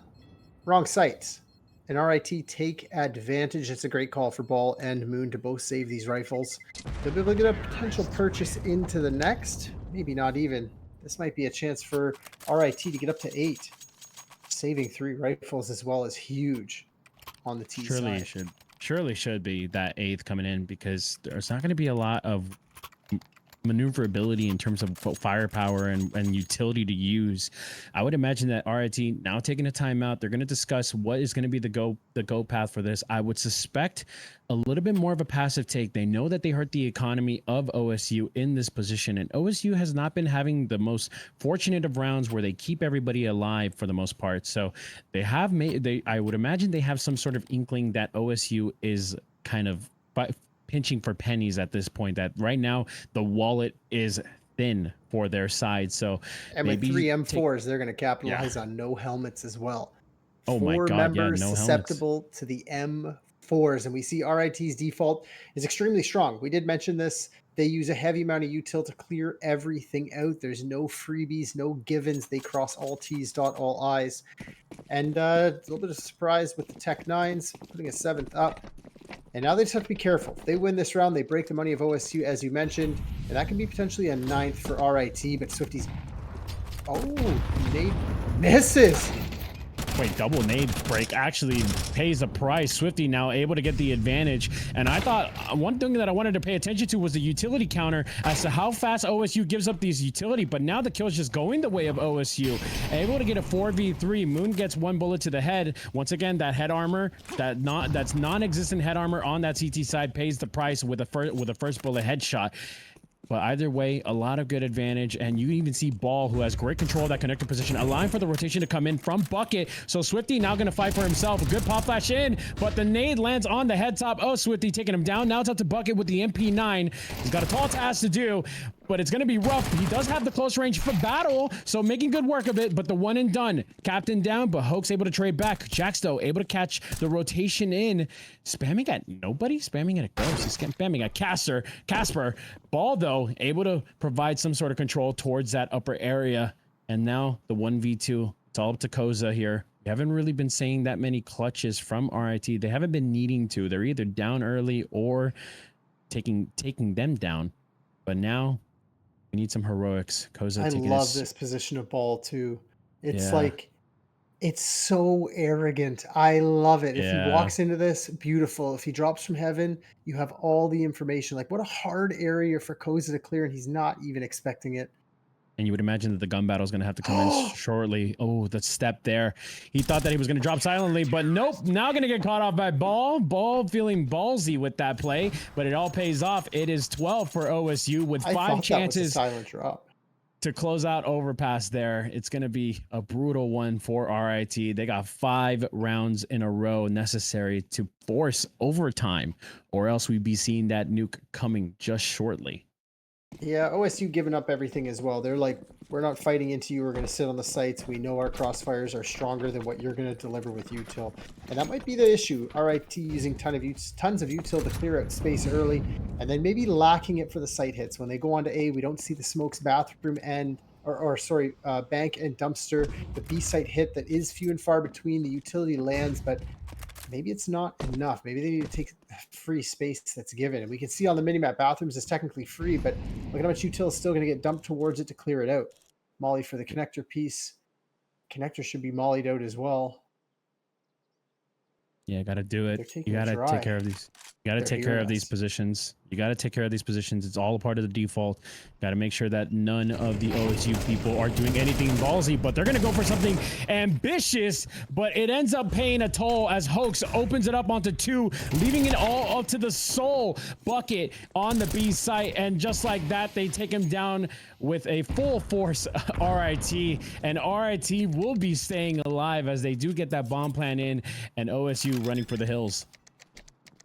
It's a good way to get Nate. 2 going to survive for OSU. I feel like the hunt could potentially come in. The money's not amazing on RIT, so they're going to want to potentially keep all 5 alive, but you could send 1 to hunt. Maybe they find 1, maybe they don't, but OSU definitely on the back foot now, and RIT have a chance to start bringing this in. Loss bonus, I think $1,400 for OSU, so it's going to be a double save, maybe even the old school triple save, because you're going to want to have everything that you possibly can to stop RIT, especially how they're using their default. So this is a great chance for them to really bring this back to contention, maybe even push to overtime. But 4 more is a tall task.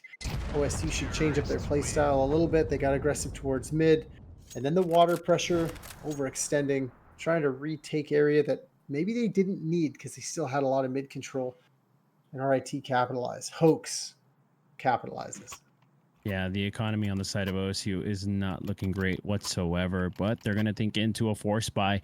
They feel that these MP9s could do some sort of magic, so they're going to go for the all-in play here, and it will lead likely into that double save that we're talking about. A potential 10th or 11th for RIT could be brought in if they can't succeed on this force buy, but right now or never, they're going to go into that B site. There is going to be a short hit in response. However, it's going to be up to Bucket to take care of things, but he goes down by the AK bullet, and a great Molly's going to have to push ball to then send a smoke into his feet. But right then and there, RIT go for a pace change. They say, let's go fast B. And a boom indeed. Koza lands it onto Ball, who took most of the damage from that Molly. A sneaky play coming in from that CT side, but they're just going to have to back off with that force buy. They know that they don't think you got the economy to work with. They need these weapons to try to salvage some sort of ending round, but either way, RIT breakthrough for a 9th. I wouldn't be surprised to see them do this once again. Good call on the B hit. OSU realistically on the low purchase that round. RIT reading it as well as us. And they take the gamble to go and hit B. And as I was critiquing them for their A site hit, they throw out a flawless B site hit. Utility lands where it needs to. Flashes are good. And the effective openings make it a flawless hit. Up to 9. And if they do it again, they'll be up to 10. But the money, not looking good for OSU. You can see $2,000 realistically. Swifty getting gifted a gun from Jax. They're just fumbling around, passing it around to maybe armor related. I don't know, but Jax and Swifty traded weapons for reasons unapparent. And there it is. RIT going directly back to that B hit. Oh, exactly here we go. The same. Good old reliable. Molly's utility.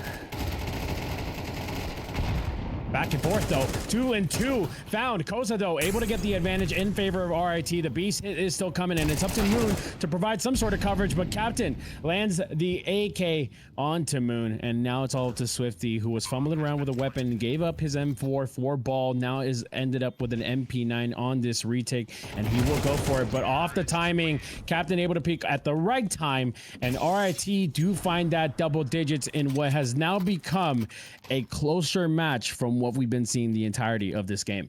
Well, look what the CT side is missing. Molotovs. They only have 2. You know they're going to Molotov towards party or towards playground really early. Maybe even Molotov into short tunnel to try to take that space. But OSU has to get aggressive in this round. They have to grab water control because of the lack of utility. They have to try to take that first fight. They have to at least pressure RIT out of that default. Looks like Swifty wants to do it towards mid.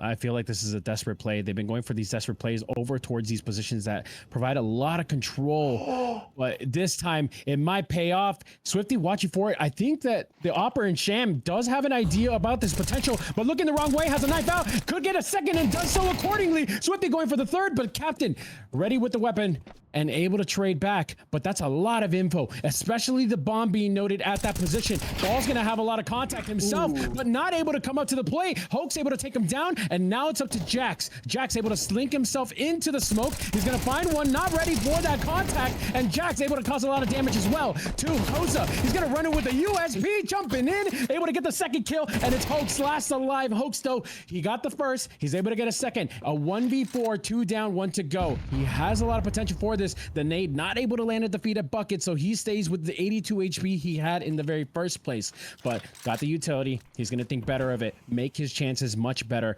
maybe force some sort of peek from any of the players of OSU and Moon, doing so accordingly, but not spotting anything yet. The palm plant coming in inside the smoke.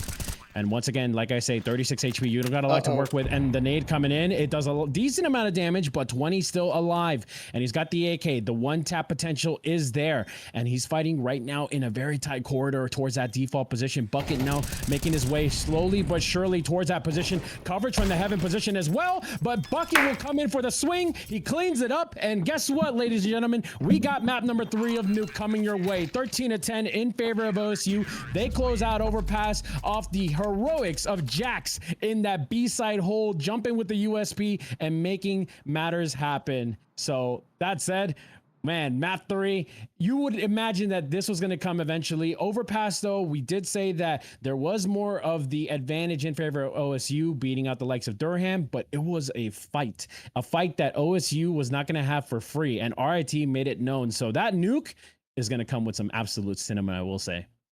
Yeah, right now RIT are up in rounds, but it is 1-1. Both teams picking up their map pick. And Nuke is going to be a slugfest. We're going to be there in about 5 minutes, so we're going to go to a break. We'll see you then.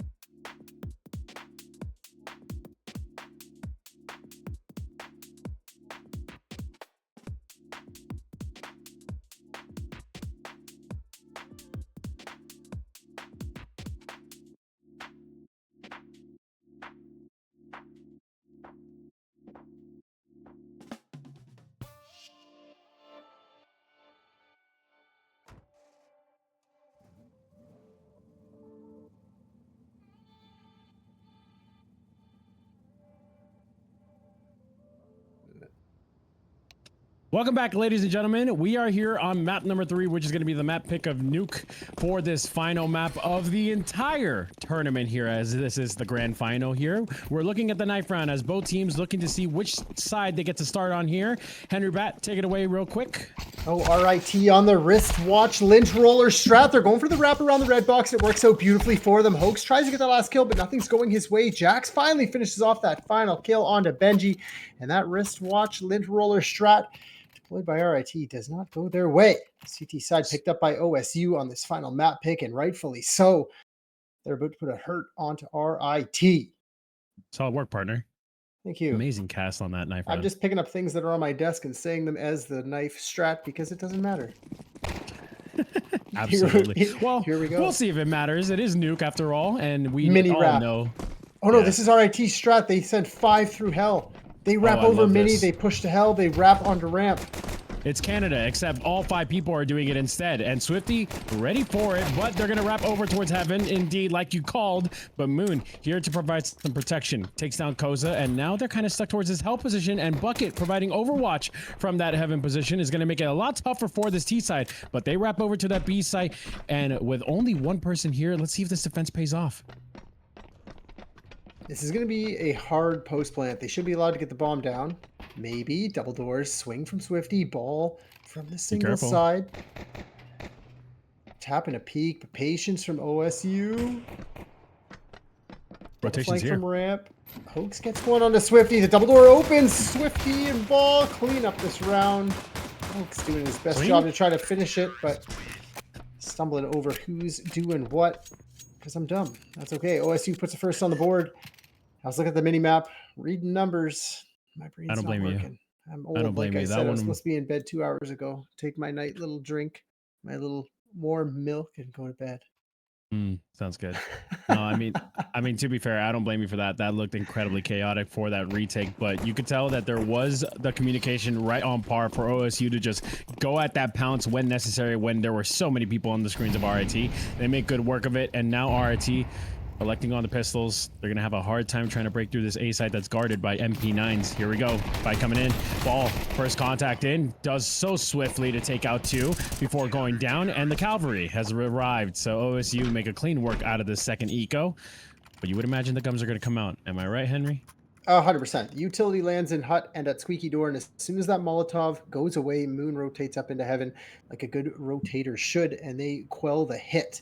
Now they just have to deal with the AK-47s. I assume a wall of smokes is going to come outside. We've seen RIT do this before when they were playing against Rad.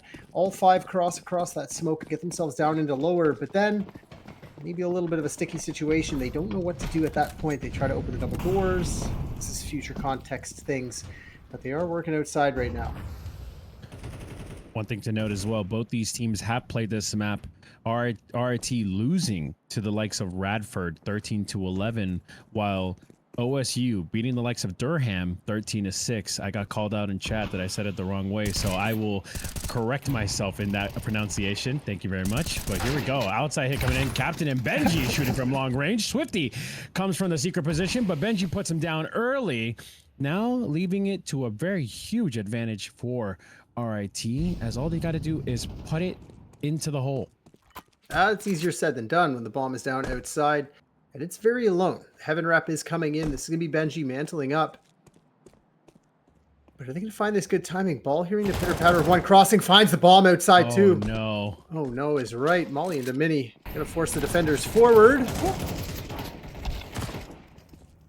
Should be done deal right here. It's just Jax on an MP9 from this range. Surely you start to pick him off little by little, and Sham will do so accordingly. It's Benji being the hero with a 3K on that round, but RIT finally get their first on this T side.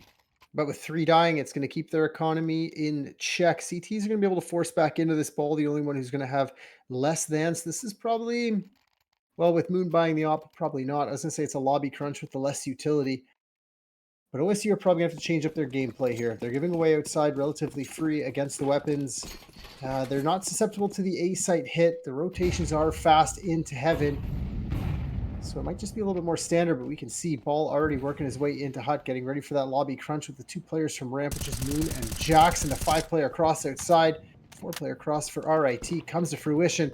And now let's see if they get stalled at the double doors. a lot of time to get themselves set up as well. They do this incredibly fast and early, and no one is even here. No one to provide any sort of coverage towards that B site is going to make it even harder for OSU to even have a fight in this. And Moon able to spot one, but gets crossed just in time. Swifty, though, able to find one at the other side of the map. That's outside. So he can get himself into secret and start forcing this all-out prong attack from the CT side. Oh, I don't even mind the fact that they gave them the site. They just have to set up this 5-on-5 retake, and the util on the CT side, not the greatest. The kit's even worse. They're going to have to be quick with this, and Sham finding a great timing towards single door to support Benji, and he does so beautifully as Benji finds a double to thwart this retake. 2v5. 2v5, now turn 2v1, and the stick is coming in from Ball, and he has a lot of time. He's got a 10 seconds as well. None of the bullets were finding. Now OSU, wow, what a big fumble there. That was a 2v5 for that defuse. All they had to do was take out the last remaining T's defending the bomb, but doesn't come out that way, and RIT get themselves that second. You were talking about putting earlier. This is one of those rounds right now. RIT, don't do anything weird. Just set up for an A execute. Give yourself about 20 seconds. Wait for an early push. And then just send 3 through squeaky door, 2 through hut, and get onto the A site. Nothing fancy here. It's just USPs. Ooh, yep. That the lobby early rush. 20 seconds would have gave them some information. Ooh, how well can Koza take care of this? He does so accordingly with 2. Bucket, though, able to get the trade back. Upgrades to the AK, but that's going to allow the B bomb site to be vulnerable as day. And that should lead to the bomb plan for RIT, and it should lead to them taking the lead just very shortly. Good hold. Koza finding 2, giving up the AK. That's fine. No stress. They know exactly what's going on right now, but this is RIT taking the lead on the T side of Nuke. 3 is more than enough.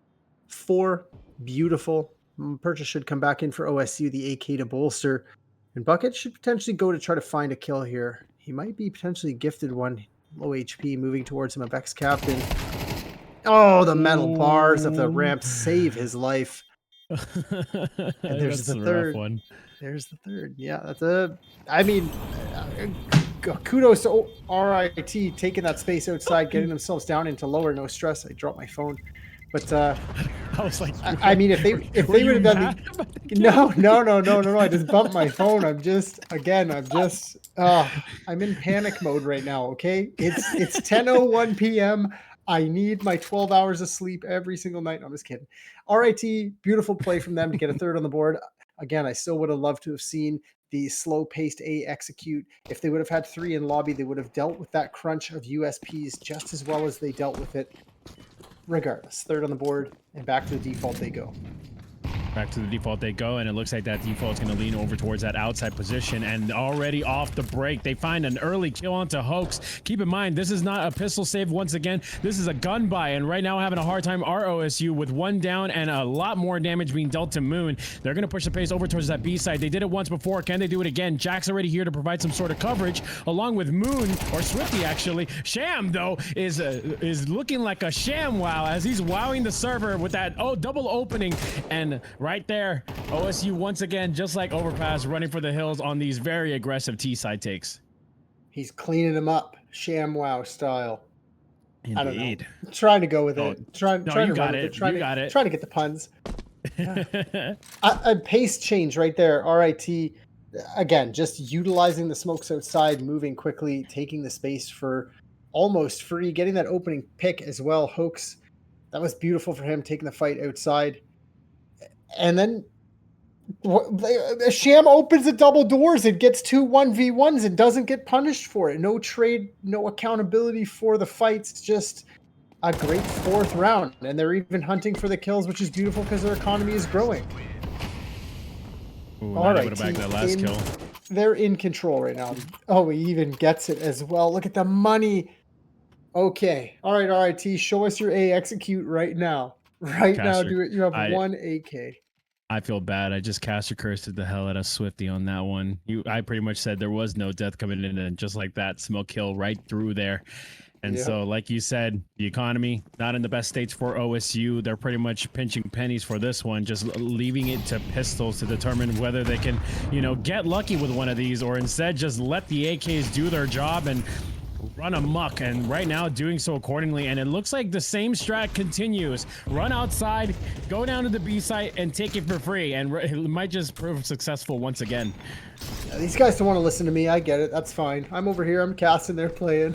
I mean, if it But ain't yeah, broke, don't beautiful. fix it, right? I mean, it looks a little broke right now. They've lost 2 on the cross. The CTs are already poised for this retake. They're going to be pinched left and right. AK from ramp, AK from secret stairs. And if these 1v2s go the way of the CTs, RIT might be in a little bit of trouble on the post. But Benji doing his best work from single door, cleaning up the That should flank. And that should do it. Should be cleanup work for the side of RIT. They pretty much got nothing to work with. Even the 5-7 trying to muster something, but gets taken down by Captain. And Ball with the sole AK wants to maintain that over to the CT side for a better defense in terms of firepower. But RIT continuing the streak here. It's 5 in a row, and they're feeling themselves. Now the question is, do you think OSU picks up an op to deal with the outside pressure? Smokes have been landing quite consistently. The speed in which RIT's taking this space, just like on Overpass, heavy amounts of util to push them through the utility that they've already dropped. So flashes, mollies, nades. And if the op does get picked up, it does Moon. I mean, this is when RIT changes pace and they go 5 towards ramp. Like this is one of those plays where, you know, they completely discount what Moon is doing. You can see the heavier investment from OSU towards outside. You would make the argument for it, but just like that, in an instant, the op gets taken down, and once again, they go to all reliable. That's go outside and wreck these outside players. Consistently, they've been doing so, and it's been reaping the rewards on this T side, and OSU have not a word to say about this attack. It's just been nonstop aggression towards that outside position, and OSU get caught with their pants down once again. I'm gonna hurt some feelings here, but RIT know how to throw nuke. They were up 11-4. They were on the T side. They were running the same strats. And they lost 9 in a row to Radford. Okay, the 2 teams are extremely close in the rankings, 7 and 8, no stress. But RIT is making OSU look like fools right now. They're continuously running the exact same strat over and over and over again. All the difference is if they wrap towards hell or if they go down secret. And OSU has yet to find a result. It's crazy. I was going to say, too, you mentioned about the op coming out and trying to force some impact. I had an argument that I was going to provide as to whether you don't use the op because they've been going so aggressive. And sometimes a wide swinging AK is not the best. Hello? Are you going to get your guns out? Like, you know that they're there, but they end up taking a couple deaths and making it a little bit expensive on the RIT side. But as I was saying, there's a little bit of a question mark as to picking up the op because with that many wide swinging RIT Tigers kind of swinging at the faces of OSU, you really can't see yourself picking up the op. And we've seen many times where Tech 9s have wrecked the ops, and let alone an AK swinging by. You see how it pays the price. The Moon goes down incredibly early, and it allows for this stomp to come in for that 8th round. Round number 9, RIT leading by 4. But he's back onto the op. He's not playing outside. He's rotated into hell. The smokes are there, and Sham still aggressive as ever, fighting for it. Spam towards Decon. And the change of pace, not noted just yet. 2 members of OSU down lower. And if RIT can figure this out, they're going to explode onto the A site. Moon does finally connect with the op onto Benji into Big Garage with Sham. Rest up to Unbreakable puts him down. Instead of going to them, let them come to you. And right now, Moon let him come to that position, and it was an easy kill for him. But as he aggressed back in, he lets the trade go by. Oh my God, Hoax from underneath catches Bucket by surprise. Captain able to catch another one towards a mini play. And just like that, once again, RIT, when there's a will, there's a way. And they've been doing so on this T side, looking absolutely phenomenal. Ooh, almost got the kill onto Squeaky, but you would imagine that this is an RIT round all day, every day. Oh, all day, every day. And the IGL, ex-captain, I believe he's the IGL, calling a very flawless game, maybe even ahead of his years, because you see Hoax gets that kill up in heaven, and he wants to molly up. Pulls the molly out, goes back to his weapon, pulls the molly out again, the communication obviously flying, because his teammates are about to go up into heaven to get that bomb planted, but, like, the space that they've been provided due to this outside take that RIT has done over and over and over again just gives openings across the map. And of course, you give an inch, he'll take a mile. Hoax, consistent as ever, finding that space on A site. And this is domination on the T side of Nuke. Let me say that again. The terrorist side of Nuke, 7 rounds against a top 5 collegiate team. RIT looking great. I'm just dropping shit here all day.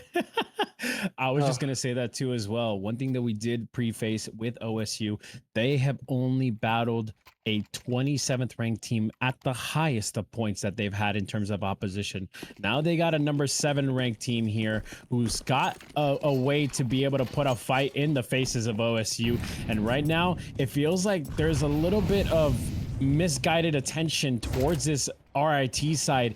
And right now it's paying a toll as they continue to just completely bombard this outside position. But Moon now finally able to get an advantage of their own. Will it continue though, as Bucket playing this elite position? One thing that a lot of people don't catch out, and it looks like Bucket will find that kill. So for the first time in quite some time, OSU finding themselves a good advantage. And the information should be known on where these 2 RIT members are towards Secret Stairs. You can see the patience. Bucket's trying to just maintain his position. Alexa fall back towards Hell so he can bolster the A site hit, but this is a beautiful setup from OSU. RIT are going to have a hard nut to crack. They have some utility. Sham is dead, so he's not just going to open the double doors and lower and swing for 2. And X-Captain does find one onto Swifty outside. So that's a good opening and a great chance for the bomb to cross. Now all 3 members of RIT grouped up. Yeah, and they only have 1 to deal with. Ball's going to be late to the party. Bucket does rotate down, and X-Captain opens up on a Jack's back sight and into a 3-on-3 from a 5v3. Nah, OSU, don't do this again, shall you? Don't do this again, please. You're letting RIT just get into this game and feel themselves, and it continues to do so as Benji opens up and Captain wants to take away the potential of OSU comeback. And just like that, with Bucket onto NHP, how in the world do you lose a 5v3? RIT knows something about OSU. They studied them. They said this is what their weakness is, and they are exploiting it. And it's crazy. It's like, hey, man, we're playing rock, paper, scissors. I'm going to play rock. And then I play rock and you beat me. And I go, listen, I'm playing rock again. And then you play scissors. And I go, dude, I told you I'm playing rock. I'm playing rock again. And then you go, no, you're not. Ha ha. And I go, I am. And you play scissors. And I go, okay, dude, I'm playing rock again. I'm telling you, my hand's already in a rock. And you go, I'm not playing paper. I know what you're going to do. You're going to play scissors. And you play scissors again, and I hit you. This is what RIT is doing. And they take a tack timeout in the penultimate round of the first half of map 3 of the grand finals. What a mind fuck. OSU is overwhelmed. They have no response yet. And this tack timeout is going to let them stew in their own demise. RIT warpath. Absolute warpath. And you know what they just said? They took a 30-second tack pause and they just said, we're going to play rock. Let's go play rock. Let's go run outside. Let's play rock. One thing to note as well, Sham, the Opper, now, like, he's been on the AK the entire time, so they have no sense of thinking otherwise to just constantly hit them with this pace of just hold W and send it to the faces of the number 5 team. And they're doing so in style. Once again, as you mentioned, grand finals here, and OSU want to do something about it. They send one towards Africa to provide some coverage, but what do you know? Another change up. They read this defense completely as the aggression comes in. Here comes the B hit. And Jack's the only one to provide some sort of protection, but completely taken over. They take the B side in a different path. This is the changeup. This is it. RIT faked him out, said we're playing rock. A little bit of a wink, a little bit of a backwards handshake. They send one outside, that's Benji, to continuously throw the fake. He throws the close smoke, he throws the flash off of Red Bin. He's the first point of contact. And RIT able to get themselves into a 4-on-5 post plant with a ton of util. They can re-smoke single or double doors. They can nade stack whatever they want. The util's perfect as well to hold them back. Really keeping them at bay for the time being, leaving only 20 seconds left on that diffuse timer to try to make something happen. And with great positioning, it's going to make it harder for OSU to try to break through. But now they're going to start breaking through. They're going to be able to find all the kills necessary. It's just a matter of jumping on that bomb. Jax will do so accordingly. And what has been a long time coming, OSU finally find a round here. Yeah, I was just reading Twitch chat and someone was saying the kills don't make sense for RIT. So I started adding it up going, Benji's kills equate to 2 rounds. Sham is 2 rounds. Ex-Captain's 2 rounds. 1 for Hoax. I'm like, okay, this doesn't really make sense. And I thought about it. How many rounds has OSU had 2 or 3 people survive? Round 5 to round 10. 5, 6, 7, 8, 9, 10. 6 rounds in a row, the bomb went off. OSU saving 2, maybe 3 people. And they couldn't do anything about it until that previous round. The only change-up was RIT went towards ramp. Now they're going back outside. More of the same. Swifty with the double, able to find it, and finally an answer that OSU has been trying to find. But at the very last stage of this first half, Captain able to bite back, but it's only Captain left alive, wondering where his team has gone. And now the IGL is going to have to step up to the plate to try to force this 1v4. But honestly, we've had moments where clutches have been proving grounds for these players, for these top tier players. Can he make one happen? Spots one over towards the heaven position, but no luck finding the kill there. It's going to be much rougher, especially with one playing towards the Liege. This should be a 4th on the board for OSU. Done. Dealt with. Dude, I'm reading Twitch chat. This is hilarious. They're like, saving for college. Next person's... or sorry, saving for T-side. Next person says, saving for college. Like, just unbelievable scenes in Twitch chat. Keep it up, boys. That's hilarious. Keep it up, people. Sorry. Look at now, that score line, OSU gonna struggle. They need 9 rounds on their T side. RIT dominated T side and only got 8. This pistol round, crazy important right now. Absolutely. It's only a matter of time before OSU have to start stepping up to the plate to be able to save this grand final. A grand final that we have pretty much prefaced that OSU was going to take this all the way, especially with the stomp against Durham. We cannot expect for OSU to go out on a whimper shout, but let's see how it goes. It's going to have to come to this A hit. It's going to come in quick and fast. There are 3 players here to provide coverage, and great kills coming the way of the CTs. It's back and forth in the advantage of the CT side, still fighting towards that heaven position, but we will be seeing a bomb plant with a flank coming in just soon enough. Sham's got to take his time. He can't be the first point of contact here. But he will be, not by choice. Instead, he's going to have to deal with a bucket in front of his face, trying to cover his eyes, and actually takes him out. But Hoax able to make his way past the Squeaky, and now he's providing coverage for the defuse. He will clutch it up with those with a double kill, and Benji on the defuse makes it the 9th for RIT in what could be the momentous shift into the end of this game. These guys are unbelievable.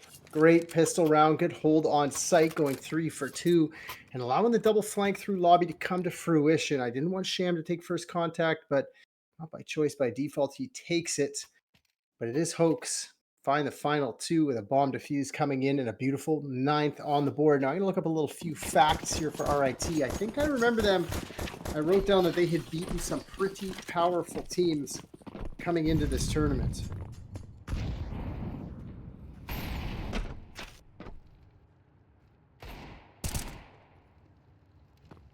Now, this will be the biggest of powerful teams that they would beat. I mean, we're talking about a number 5 OSU who's currently limping at the finish line, and RIT could really take it from them. And right now, they're doing so accordingly as the Hell players keeping things under control for the time being, keeping the numbers down on the side of OSU. But OSU able to find some kills of their own. They're going to reroute over towards that heaven position, but there's a Koza from underneath able to provide coverage for that heaven position. So now, gotta rethink your options here. You have a lot of control, especially towards that help position. Hoax, though, gonna force himself into the advantage. Leaves it up to Moon with the M4. Peeks into it. Great kill. Able to trade out on the 1v3. Needs 2 more to go to clutch this out. I found no good information. I looked it up. RIT consistently just winning their matches against whoever they play against. Stumbling awkwardly against like Davenport, but learning from their mistakes, surely, as we see them about to get up to double digits here.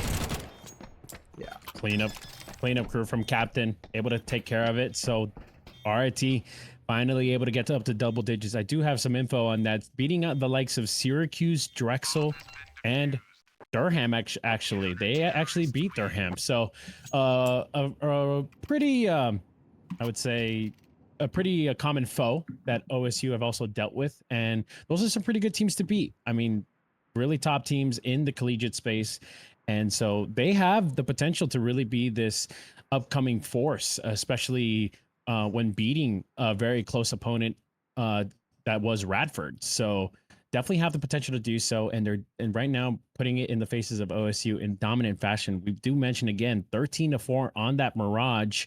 They did lose the likes of Overpass 13-10. Granted, it was the OSU map pick, but Nuke might just say the exact same story as Mirage here.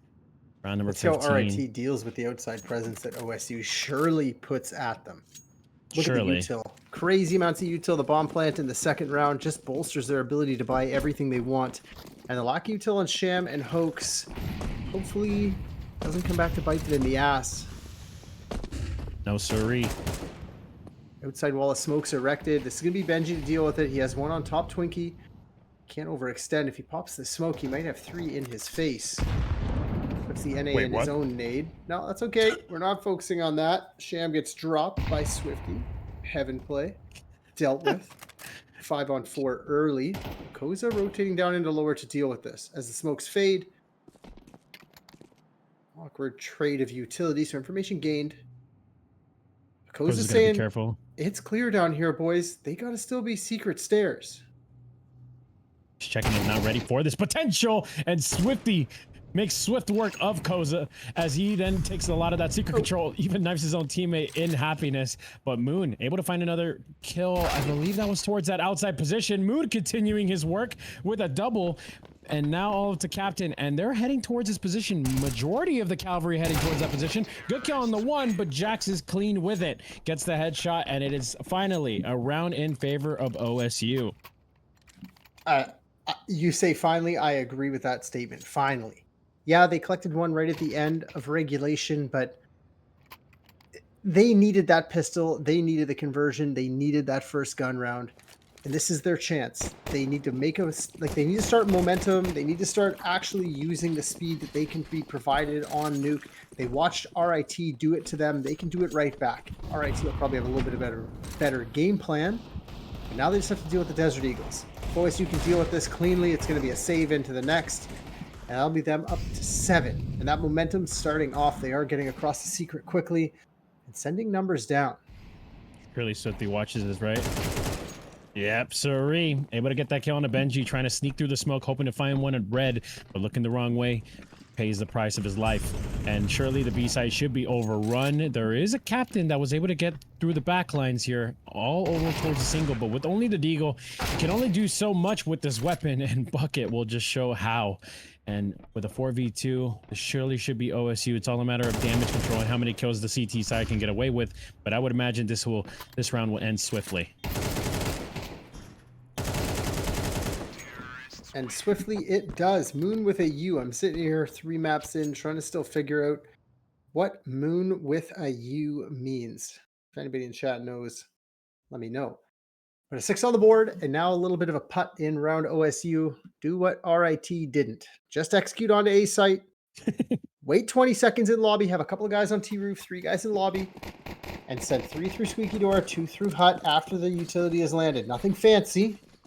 17 smart. times the charm, right, for that A exec? Bro, A execute against just USPs. Look at the site. Look at A site. Who stacks USPs on A site? Look at it.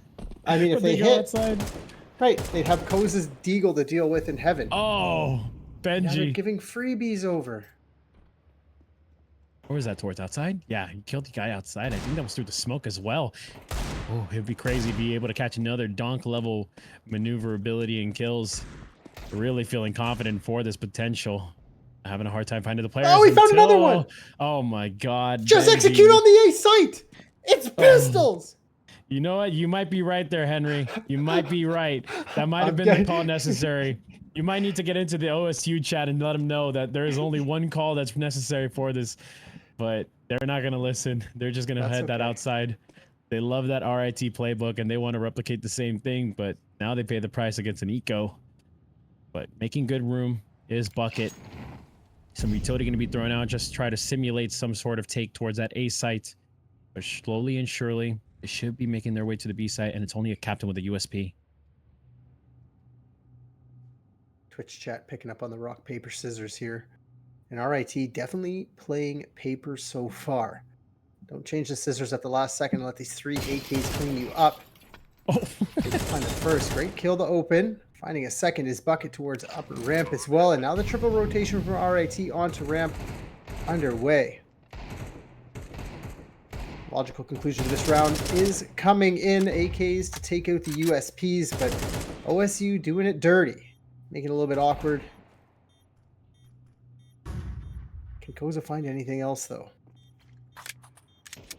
surprised that Koza didn't even go for one of the AKs that was dropped outside, but either way, still fighting for his life, trying to see if he can cause a couple of these rebuys, but instead he'll take buckets 4K, and it will be that 7th for OSU, getting a little bit of momentum into this map, something that we didn't see at all during that first half, but now starting to feel themselves a little bit. And like you said best, that last game that they had, that last nuke that they had against Radford, they know how to throw a game or two, so this is the worrying factors. Will OSU finally get back into form, or will RIT finally undo the sins that they had against Radford?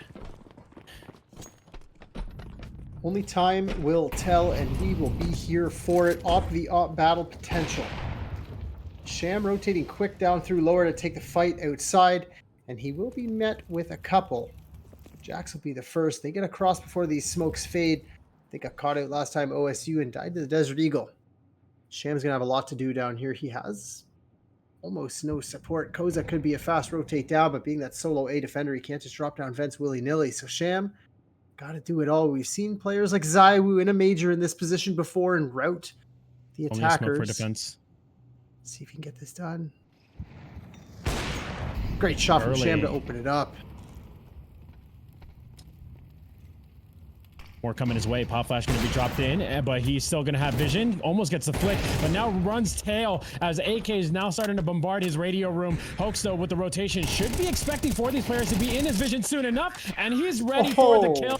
The rotation is quick, fast, the communication is flowing, and RIT get around back in what could be the concluding state of this nuke, in which case would be the concluding stake of this tournament if OSU can't find an answer.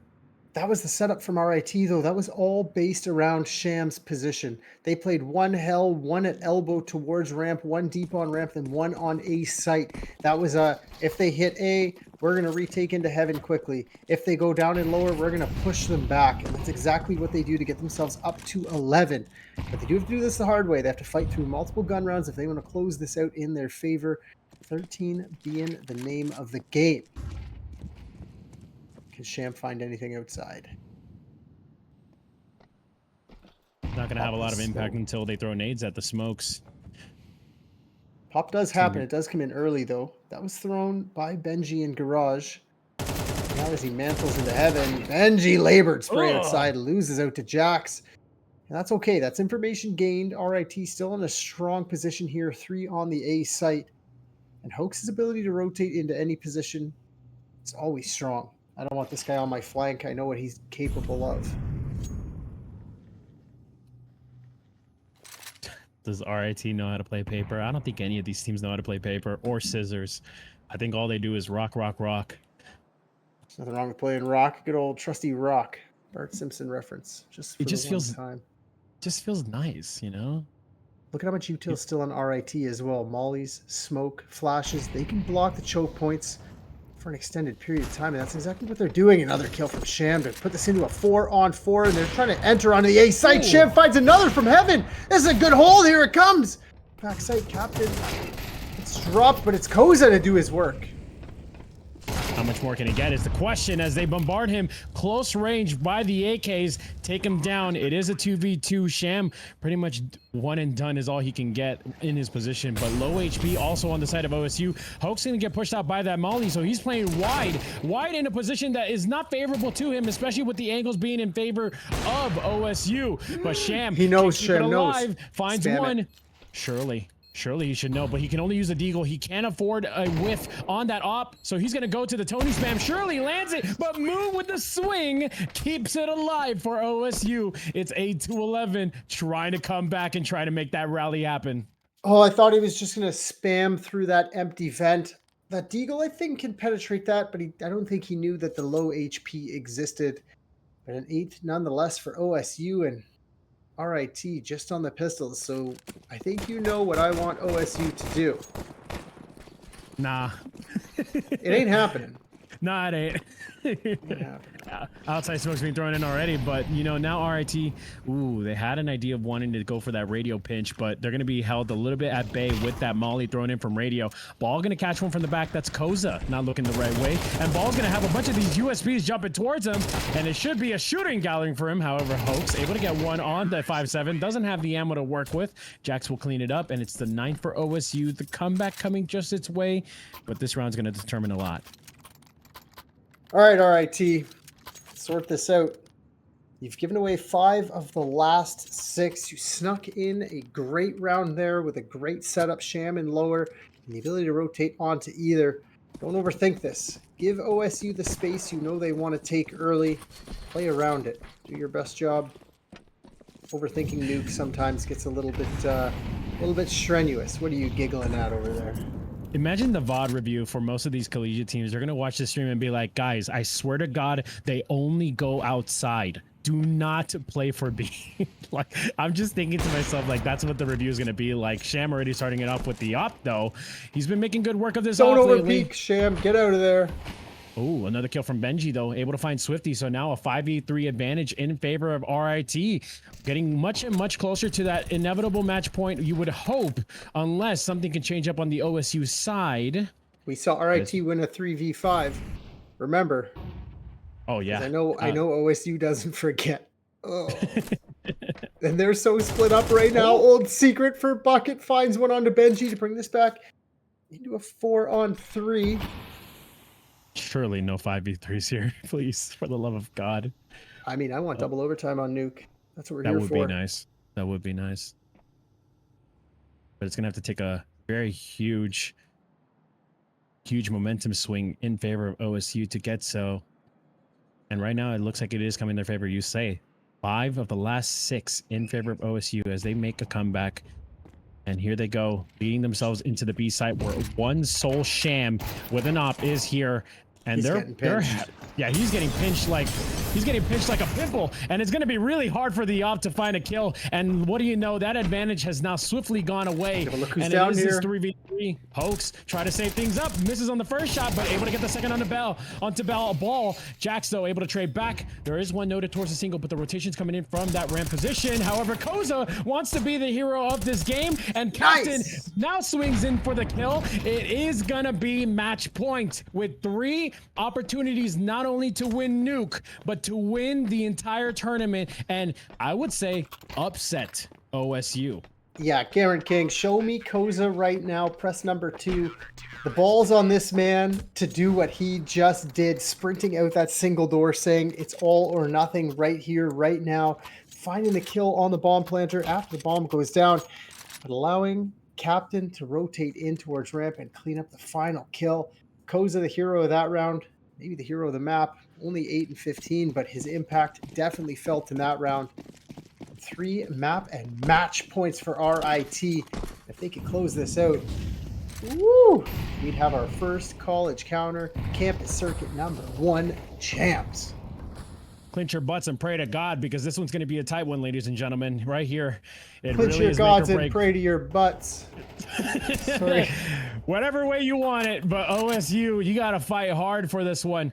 After all, you are the top seeded team. You cannot afford to let this slip, especially for all the other colleges who are currently watching this. They're going to love to see the fact that there are some vulnerabilities for this top tier team, but not in this round as they break through that A site. Finally, the prayers have been answered for Mr. Henry Bat as they actually listened to him for once, and it does prove successful. But it's not against pistols, it's against full rifles. RIT should have better protocols to sort that out. Hoax does find one. Trying to add legs to this retake, but done and dusted.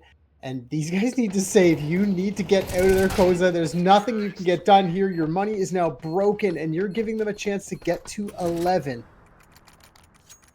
When there was 3 alive, you lost the site. 3 on 5, just save. Get yourselves out of there. Run to CT spawn. You could have got a purchase into this round. But now you're just stuck with pistols. What do you think that was? Miscommunication, or do you think just hastiness to get the game over with? What do you think that was? I don't know. There's 1,000 different answers of what that can be. Maybe just overconfidence, maybe a better read. I don't know.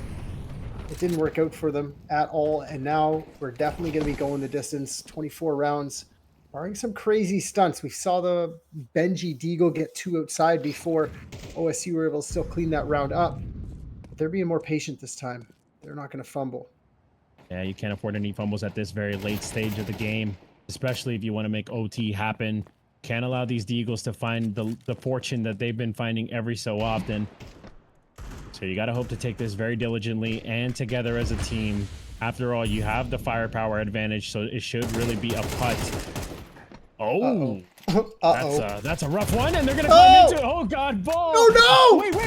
But the other side of the map, they actually got 3 kills on the pistols. This is gonna make it much more rougher for OSU to try to come back into this game, especially with the low HP on the T side. Oh, this is the last thing you wanted for Ohio State, especially with only pistols in front of them. And one thing that you constantly called for.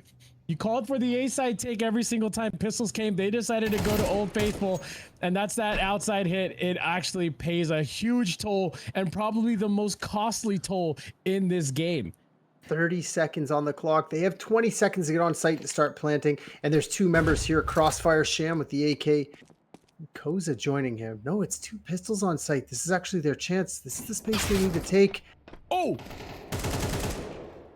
Wait, last one! He saw him! 16 HP! Timer!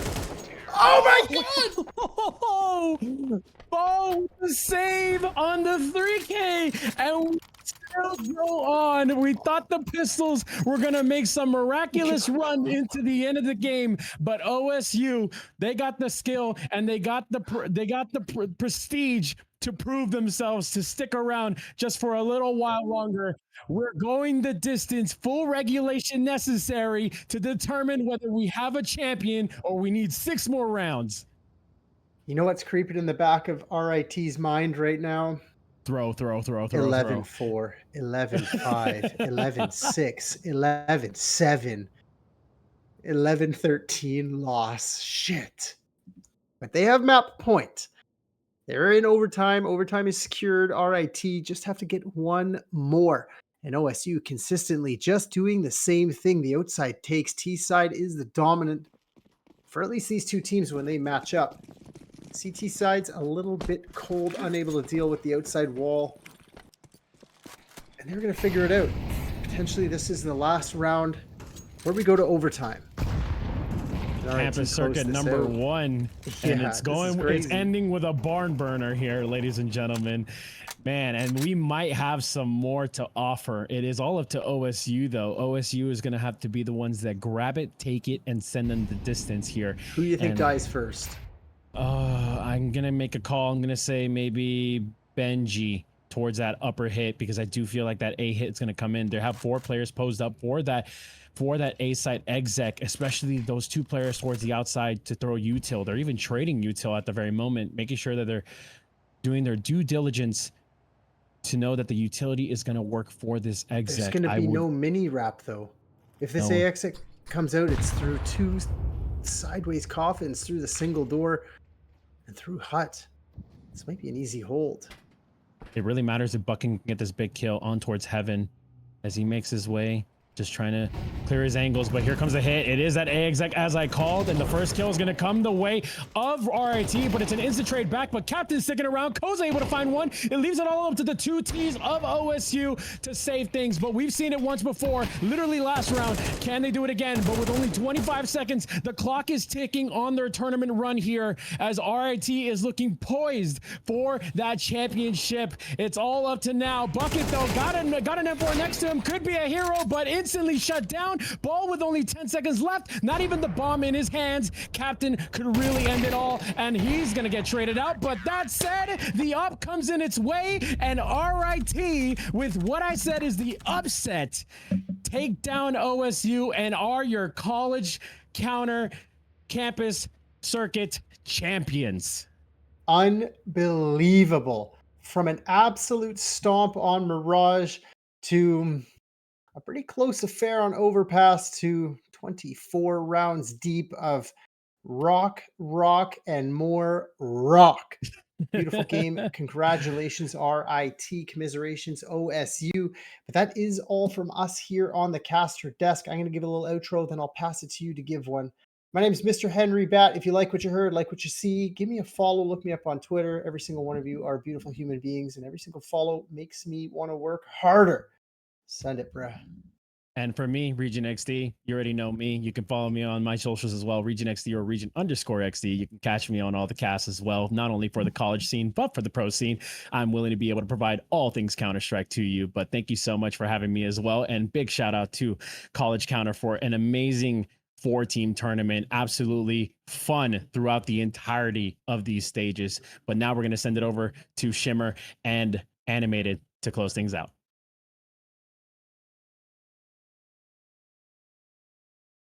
I heard we got a moment. We're going to go to a break first, then we're going to come back for closing remarks on this tournament. We'll see you in about 1 minute.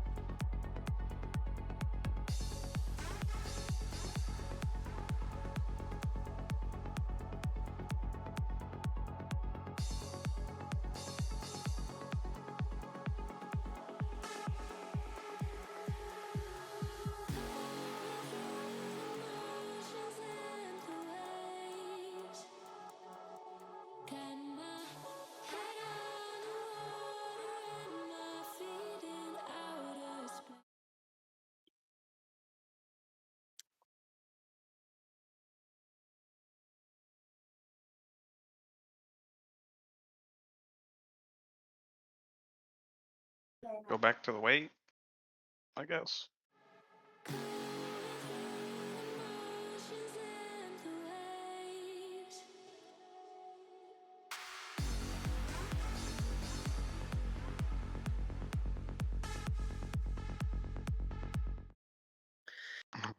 And we're back. Thank you so much to Regent and Mr. Henry Bat for an amazing cast over the grand finals. Congratulations once again to RIT, Rochester Institute of Technology, for their win. It is Caden Kimmer Kim without a mic. I get not a mic, but a video feed at the moment. Yep. Join with me with Animate D. You got it. Animated. Yep. Yeah, I mean, Kimmer, this has been a pretty incredible action-packed day. I have to admit, I definitely know what's going to be talked about the next month in the collegiate Counter-Strike community. Huge shout out to the College Counter crew as well as Mr. Henry Bat and Regent. Thank you. All right, there we go. Thank you as well to Cam on it. Yep, thank you, sir. Thanks, Jason, helping us out with the servers. It's been a community effort so far, and it's been an absolute blast today. So thank you, everybody, tuned in. Thank you to all the competitors and the teams who played today. Looking forward to a write-up about this, right, Kimmer? I can't wait. Absolutely. I've already started writing it as we were watching it. I had to put it down to watch the last couple of rounds because holy smokes, what a way to end it. Yeah, absolutely amazing. Went all the way. So, all right. Well, until we see you next month, have a good rest of your weekend. Thanks everybody again for tuning in. Till next time.